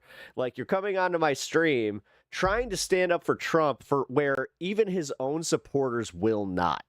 Have fun with that, dude. Like, you're totally on you're the big L here. His money. And don't forget, like the largest L. Epstein has a long history of being involved with young underage people. Even when he was a teacher at a school, he got kicked out of being that teaching job for being involved with underage people. If you think rich people are going to this guy for investment advice without doing a deep background check on him, you are crazy. They would never let someone manage hundreds of millions of dollars for them without knowing everything about that person. And if a journalist was able to find all that information, they all knew. I have never been this deep into this conspiracy, but now that I see it expand every day and the weird reactions, I'm convinced this shit has actually happened. Yeah, that's the thing. The deep state got uncovered by Trump's fucking stupidity. I love the fact that this motherfucker's ego is what's bringing down the deep state. Love it. The actual, what have we called it here on Pep Talks? The Meep state? 100%. You can't be this weird about something that you didn't do. You can't. No. So what are you protecting? That damn well not be Epstein, because he's dead. Nobody cares about that. The less you release it, the more you find you look guilty. Yep. Yep. And the more that you keep fucking just being like, but what about this? Jingle keys, jingle keys. Well, we all agree on that. What do you think about all these comics selling out? And it's not just him. You have Theo Vaughn meeting with Ivanka Trump and going to dinner with Jared Kushner. You have Joe Rogan going to dinner with Trump on a regular basis. So I think that this is what happened. They were not part of the establishment. That's what they got, the power that they got. They were not part of the establishment. So they got the appeal of all the public. And they got the power. They got more people. They got more people. Sure. Then eventually, people in power was like, oh, okay, publicity don't work no more. TV don't work no more. Who's got the power? Internet. We could go reach a whole lot more people. They understand that that's the new power. They understand that back in the days, they used to do what propaganda, how? Radio, on the waves, on the radio length. Then it was TV. TV was a new thing. Boom. They even said that they did propaganda in the music, right? What's a new thing? Albums are not selling out. Internet is. So they noticed that it's like, oh, we're going to be able to use them. But they still have to understand that they're still independent and not in power. So we're not going to pay them. Great.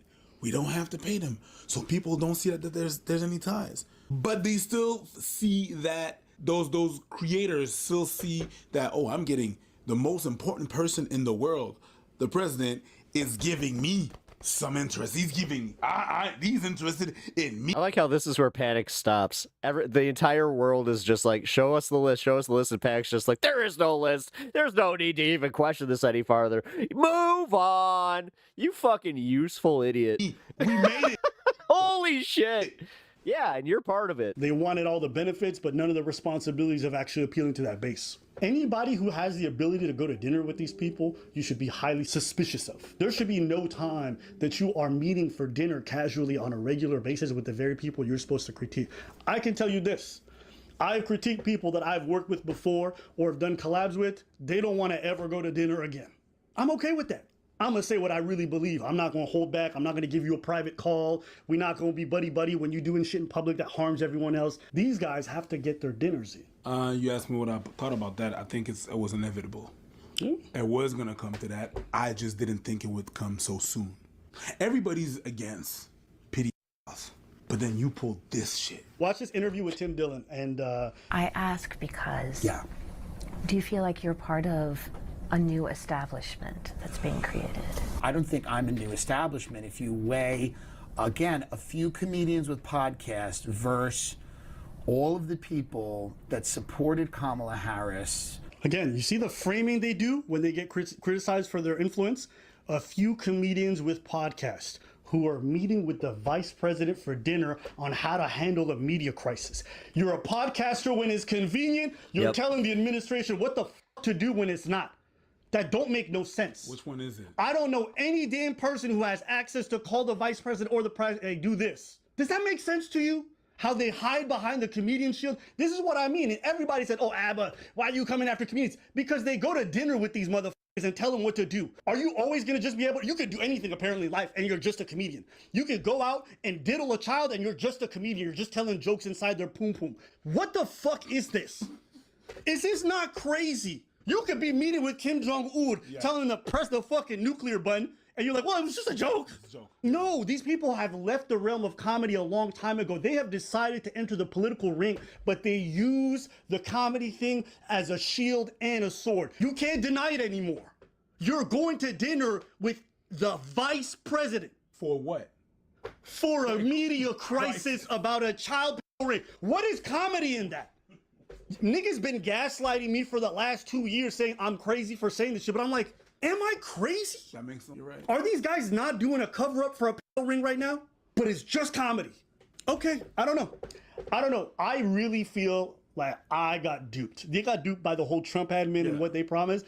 I got duped by comedians in this whole we tell the truth. They got duped, you got gaslit. I watched all these guys who fucking got involved in this bullshit. I actually think Schultz is probably the least worst of all of them. I think it's what he did is still stupid and bad, but I think they were all exponentially worse. Well, they're just comics with podcasts. No, they're not. Or else the vice president wouldn't call them on a regular basis. Yeah, it's the same thing with the Nelk boys. They wouldn't go to dinner when they should Yeah. be doing their fucking job. Yeah, no, they're literally seeing their influence with young, dumb men. They're doing it because he's... And they're doing it so they can have their fucking next draft with a bunch of, some rah-rah behind it. People are very important, influential, and they affect a lot. The next few weeks are going to be very interesting. I want to see, I can't wait to see what's going to happen. I think this ruins the whole next 3 years. Because we're always going to remember how hard you sold out over a child pedal ring. If they can have you sell out over a child ring, they can make you sell out over anything. But let us know what y'all think in the comments below. We want to hear from you. Crazy, right? The selling out. When I was watching this, I'm like, yo, Priest, can you believe this? No, I couldn't. Yeah, I could have never. I couldn't. Yeah, I could have never. Well, let us know what y'all think. You know what? That's probably one of the first time I'm like, yeah, I'm not surprised. Yeah, I am. You are. I am. Yeah. See, damn it, I'm loving every moment of that. I have to say, I really have to say, I am loving every single moment of that. All right, well, it looks like Panic finally got put into timeout there. Or which one do you do? Did you ban him or time him out? I'm already expecting these pussies, blah, blah, blurdy blur. Give a shit. Like, fuck. One thing I will say is the timeout. Thank you.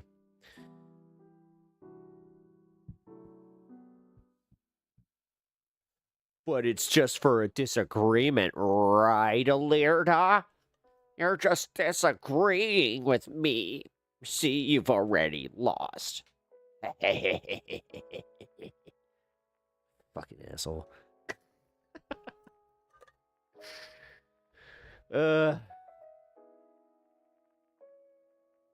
It's like, I don't know. I stopped taking him seriously because like he's contrarian with everything, every fucking opinion. I remember when we were watching one of the ones. Whoa, it went from purple to blue. That was weird. But no, I remember like one of the ones we were watching, where he swapped his opinion halfway through because I changed my opinion halfway through. I was just like, fuck this guy. This is all about him just trying to be, opposite man. Opposite man. Opposite man. He has the opposite opinion of you, man. Alright, not my best work, but hey. Nah, but I do appreciate that. I really just don't care. Like, that stuff I don't care. This whole, there is no list. It's like, yes, that's why everybody's talking about this. Fucking A. Because, like, does he not see it? Does he not see how it's like, oh, well, essentially, I'm just saying this is, there's no there, so we should just stop talking about it. Therefore, I am literally being part of the machine that is covering for child pedophilia. What the fuck is wrong with this guy? There's nothing to win here. You're not winning anything here, especially in this community. That's insane. Holy shit. But okay, man. Keep being the contrarian, brah. So cool. So cool. I always have a different opinion than everybody else, and I'm always right. I'm always right. Yeah.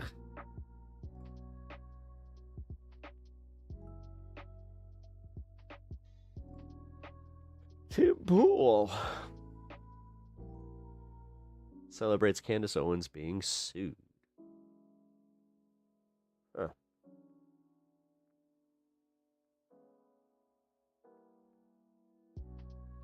Oh, excuse me.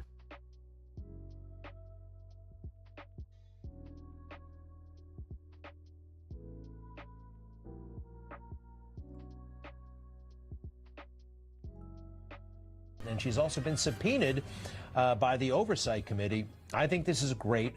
I do have a feeling that she just might be a victim. She just might be. There was a rush to judgment. There was a lot of chaos there for a while. All right. Granted, she hung out with Jeffrey Epstein, and I know that's apparently not good. Oh, Greg Kelly, huh? Cool. Cool. Guys, make every single one of these clips go viral because holy shit. You guys want... I love how the Trumpers like to talk about the mainstream media spinning and being a fucking, like, a controlled, contrived machine, but this shit is happening right in front of you, and you're just like, yeah, those fucking libs. Good. All right, so it looks like we've gotten to the point where people are now claiming Ghislaine Maxwell is a victim, just another victim of cancel culture. It's crazy. You can't even help run a child sex trafficking ring anymore. Like, how ridiculous is that? What does this world come to? So clearly now they're trying to set up the narrative that we should listen to her, she can be trusted, and we should listen to what she has to say, which we know will be whatever she needs to say to get a pardon. Since his name so I is think this too might be lazy the only to way try. for Trump to save himself from this mess, because she could gotta clear go his get my herb. name I'll be right and back. he'll have an excuse to pardon her, which I think he always kind of wanted to do. almost 4-2-0. So his former lawyer just met with her and said she gave him all honest and truthful answers to his questions, which means he liked what she had to say, which most people wouldn't trust anything she has to say, but diehard Trump fans soon will be hearing them say free Maxwell if she can help Trump out here, because he obviously does not want those files released. And it looks like Elon Musk was right about that. According to the Wall Street Journal, Trump was informed by Pam Bondi back in May that his name was in the files. Then a couple months later, the DOJ concluded there were no files, there was no client list or blackmail operation. So Kash Patel, he went from saying the FBI is covering for Epstein because of who's on the list to becoming the director of the FBI and helping cover for Epstein because of who's on the list. Doing the exact same thing himself. It's unbelievable. These people have absolutely no shame. You say that the FBI has Epstein's list. They're sitting on it. That doesn't seem like something you should do. You're protecting the world's foremost predator. That seems like an evil thing to do, regardless of who may be embarrassed in the release of that list. Why is the FBI protecting the greatest... Live your truth. The largest scale pest in human history. Simple, because of who's on that list. And it's been reported that Kash Patel was going around to other government officials telling but Panic says there is no list. them that Trump's name is on the list. So it'd be pretty funny if he were the one to tell Elon that, because Elon dropped that tweet about Trump being in the files while Kash was on Rogan, which of course Kash just acted like this is something he has nothing to do with, like, oh, this is above my pay grade. It's hilarious. I mean, the government at this point is just a reality TV show. Also, Kash, he didn't even deny that Trump was in the files, which kind of gave it away. I mean, it's always been pretty clear that Trump was in the files, but this and that binder stunt really gave it away. Like, also during this podcast, Kash kept saying they will give us everything they're allowed to, which seems like he's hinting that there's more. And we're going to give you every single thing we have and can. We've reviewed all the information, and the American public is going to get as much as we can release. Again, we're going to give you everything we can, and people have to remember, we're not going to re-victimize women. I'm working my ass off, along with the leadership at the Bureau and DOJ, to get you what we're allowed to give you. We will give you everything we can, and then we will have done our job. Time to drop the really big bomb. Donald Trump is in the Epstein God, I files. forgot this happened That's live the with real Kash reason they Patel. have not been made public. Have a nice day. Jesus Christ. I forgot that Kash Patel was live on Joe Rogan, and that's why Elon dropped that when he did. He was probably watching live. I'm not participating in any of that conversation What is between he? Elon Have a and Trump. nice day, DJD. Someone should take his phone away. They're going back and forth about different things. And Yeah. Well, he said he was disappointed in Elon. Yeah, You they know, told him to leave. Jesus Christ, that's a crazy thing to say. How does he know? Oh, did you just fucking figure that out, like, after reading it, but then you... Does he know that Donald Trump is in the Epstein files? I mean, does he have access to the Epstein files?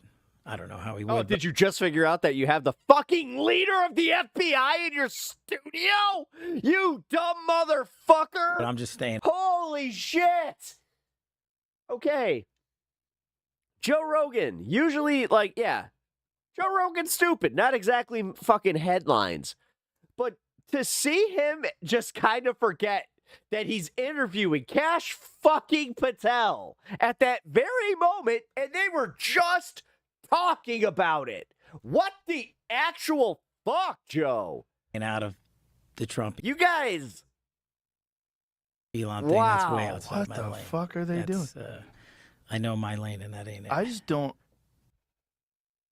Figure it out, Joe. Figure it out. I mean, I understand he owns Twitter. I think it's bad for your mental health. I think posting things public all day and arguing with people all day is bad for you. Well, you raise a great point. This is actually, I love that he's showing this again because it shows how feckless Joe really is. Joe had the opportunity to grill the leader of the FBI at the moment that Elon dropped the Epstein bomb. What the fuck? Sorry to cut you off. Go ahead. And it's so funny to Like, it is actually so incredibly pathetic that I'm actually getting kind of mad by it. me, out of all the wild shit that Elon says on Joe's podcast and on Twitter, this is what finally gets Joe to say Elon needs to take it easy and stop tweeting Yeah, exactly. so much. Yeah. You know, Elon apparently telling the truth about the Epstein files. Great point. I mean, Elon gave us more answers here than anyone else as to why the files haven't come out, and this puts more pressure on Trump to release them. And of course, when Elon is on Joe's podcast and tells him Bill Clinton and Bill Gates are in the files, Joe has nothing to say about it. Known Epstein clients, who are obviously extremely powerful and very wealthy, are Bill Gates, Bill Clinton, and Reid Hoffman. And some others too, but those three. So, So it's fun. He couldn't even mutter, "That's crazy, bro." Now Joe has a problem with Elon saying somebody's in the files. You know, now he thinks Elon should just shut up since he said Trump's in there.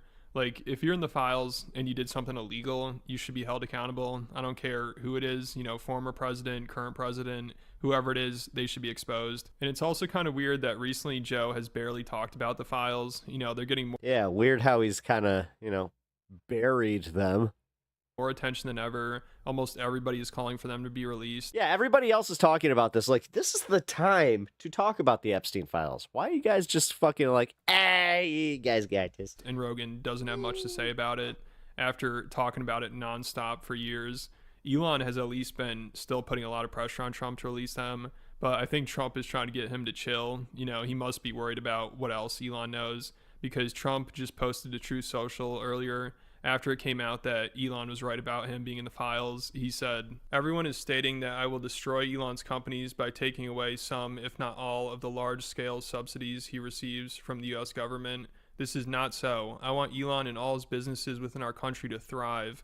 In fact, thrive like never before. The better they do, the better the U.S. does, and that's good for all of us. We are setting records every day, and I want to keep it that way." So he must be worried about what Elon knows. I mean, it's crazy for Trump to be this nice to someone who has been taking a ton of shots at him. Like, after Elon said he's in the files, you would think Trump would have gone scorched earth on him, but it's almost like the opposite now, which makes it seem like Elon has some more dirt on him, and that's probably also why he felt It comfortable. really does. And it seems like Elon, like, for everybody that was, like, I was part of this, I hate to say, that criticized Elon's lack of knowledge where he was just saying this shit.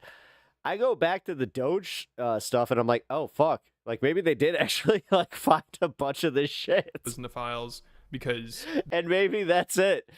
Is Doge to think? That would be the ultimate twist. There's even more he could say that Trump would be worried about, which also means Kash Patel, Dan Bongino, and Pam Bondi would know more too.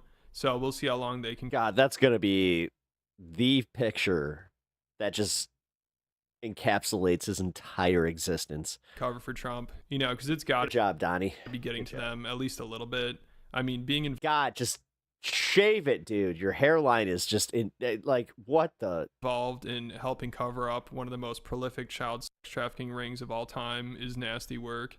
Like, apparently Bongino, he hasn't been handling it well. Like, he reportedly snapped at Pam Bondi, and he's pissed about how this is destroying his reputation. Also, during an interview he did with Fox News a couple months ago, he seemed really stressed out about it. It sounded like he probably regrets taking his position. I gave up everything for this. I mean, my wife is struggling. I'm not a victim. I'm not Jim Comey. It's fine. I did this, and I'm proud I did it. But if you think we're there for tea and crumpets, well, I mean, Cash is there all day. We share it. Our offices are linked. He turns on the faucet. I hear it. He's there he gets in at like 6 o'clock in the morning. He doesn't leave till 7 at night. I'm in there at 7:30 in the morning. He uses the gym. I work out in my apartment. But I stare at these four walls all day in D.C. you know, by myself, divorced from my wife. Not divorced, but I mean separated, divorced. And it's hard. I mean, you know, we love each other, and it's hard to be apart. But you're doing some great work. You straighten out it. So I don't know how much longer they can keep this up. I mean, it's also hard to That's a weird way to put that. follow all of Trump's excuses for why he doesn't want the files released, or why they doctored them, or why they aren't important, or why it's a hoax. Because first, there were no files. Now they do exist, but Obama messed with them. Right. But also now Right. his sycophants. But meanwhile, Panic is sitting here being the be-all, end-all on the there's no files. They're saying, of course he's in the files. You know, we knew that already. That's why that's why I can't take him seriously in the slightest here. But it doesn't mean... Or it's like, dude, they were the ones saying that there were files, and now they're the ones saying, no. At the very convenient time that it comes out that anything. there are files, there you go. They were saying that if you're in there, you're... There you go. File. Also, if he's in there and Obama put his name in there, wouldn't he have made it so Trump was doing something bad? And wouldn't he have released it? I mean, it's so hard to keep up with this stuff and make sense of it all. That's why we're seeing more and more people just jump ship before it's too late. Like Andrew Schultz, he started to turn on Trump a couple weeks ago, and now he's just like, oh yeah. No, you're just mincing the word. You're trying to do the thing over like mincing the word list and files. This is really bad, much worse than I thought. He is rebuking the base. What the fuck?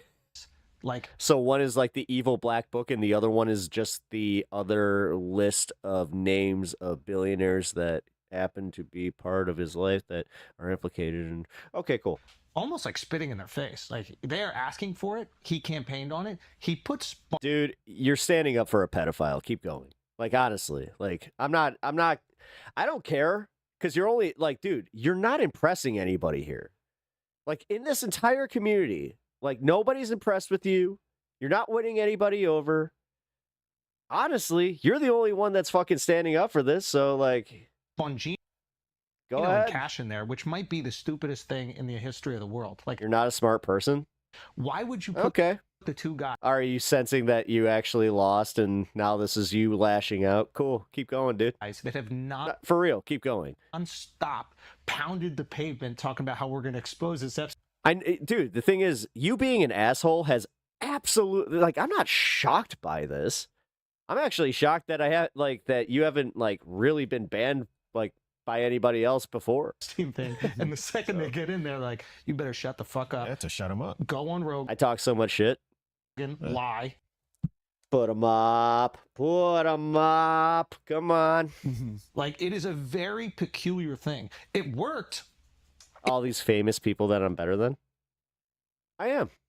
Just because I just decided to do this and I have the traction that I do. Like, in that. No, honestly, fuck you.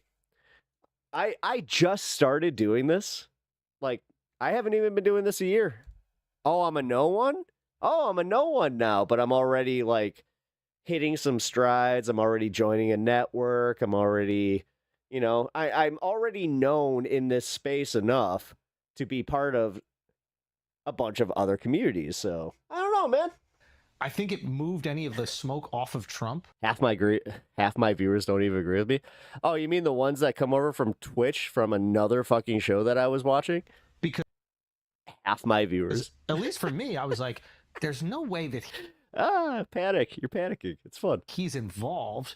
And you want to talk about being bad at this? Like, you kind of suck. If he's putting Bongino and Cash in who have campaigned on exposing it, like, why would you hire those guys? Or appoint those guys, right? So I'm like, he can't be.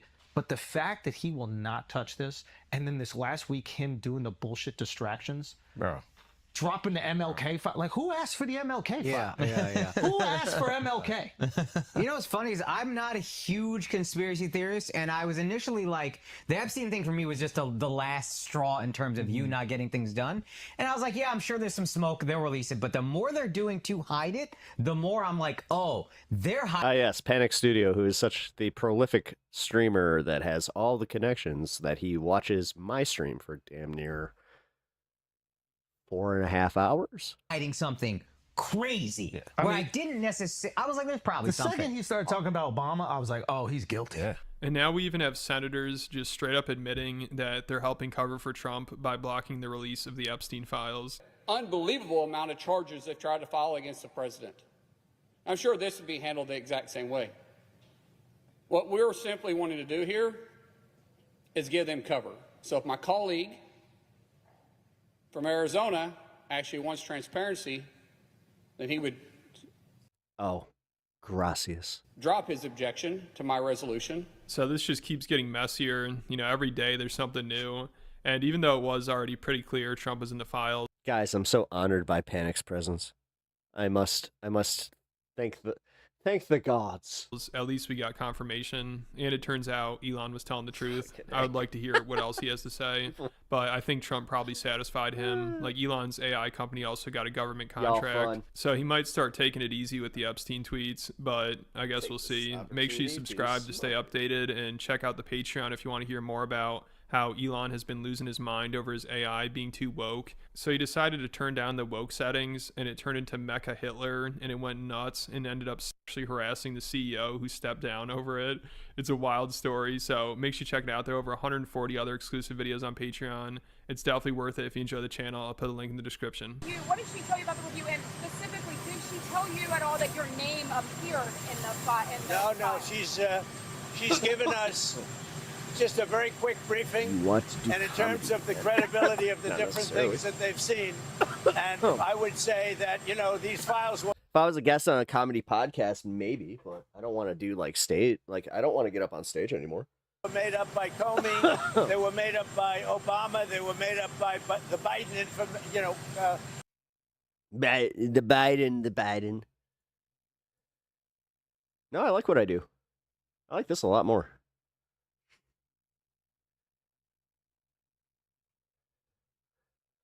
I don't need the live laughs as much. I don't know. I decided that, realistically, this is it, man.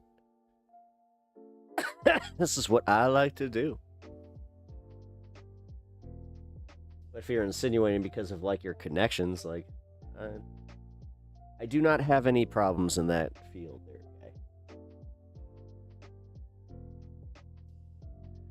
But I'm not going to go around begging to use them, because I don't want to fucking do comedy. Dude, comedy is... This is where I have to say I respect everybody that, sticks with it. I respect everybody that, made a living with it.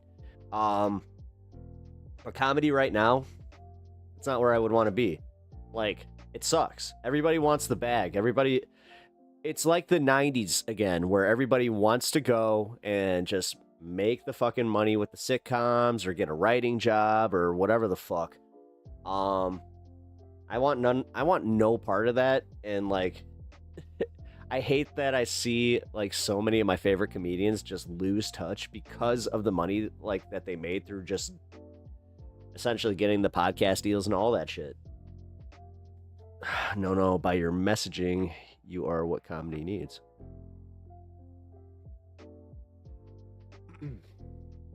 I guess.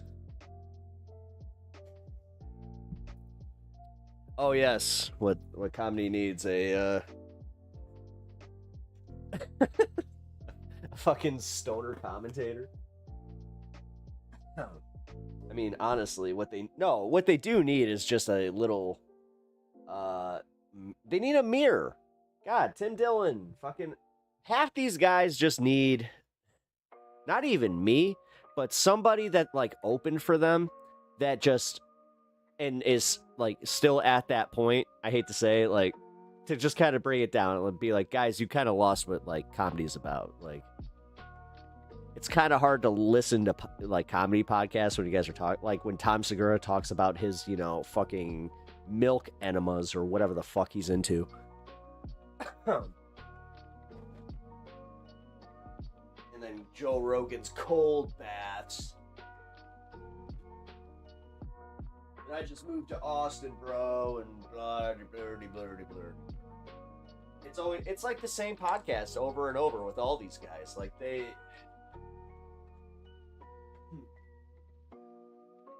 can tell you right now, when I get off here, I'm more than likely, let's see. No, it's almost 2 a.m. So tomorrow, I'm going to listen to the episode of The Regs that I missed with Bobby Kelly, Joe List, and Who would I want to open for? Dan Soder.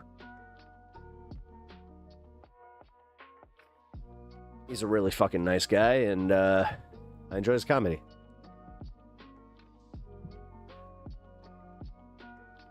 But that's in a theoretical world. No, I've already opened for a famous comic. It was cool. It was not what I was expecting. I'll just say that much. But also, I was a bit naive because I didn't know that it was kind of like just taking the opening position, or like I think I was kind of like not taken advantage of, but they used me because I was there. So yes, shout out Judy Tenuta. She was cool. She was a really cool lady. I also opened for Emo, who I believe is going to be at Riot Fest. I just saw him on the bill and I was like, oh shit. But yeah, no, I kind of reached that point with the whole like thoughts of doing any of that shit, and can like even chasing like a podcast career or like any of that. I have to be honest, man. Yeah, it'd be nice to like break out to like, I guess, wider audiences, but I like what I do here, and I like being in the position, like when people make fun of me for having tens of viewers or whatever the fuck, that I'm actually very comfortable with this. I like that. Like, I like small venue. Like, I was always a small venue guy.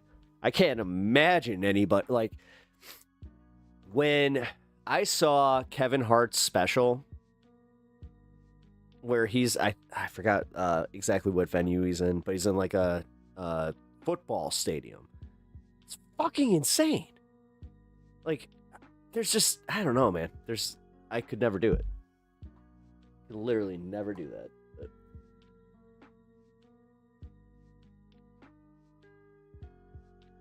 I'm not kidding, though. I do love what I do here. And I love the fact that I have, like, what I have here. It's not a flex as much as it kind of is, I guess. Yeah, I have not been doing this that long. So, but I'm happy to have made the inroads that I have, to have the community I have, to have the connections I have with the people that I do. Where it's not like just trying to network kind of bullshit. Like, I'm genuinely so fucking proud of what this space is doing with like trying to grow the left, to try to do the counter TYT programming. I love the syndication format. I also love the fact that they like run live all day. It's so cool. But I also love the people that I vibe with and collaborate with, like the Angry Ginger. Like, dude, that guy is like such a real ass dude that, you know, I try to catch his stream as much as I can. Obviously, you know, sometimes on Wednesdays, and like today, or yesterday. Oh yeah. No, yesterday was Wednesday. You know, and then today even, you know, there's some crossover. But when I saw that he was on and I realized that I was already late, I just said, fuck it. I was like, you know what? I saw that he was on until 9. I was like, I'll just start after AG. You know, like, I'm more than willing to do that stuff too. Like, I just,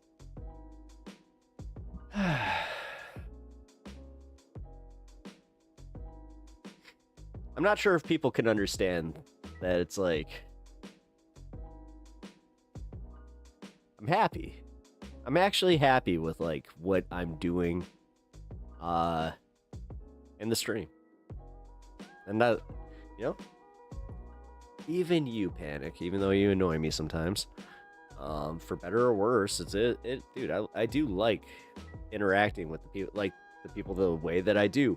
I have had a criticism that you might be part of this, I'm not sure, but that I'm a little too lenient on people. Like, that I have let my chat go a little, you know, wild, which I'm not trying to do, so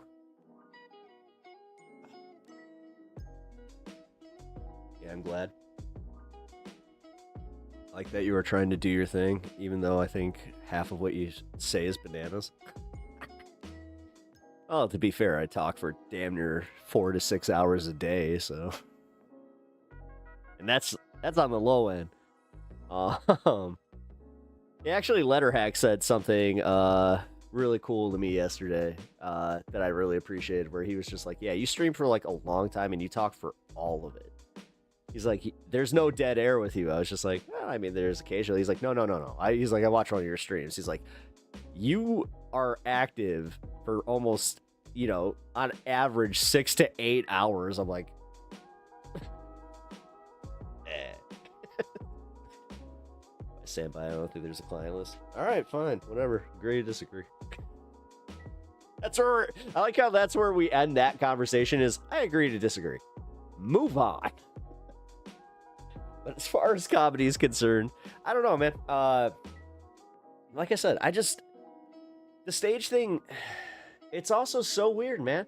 I've been talking to a few guys that are opening for other acts, and it's not the same culture that it was, like, just even 5 years ago, or like pre-pandemic. It's not the same culture. It apparently, like, open mic spots, non-existent. Like, people do not show up to those. One of the guys I really respect, he was just like, nah, dude, I just go to a bar that has comedy, and like that's where we're starting again. I'm like, get the fuck out of here. Like, you're not even in clubs anymore. Now you're going to fucking bars with comedy nights because at least there's people there. That's fucking wild. Like, for everybody that talks about this comedy boom that's happening, it's not true. It's not happening. Comedy clubs are suffering. Dude, 2 of them just closed like by me. Like, I don't know, man. Whatever. I mean, you know what else is bananas? Donkey Kong Bonanza, which is an awesome game. Also, it's 420 on the stream. So let's smoke together, and then I'll hang out for a little bit and probably hit the sack here. I don't want to go to bed.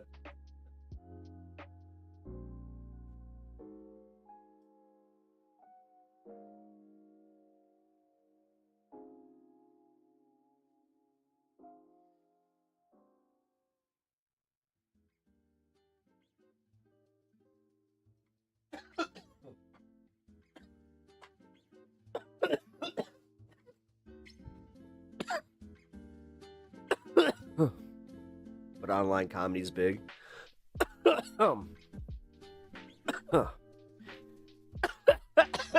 Yeah.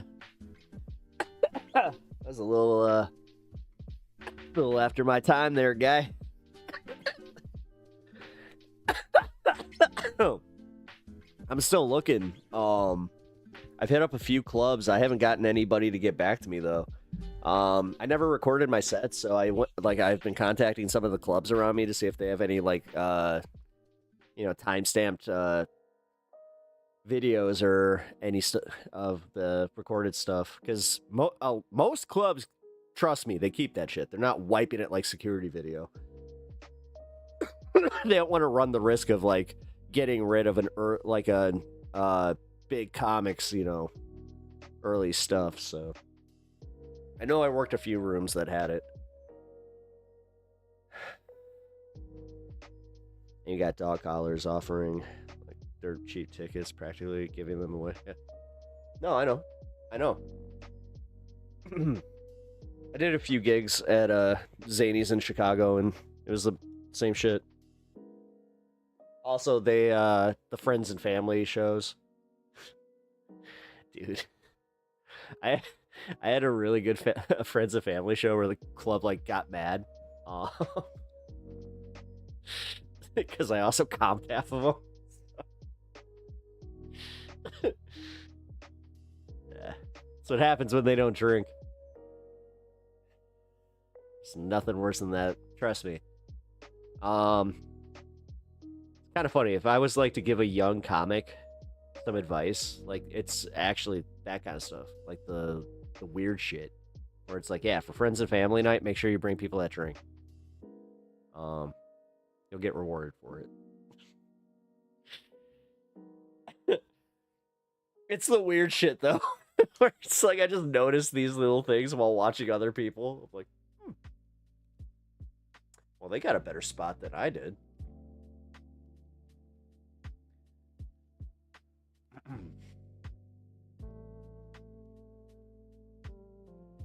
It's also the fact that it's oversaturated. Because like for every online comic that's super famous, like you have so many that just aren't, like, and they don't do much. Dude, Big J Okerson just had to cancel his show. He was supposed to play one of the suburbs around us, the Improv. It's in Schaumburg, and it's like a bigger room. I hate it. I don't know. I always thought they made that club too big, and it's in a fucking mall, which is weird. But yeah, he canceled the show there. I was supposed to go see him in September. That sucked.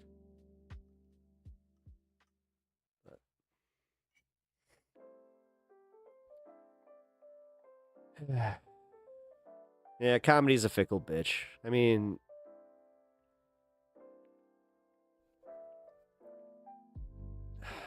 with online comedy, because Andrew Schultz, excuse me, he did it right. I gotta give him a lot of credit, even though I am super annoyed by some of the content that he does now, especially. But like he did it right. Like he did what I would have wanted.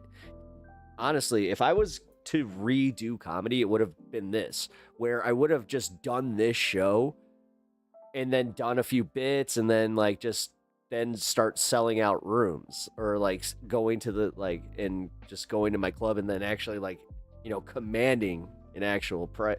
That's the kind of shit, dude, the fact that he went to his first live gig and he actually got to command the price and the fucking the time, how many people he want, that was fucking nuts. When I heard about that, I was just like, wait a minute, who the hell is this guy? That's cool. Holy shit. And everybody that shit on him, they did it because they were jealous, because they're now all Andrew Schultz either fans or they're orbiters or even friends.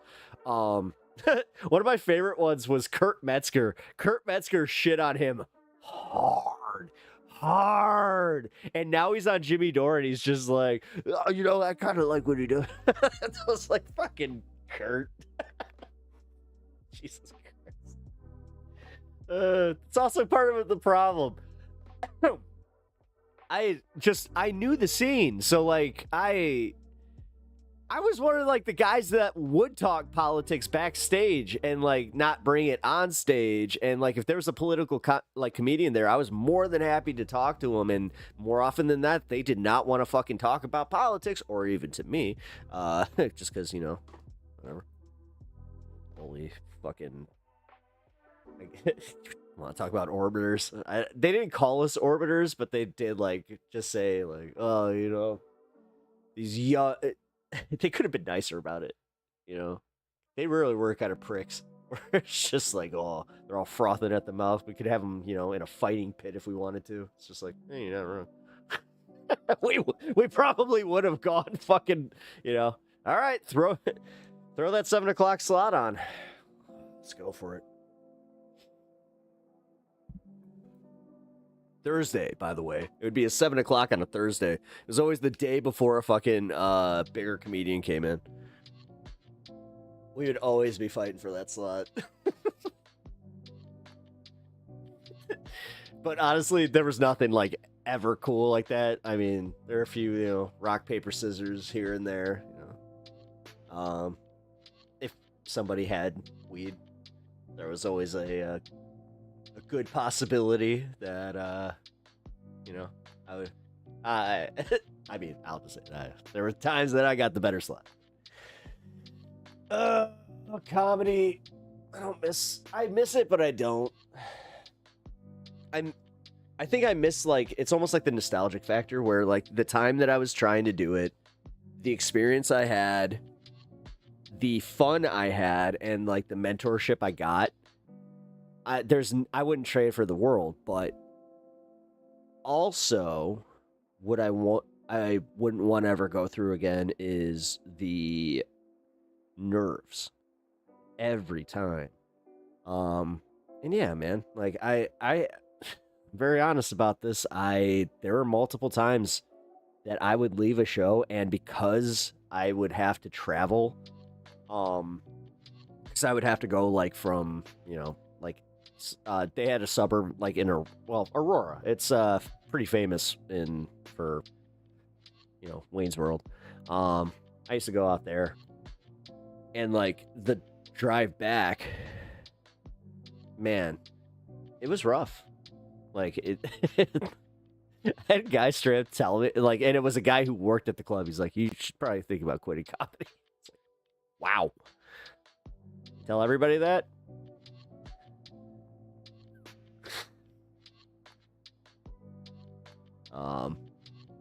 But then you know what? The other side of that, I had the good nights. Like, I had really good nights. There were also, like, the ones where I knew I did good was where, like, the headliner would come out and, like, want to talk to me. And then, like, I also had, like, the ones where I get booked. That was always fun. Clonazepam. For sure, he tells everyone that. Oh, wait.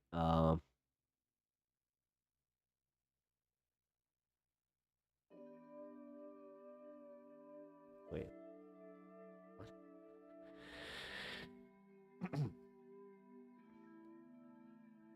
I also hate to say this. Chicago's a great, like, traveling comic market.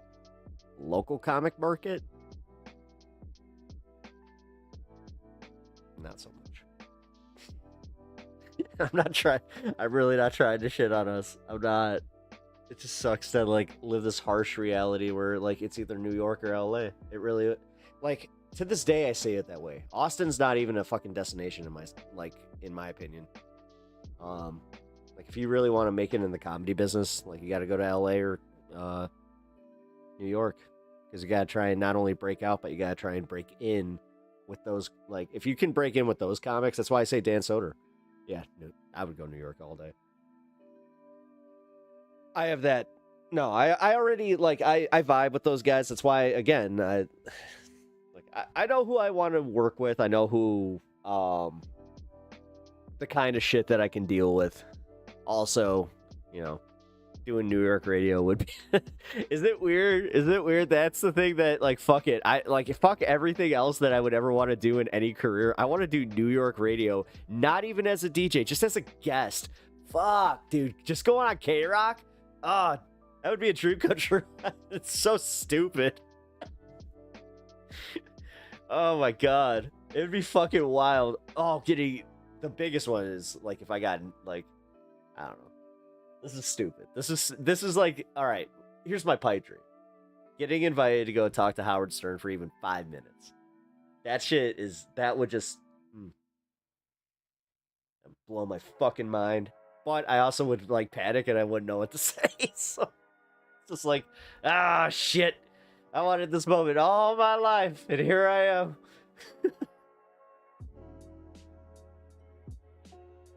Austin is only good if you move there. Showing up and doing some random stuff is not going to help. No, exactly. You're not going to get your name out there. You're not going to sell out shows. Hell, you could go to Madison, Wisconsin. Actually, there's a fucking sick-ass club in Madison, Wisconsin. And yeah, you would actually probably pull way, way better numbers there. Didn't mean to say that like, a creepy pickup artist. I meant in comedy where you would actually pull a audience. I mean, the other thing is, like, as a new comic, you have to, this is maybe why I do have the problem that I have with Orbiter. Like, the whole, like, not the term necessarily, but the idea where people, like, shit on them for just like, oh, you're an orbiter of this person. It's like, yeah, that's how you get fucking known. Like, whether it be in, streaming or comedy, that's how you get known. Like, you have to kind of orbit people and try and get, like, them to like you. And then get their audience to like you. Like, that's how that goes. I've heard it gets more diverse. I have a problem with the creek. Yeah, fuck the creek in the cave. Dude, fuck the creek in the cave. For everybody I've ever talked to about like working Austin, they're just like, no. No. See, the thing is, one of my favorite comedians ever was from Austin, fucking Bill Hicks, and like that's just, it's a damn shame. It really is. It's a damn shame that the Austin comedy scene kind of like got bastardized the way that it did. One of the one sleep band got the other really.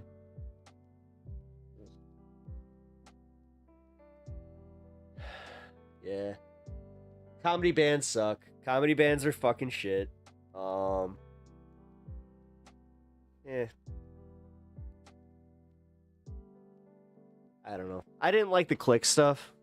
I got away from that. I was pretty smart about that. Like, God, you want to talk about like some high school bullshit? This was like before podcasting was real big too, right? Just dude, the way that these guys would talk, and these were like guys that were just getting booked, and the way they would talk about the bigger comics, it was just like, holy fuck, dude. And most of it was all just talking shit too. Like, unless you don't know about that, it's not the only club that's had that, really. Yeah. I've heard that from a few other clubs. I did my 500. So I never worked like New York, or I didn't do like anything like that. I didn't work any like Montreal Comedy Fest. Like I fucking should have. That's like I hate to say it. Like, okay, so like I have some regrets, like thinking back on it, where I'm like, okay, so maybe if I had done this, maybe I would have been a name. But I'm not sure, like with this, because like I've explained this before. Like I got to a point where I was just like, I don't want to do that. Like, I don't know. So.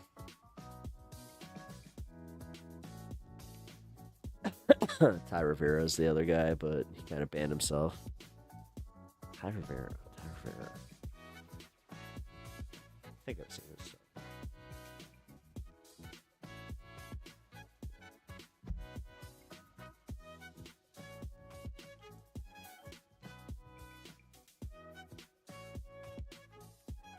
Oh, yeah, I've seen him. He got banned? Really? What do you do?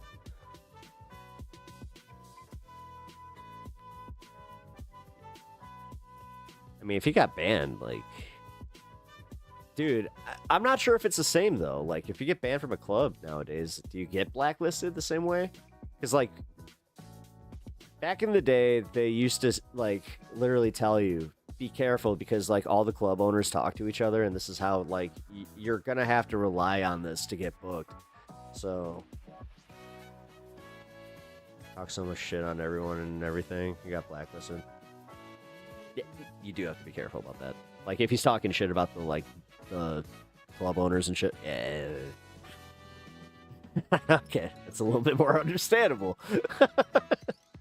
It's like, oh shit, okay, he didn't actually do anything like out front. Ugh. Damn, dude. He wants to talk some shit. What was he talking shit on the main, like on the weekend talent? Like, that'll do it. That'll get you banned immediately. Like, for real. A lot of people didn't realize that. One of the ones like that I always found funny was like how many fucking people we had like come over from Second City. They would just get blacklisted from coming back to the club. It's like, dude, what the fuck are you guys doing? And oh, I guess we could only play in a troupe. Second City was wild though. I was part of that for a little bit. It was fun. But I got what I wanted. Second City is cool. I got to do, it was like 2 or 3 years. I did main stage. I also worked in the Chris Farley room, which was cool as fuck. But I also, that's kind of like how I got pushed into doing stand-up. Was I had a professor, whatever you call him, a teacher, where he was just telling me, he's like, hey, you should think about doing like stuff by yourself, which I'm not to this day. I'm not reading too deep into this. I'm pretty sure he was telling me, he's like, you don't play well with others. I was also getting sick of being typecast. He was mad that he was not getting booked every week at the mothership, and well, dude, whatever. Like, you're not. The fact that, God, this entitlement. What the fuck is up with this? What is up with this, dude? My first booking, I couldn't believe I got it. Like, I called my mom. I was like, I got a booking. I got a booking.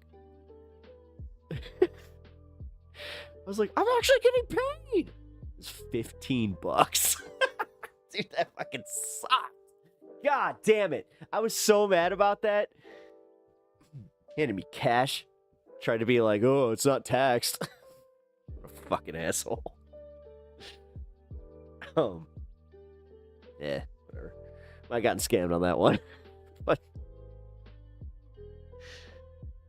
this is why I like always look into the venue too, because that's how I also learned. Yeah, you know, unless you're doing a open mic, never take a gig at a bar show. Did they give you the chicken and a beer? No. Do you know how many times I like would go to leave and they wouldn't pay me, and they would because I would take the beer and it was not the free fucking beer? Oh no, they sucked. No, they were the fucking worst. Chicken and a beer, fucking yeah. Get a snack. Get a snack. Go fuck yourself. Fuck you. Yeah, dude. Yeah, for the open micers, that's exactly what they were doing. But they were just, no, my favorite one was where they were just like, you should trust me. If you want to make it in this business, you need to hang out until 3 a.m. That, like, even if they're on until 3 a.m., well, you'll get their audience. You'll get the stragglers. You'll get the stragglers. Fucking fell for that too many times. Smoked entire packs of cigarettes. Oh yeah, no. Like there were days that I thought that where I was just like, "Are you fucking trying to push me out of this business?" Like, Jesus Christ. Nah. Whatever. To the past. You know, many Camel Wides were smoked, sitting on many curbs. Yeah, they were fucking with you for sure. No, I know. I was, yeah, dude. I was a naive kid. I really was. I listened to Opie and Anthony. I had delusions of grandeur. I really did. Because I remember telling my buddy, who convinced me to go into radio, when I was making the pivot. I remember calling him like, "Yeah, dude, I did some open mics." He's like, "No." Like, it just. Like, what are you doing? I'm like, oh, I think it might be easier to get booked, like, if I'm a comedian. It's just like, no, it's not. It's like, keep with your, keep on course. To this day, I still wonder what would happen if I had listened to him. Not to push you out, but yeah, no. They were either trying to push me out or they were just trying to, like, fuck with me. I mean, for all the shit, like, yeah, for the little hazing shit that I like talk about, there's also like I had some cool shit. Like I had, again, you know, Judy. Judy was really cool with me. She was the first one to like kind of take notice that I was nervous, but like also don't want to say like mom me, but she was really cool. Like she gave me the confidence to, you know, to open for her. And it was cool. It was not the greatest rooms. But gonna do. Have a good night. Have a good night, Bloodstone. I hope to see you tomorrow. I will be on at the normal time.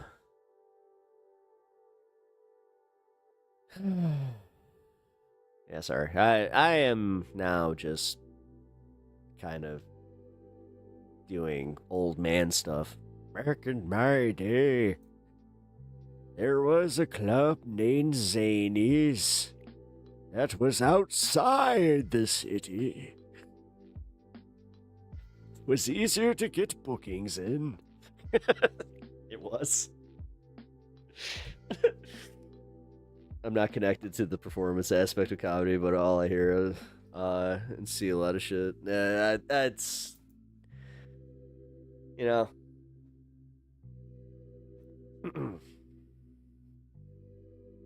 Yeah, no, that it's all big high school. It's all a big high school like thing. That's why I'll. One thing that I love about the people that I'm doing this with, as far as this space and like the people that I know that I'm going to be working with, I have to say I'm glad to know that they're not into that drama aspect of things, and like that is reassuring. I have to say, because yeah, I don't like it. I don't like the I get enough of that in my own life. Like I have friend drama, you know. I got friend drama. I got other dramas. I got like drama just exists. I get it. But I don't want it. Like I'm not trying to be like I almost turned to my dad there because my dad's like, no drama. Like he actually does this thing where he like, no drama. What are you doing? No drama. Like, why do you shake your head like that? But yeah, I try to cause. I want drama. Shit talking is the drama starts the second someone walks out of the room, and then everyone starts talking shit. Oh, I know, and that's where like, and they all know that. Well, yeah. Well, I mean, again, friends. I mean, that's friends, right? That's right.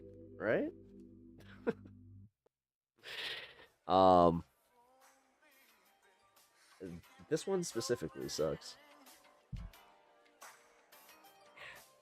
Can't get it comfortable. Weird. I don't know. I'm almost in my 40s, and I'm just kind of over that. Those people are well. All right, panic. No, like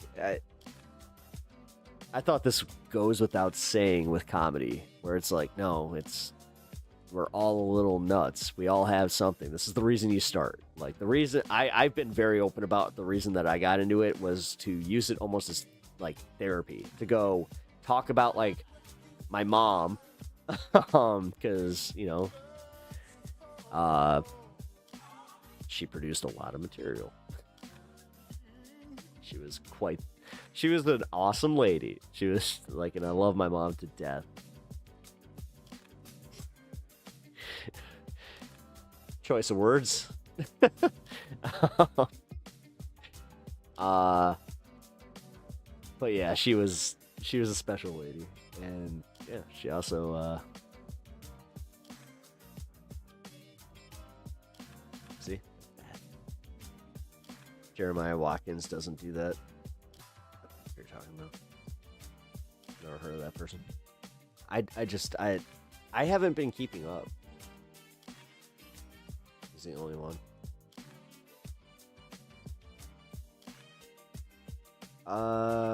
Josh Johnson, from my understanding, is the most unproblematic comic in the entire like arena.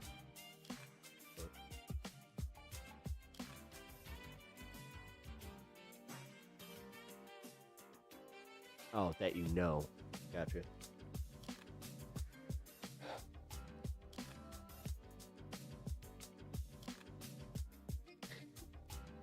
I don't know. My advice to anybody that wants to go into comedy and like wants to get up on stage, know what you want out of it and know if it's actually like, do you want to do it because you love comedy or do you want to do it because you want to get famous? That was one thing I could like. It could always be broken down to that, and like I always kind of found that I would start resenting the people that were just, you knew were there only to get famous and like they didn't care. Like, had this been a thing, they would have 10,000% tried this first. Okay. All right. I'm not talking shit to talk shit here, but Hal Sparks, actually. The fact that he's streaming now, gotta say, there's a part of me that's kind of like, ooh,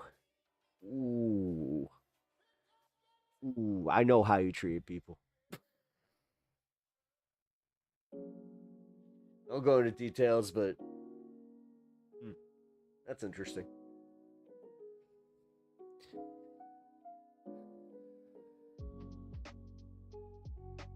For all I know, he could be a completely different person. This is the guy that was in the elevator in Spider-Man.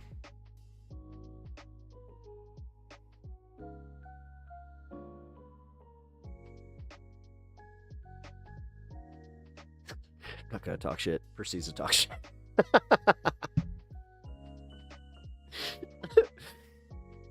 There it is. The good old pep consistency. I'm gonna be hanging out for 10 more minutes, just so you guys know.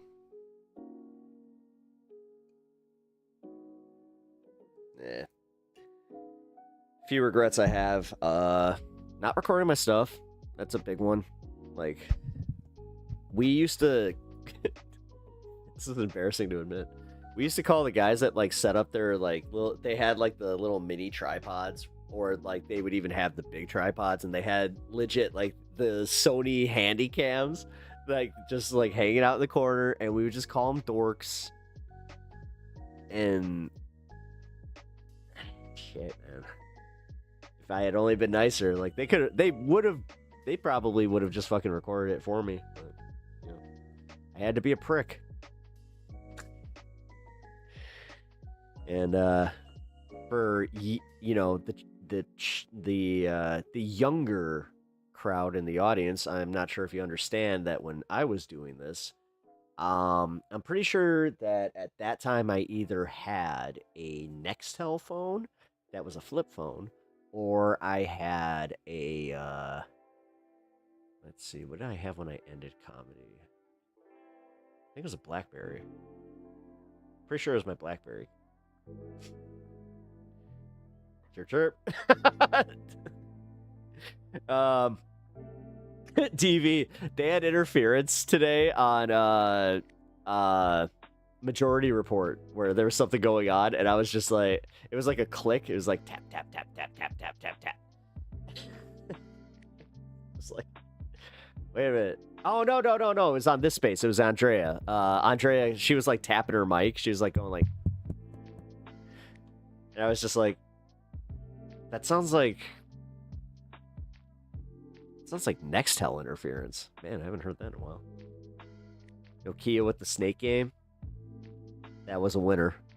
Bobby Lee's brothers. Oh, nice. Ugh. Andrea is quite irreverent. Yeah, I stuck around for her rant about parents. That was listen, when you can make me seem downright moderate on shitting on parents, I gotta say, you got a bit of a special thing there. But no, Andrea seems cool as fuck. I haven't actually talked to her, or I'm slowly getting introduced to the crowd. But yeah, no, they're cool. I really like the folks on this space. I'm really looking forward to speaking to Pastor Ben.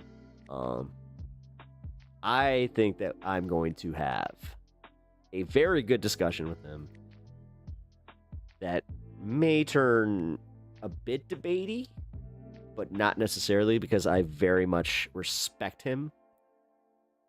Left past 10 for days and Letterhack. Oh yeah. DV, did you see my I was just on Letterhack last night. I was on Hey Funny Book on this space here. Let me link the I got the little link. If it goes to the beginning, my timestamp is at the 7-hour mark. Because we haven't gotten this cut yet, so. But yeah, I had so much fun. I could just call him Matthew. Yeah, dude, Matt's cool as fuck, dude. Seriously, we vibed like hard. It was funny. I was just like, oh shit. He had like a hard out, and he just kept talking, and I keep looking at my timer. I'm like, and he kept going, and I was just like, oh shit. So yeah, did a little 10-minute overtime. Yeah, no, shout out Letterhack, dude. He is the coolest.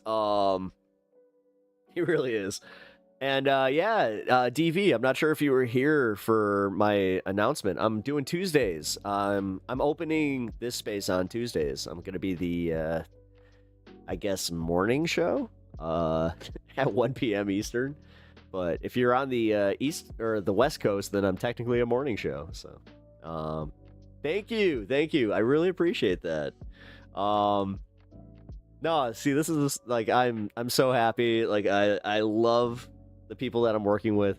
I've said it over and over, but yeah, shout out everybody at this space. Letterhack for creating it, and then everybody in the Majority Report communities that have supported my show, this space, AG, like, you guys rule. Like, this is what I don't want to like get too mushy here, but you guys really are what you're like the glue that kind of like is going to make the less represented left more represented finally. Like I think that this is like, because for everything that the like TYT was trying to say they were, this is exactly what they wanted to be. Like, this is the true community of just like, no, we want to just get this shit done. We are in an age of fascism. We need to work together to not be. Like, holy fuck, do we? Whether that's accepting some people that are a little bit more moderate, as much as I hate that fucking word, I really do. But I have to use it in context where it's like the ones that are not exactly as like on board with like the ideals, or like if you're not full communist or whatever, but room to work, or just like, okay, agree to disagree here, but we can work on this. Like, that is a big thing that we need to all just stick with. And I am happy to be part of it. Also, pretty dope that I get to start. Like, I gotta be real. The fact that they gave me the starting position, it's an honor. It's I'm not sure if you guys understand like the morning radio kind of lore aspect of this, but like the morning radio starting position, if you will, is very sought after. It's also something that like it's something that I will definitely thrive with and have a lot of fun with, because like being able to start the day for this space, especially on Tuesday, like it's the day that I've always been like, it's here. It doesn't, like, everybody says hump day, and then Monday always gets its thing, and then Friday, but Thursday and Tuesday always get the shaft, gotta say. And especially Thursday. How are you gonna just do Thursday like that? That's insane. For anybody that doesn't know, do you know that's where that came from? It technically means Thursday. That's fucking awesome. Just gonna say. I know I'm a bit of a nerd here, but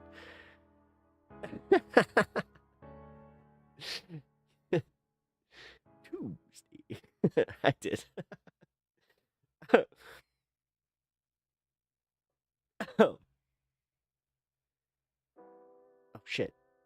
Wait. Here, I forgot to link this. Wait 1 second.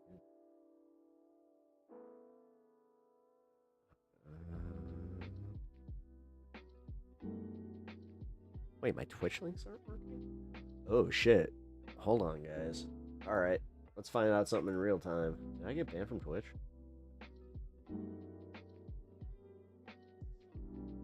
No. Oh, no, I'm good.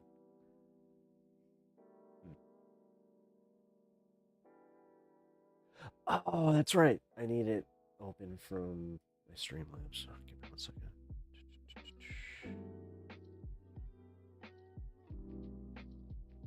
Gregorian months, January and February are filler. Start at March and count to 1. Oh, wait, what? For real? I did not know that. Huh.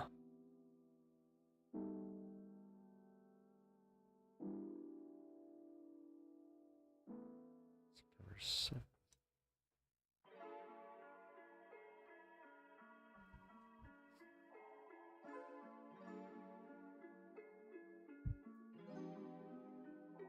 Huh. Look at this. I like learning at the end of stream. This is fun. Cool.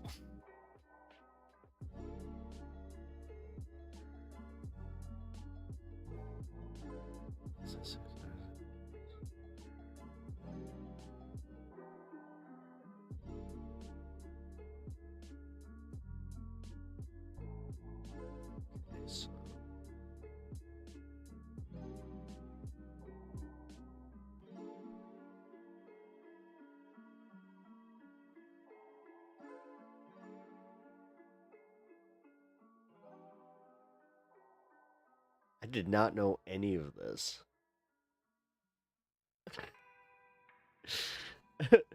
And at the same time, I'm like, huh. So when did we all just kind of come together and be like, yeah, you know what? We're going to do this 12-month thing. Because it seems like we kind of like just recently did that.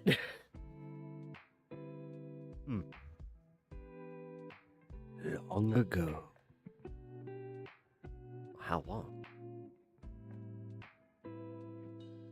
Wait, how long ago did we actually do that? Where it was just like 7 days. Persian calendar spring is a new year. This was thousands of years ago, was 12. Huh. And they did it. Or 12. 7. What the fuck am I talking about? Okay. It's time to call it. Woo! Brain is cooked. I think I need to smoke with y'all and go to bed. Oh,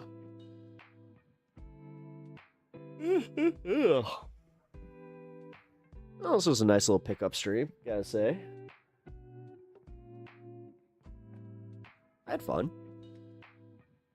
But 12 months is since BC. Okay, BCE shit. Man, you want to talk about, like... Alright. You know what's sad? How many Christians will just die on the hill of BCE, and they'll just, like, knock off that E, because they're just like, no, it's before Christ and after death. Yeah. You know how silly I felt being re-educated? Like, coming out of, like, I went to a fucking, a college prep school. A college prep school. And I had to relearn about the fucking Crusades. That shit's still, like, it's kind of... fucks with me occasionally. This is only pure. Oh, dude. Before I know what I know. I'm just saying. Do you know how many Christians believe that it's before Christ and after death?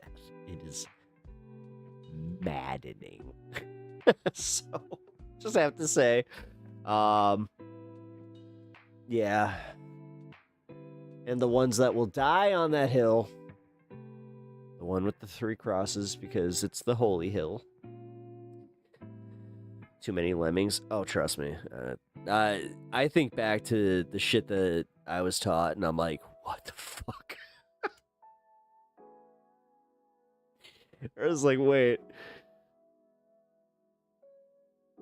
So I will never forget when I, dead serious, looked at one of my friends, and we were talking about the Crusades, and I was just like, wait, no, you're liberating Jerusalem from the Arabs. And he was like, what? And I was like, yeah. You know, we were liberating them because they were persecuting the Christians. And that's why we needed to go and liberate our Christian brethren in Jerusalem. 13 times. And they just looked at me like, oh, fuck did you just say? And then I handed them my history book, and they were just like, oh, no. No. God, if I can find that, I should go through that on stream. Templar who? Dude. Oh, I thought the Templar were literally chosen by fucking Peter. That was what I was taught. Like, no bullshit. I was taught that the first Knights Templar were chosen, handpicked by St. Peter. And then it was passed down, and like, so that's why when I watched Indiana Jones, I was just like, he must be the 12th descendant of, John. Like, fuck me, dude. I was stupid. Like, dude, I believed in some really stupid shit. I really did for too long. For way too long. And I defended that shit. That's why I get it. That's why I understand. I understand the conviction of a Christian. I understand what it means to love you some Jesus. I get it. And I'm not talking from like the perspective of like just being a little kid either. Like, I was pretty well into my teens. Cascariel tells the hypnosis so well.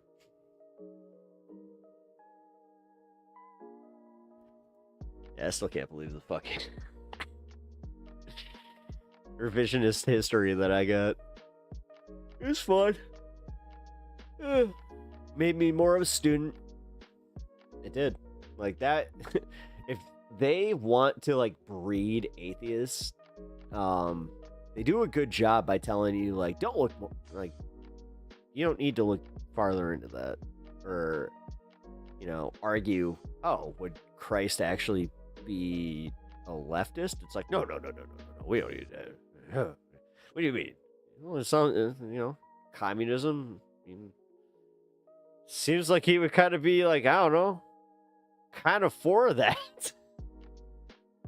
No. He'd be a gun-toting American. What are you talking? No. Jesus. Come on, guys.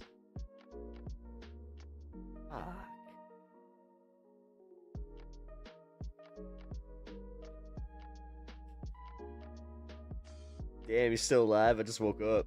What up, Wheeling? I didn't start at 4. I started at like 8 o'clock today. Well, I've only done 5 hours, but yeah. What up, Wheeling? How you doing? Good to see you. I'm glad that you can pop in before I take off, because yeah, I have done 5 hours, and it is 2 a.m. here, so, or 2:20. 2:20. You know what that means?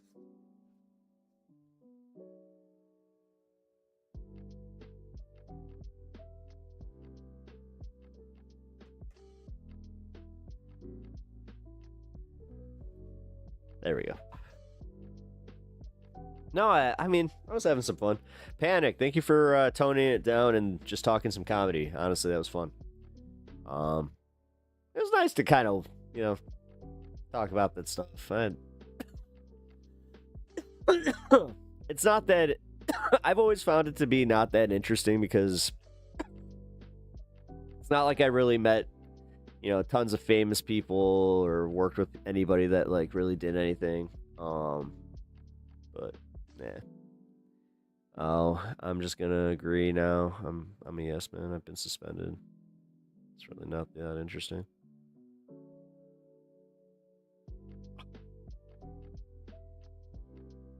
Damn. Fucking A. I was just saying how much I was having a good time, and now I'm like, oh. Well, never mind. Fucking shit. Well, I guess I won't give any, I guess I don't need to give advice. Who needs advice from a, damn near 40-year-old streamer who dabbled in comedy?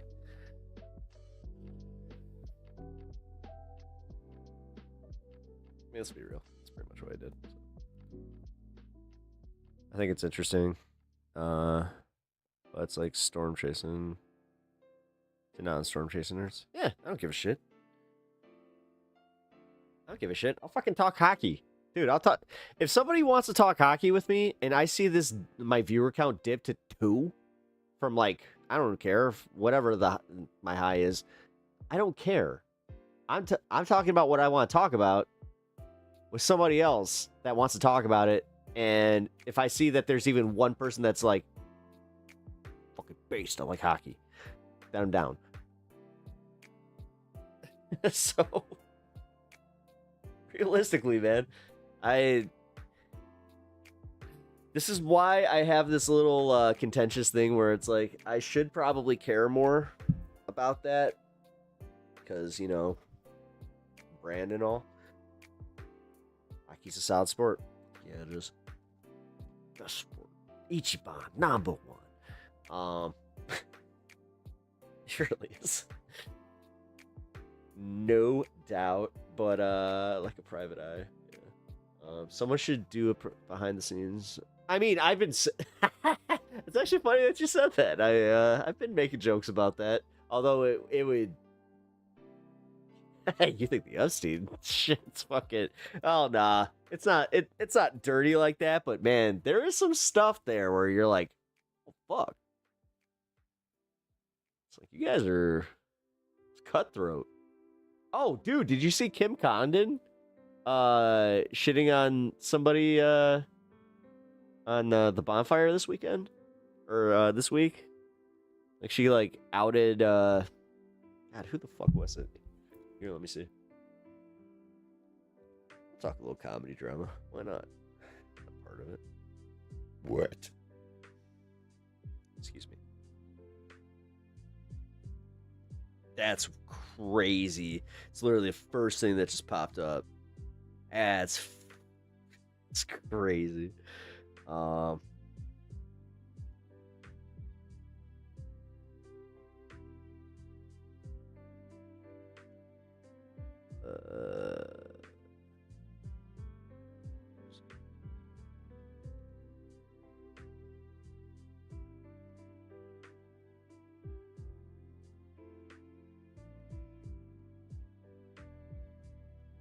Here we go.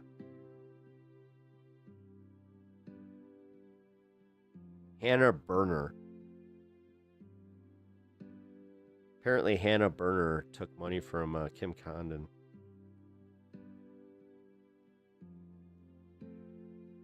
She's married to Des Bishop.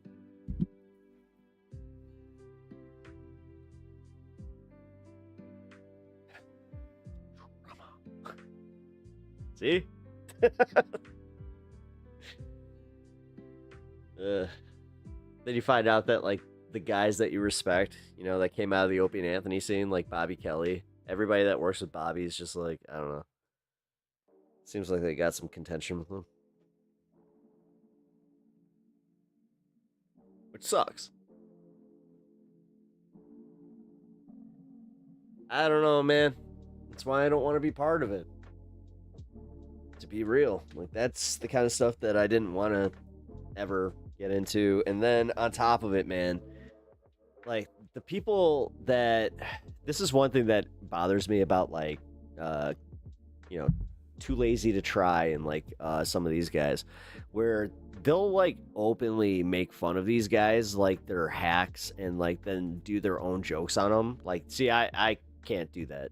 You know, when these guys have the audiences they do, when they have put in the time that they have, you know, you can love or hate their comedy, but you can't just shit on them.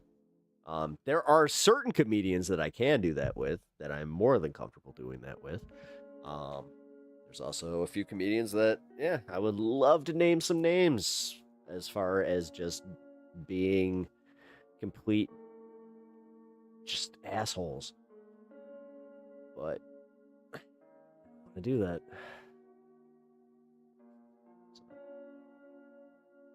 Wait, oh, she's one of the people that Ty got banned over? Really? Ty and her got into it hard? He made up rumors that she blew Adam and...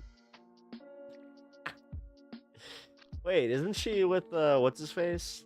Oh, fuck. I forgot his name. Damn it. She's like, I thought she was pregnant. Go get pregnant! God, you guys remember when that was a thing? Tracy Morgan? Make everyone pregnant. I'm gonna get a doodle platter. She cycled the same rumor about him, which is funny. Oh, really? I mean, god damn, dude. Who are the comedians that like are unproblematic and like everybody loves? I want to hang with them. I don't want to hang with anybody that's problematic. I'll have anybody that's, you know, universally loved. Wait, who is? Is there anybody that's just universally loved in the comedy scene? Oh, Harlan! Harlan Williams! No, Harlan! Oh, I could hang with Harlan. All I got to do is tell him I play hockey and he would book a game. No. I would go to Canada to hang with Harlan. No. Harlan Williams is like one of my heroes, so that would also be like crazy to me. I would, because like if he was doing his shtick, I would play along. Fuck it. But no, I would totally like. I actually like fuck like anything comedy, you know, related. I would rather just play hockey with the guy. His sister died playing hockey. It's a sore spot for him. No, his sister died. His sister died in a cornfield. She was trying to fix something, and it was the corn shucker, and it ran over her. That's why he can't go back to the farm. I know me some fucking Harlan. Don't test me. Oh shit! Did you just see? His podcast with the other guy that tries to do the same thing. Fuck. Sam Hyde. His podcast with Sam Hyde, dude. Sam Hyde lost his shit. Like, and it wasn't a bit. There was 2 points specifically where Sam Hyde like popped off, where I was just like, oh. Yeah, I don't think this is real. Like, as a wrestling fan, I was like, oh shit. This just went from like kayfabe to like, oh, like, call the cops. Yeah, she thought it was a Zamboni and couldn't skate away fast enough from the turn. Dude, he's the master. He's so fucking funny. Although the fucked up part is when you find out that he does have a dead sister. It's like, okay. But that's also why he's a master. Yeah, I still respect him. I respect Bill Burr a lot. Like, Burr's one of the guys that I really respect. Let's see. Soder. Soder's one of my all-time favorites, and he's just a all-around world-class, like, dude. Like, he's just a good dude. Let's see. Oh, yeah, Josh Johnson. Fuck, man. It's a thin-ass playing field right now. It sucks.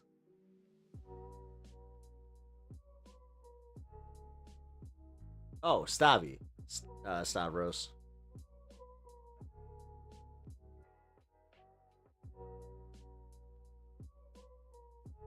I know people around Soder, but I don't know many NY people, ironically.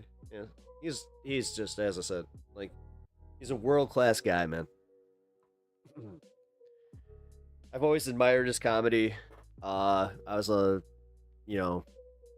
became a fan of his, listening to Opie and Anthony, listened to The Bonfire, got to meet him, and it was like, that was one of the first times that, like, I was a little, starstruck or whatever, like, just from having that moment. But I had the same thing with Norton, though. Like, I got to meet Norton. It was cool. Like, it kind of, like, made me calm down a little bit, so. But no, like, yeah, those guys are, yeah. Norton. Hey, little Jimmy. Yeah, I got that picture somewhere. I'll post it in Discord. It's funny. He I remember exactly what he was wearing. He was wearing a Mike Tyson hoodie. And he did this thing where he's like, what the fuck? Like, who's taking the picture with who? He plays like right across the street from me quite often. Oh no shit. Yeah, he's a good dude. No, Jimmy's a great. I was a huge fan of Jimmy Norton on Opie and Anthony, and again, just. Oh really? That's cute. That's actually funny. He has a great bit. Talking about his wife, where he's just like, yeah, we have this standoff where we'll have a package in the lobby, and she's just like, I can't go downstairs right now. I don't have my face on. And he's just like, what do you mean? It's like, I have no makeup on. It's just like, It's like, Jimmy, it's because I'm trans. It's like, yeah, sure. The doorman who has totally been here since you have been here since day one, doesn't know that those are your size 10 Ugg boots in the living room or in the hallway. I was like, all right, man. The way that he's handling his, I gotta say, like, he's handling it well, because he lost, you have to understand, he lost a giant chunk of his audience because of who his wife is. So,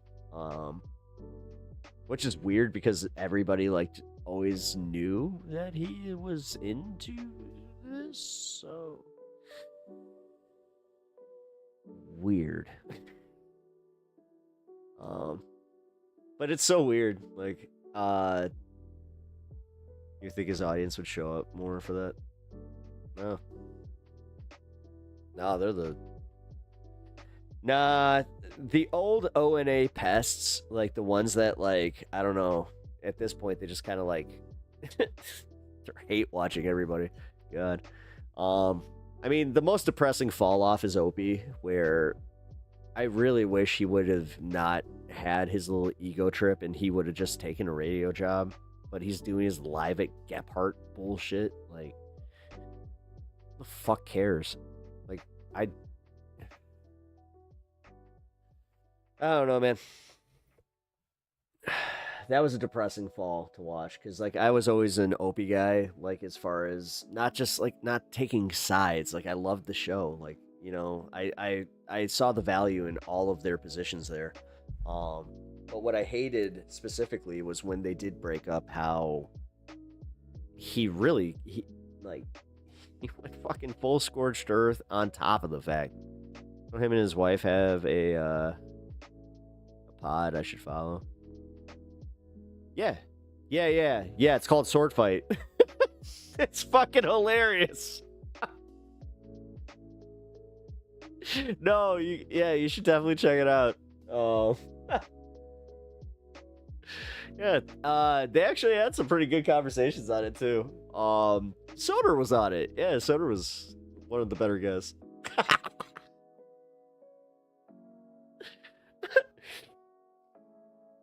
It's a little chibi. I mean, I think that he might be doing his own thing though, because like I just saw his he like because he's not with Sam anymore, so he's doing his own YouTube thing, and he had Voss on his first episode. So what? This I know it's pretty small. It's all right, man. It's the risk he took. I mean, I'm glad that he's not with Sirius anymore. Him and Sam, whatever, they were a thing. I just think I like Sam more because like I'm a wrestling fan, and his audio's good. Yeah, of course it would be. That's from his ISD. He has an ISDN line. Huh? No, Sirius did. He had an ISDN line put in from COVID. So he has top of the fucking line broadcasting equipment. Not only from that, because he paid for his own stuff, but yeah. No, dude. Listen, he worked with Opie for long enough to like get the engineers, E-Rock and all those guys to make him understand. Like, listen, there's a reason you do that, because like he's kind of like me. He doesn't play his voice back in his ear. So like I'm doing this because I have music going and it kind of helps me vibe a little bit. But like if I really need to, like I can just totally go like this. Yeah, no, this sounds good. I'm happy for him. Yeah, no, it's a great podcast. It's funny as fuck. I highly recommend anybody check it out. As I said, like everybody can like what they like. My favorite podcast is The Regs. Right now, I love the dynamic between Joe List, Dan Soder, Bobby Kelly, and Luis J. Gomez, but it's getting a little more corporate. So, dare I say that, yeah, Soder's, YouTube page. Actually, fuck it, I'm gonna link his. That's true. This is what happens when you're nice to people. As opposed to,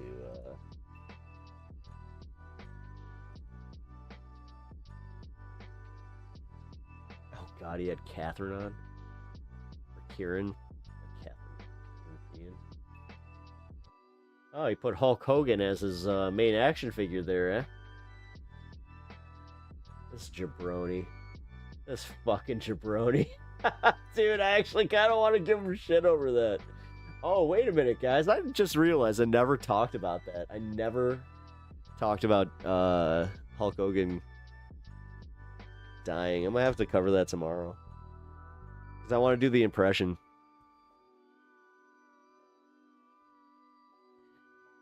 So, I'll pull out the bandana for this one. You know what? Yeah, stay tuned for the... they're my locals, too. I don't know anyone from the scene here. What are you doing? You're hanging out with Bobby Lee's brother, but you don't know anybody that's, like... I don't know. Relevant? Or... cool? Not relevant. That's not fair. Shane's more my area. Gillis? Gillis lives in fucking Austin. What are you talking about? Are you talking about just like who you like to watch? Yeah, Matt and Shane's secret podcast is still one of my favorites. Oh, I see what you're saying. No, yeah, him and McCusker, man. Like, people get annoyed by them, but whatever, man. Comedy is comedy. I can always, like, dude, one of his best bits was like, can we just admit that Trump is funny? Like, growing up, he's around me, has same kind of, that's gay banter. Oh, yeah. It's gay. Oh, yeah. I mean, that's how it was. Yeah, the difference is here in Chicago, we did, like, a revision on it where, like, we all kind of just went, nah, because you don't want to make people feel bad for being gay. Because, like, that's not something to feel bad for, so. I had that like what was it, the weird mid 2000s like re-education on it, where it's just like, all right, so this is what you can and can't say, and honestly, why would you want to? And it was just like, you're right. Or more tame in general in the Midwest. That's true. Yeah. We could tone it down for a minute because we're just like, hey, bud, I might see you next weekend. I want to make sure that we just want to make sure that we're not going to have anything here, huh? I don't know why I went full Canadian there. Realistically, that is like just the Midwestern, like Southern accent. It's just like, oh yeah. You know, we got some corn, but we've also got some city. It's pretty cool. You know, you can go get a hot dog, and you can also go to the World's Fair. Or the World's Fair, the county fair. Oh yeah, they did that here too, so we doubled down.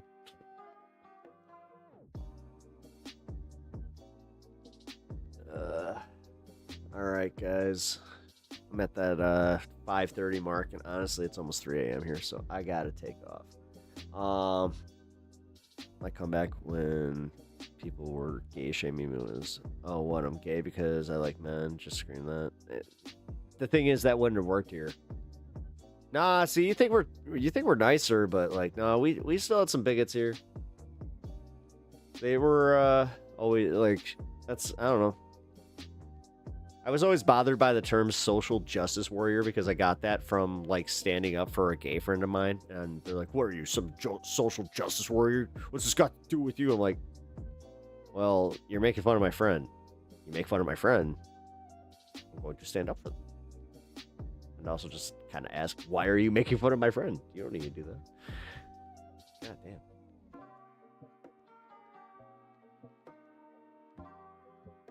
damn.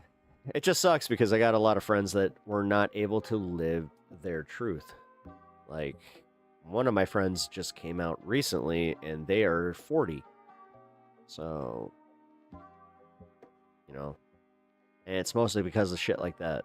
So, not really big. It's just if someone calls me gay, I would act like really gay and say ridiculous things like that. Well, I mean, you weren't, yeah. The thing is, you knew who you were. Like, you have to remember that some people don't just, like, know. Like, some people, like, literally learn that they're, like, they are gay because, like, they had that repression from their family kind of shit. Like, that's what happened to my friend, where his family was super, like, you know, religious and repressive. And then he just was like, no, what am I doing? And now he's the happiest I've ever seen him. Like, for real, it's night and day, so.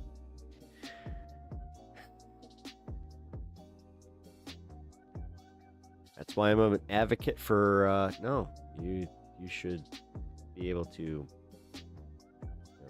do that. Then you got assholes out here that are just like, oh, so you guys gotta make this, like, so where do you draw the line? Bestiality? It's like, oh, Jesus fucking Christ.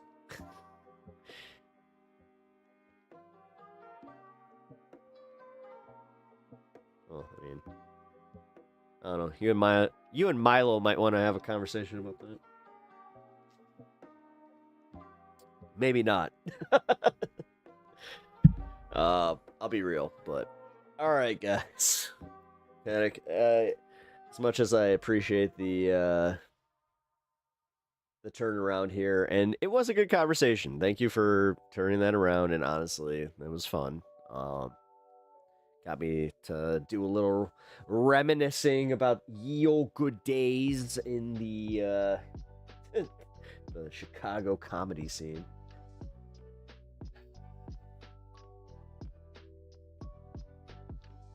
Which, make no mistake, people. Somebody tried to be like, oh, so you're like, you did comedy, so like, are you big? I'm like, that's hilarious and adorable. I'll be prepared. I'm a yes man now. Oh, cool.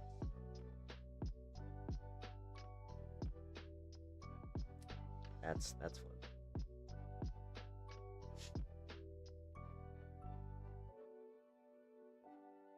All right. Well, I gotta hit ye old dusty trail. It is almost 3 a.m. Jesus. It's almost 3 a.m. Fucking A. I'm gonna sleep all day tomorrow now. Great. Best comedians I find out often I have no clue who they are. That's how it should be. Like, I found most of my favorite comedians through, like, you know, Comedy Central Presents and Just for Laughs. Like, God, the Just for Laughs comedy festival, being able to just, like, watch that. They, you know, again, ye old good days. They used to play out on Comedy Central, and it was a big deal. Like, I used to, like, mark that shit in my calendar. There are a ton of really funny people who have not made it. Well, I mean, if their motivation is to get their jokes out there, then they just need to get their jokes out there. Like, there's something to be said about this YouTube comedy space and the way that Josh Johnson does it, where he just, like, records his stuff and puts it out. You know, too many people live by the old way, where, like, the Joe Rogan advice, where it's like, oh, you gotta craft your tight 15, you gotta craft a tight 30, you know, you gotta get your hour. Like, you're always building up to your hour, whereas you could just be releasing your shit and taking the criticism, you know, at face value, and also, like, learn from that, because, like, you're getting all the benefits and really none of the like, what's the worst thing that's gonna happen? Some fucking you got some bombs on a, like, YouTube special. Honestly, it almost makes it more endearing, because it is just kind of like, oh, fuck it. But maybe I'm that new YouTube, you know, likes to keep it real algorithm guy.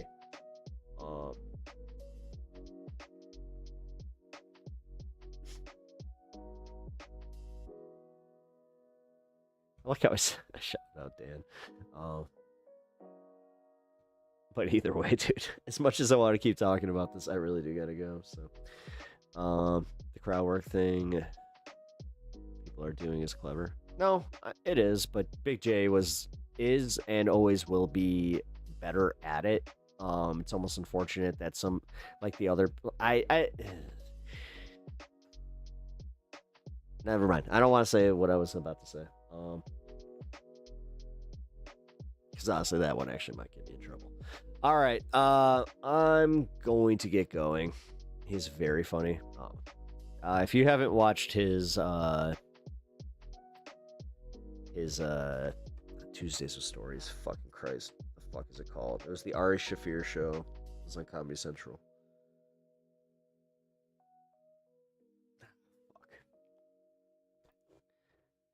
They just tell stories. Because I can't just say, look up Ari Shaffir and Big J's show, because I'll take you to something totally different. What's it called? Alright, hold on. Before I go, I gotta be responsible. What the hell is this called?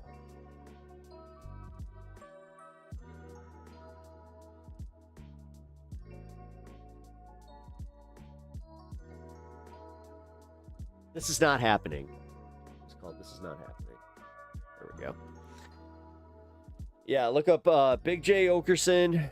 This Is Not Happening. He's got a few stories on there that are really good.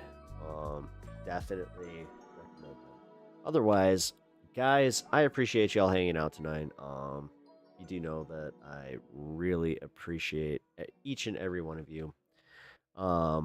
If you have not already, please hit that like button, as I am about to hop off, and be prepared for the show tomorrow at the normal time of 4 p.m. Central. It might be a shorter show tomorrow, and on top of that, just so you guys know, we are going into the new era of Pep Talks where Pepaganda is going to be on this space coming up next week. It's going to be an exclusive show over on this space, as I said. I will be kicking off the day, and I don't have anybody that I'm leading into right now. Shit. I will have an updated schedule. So, but either way, guys, I appreciate you all. I love you all. I will see you tomorrow. Good night.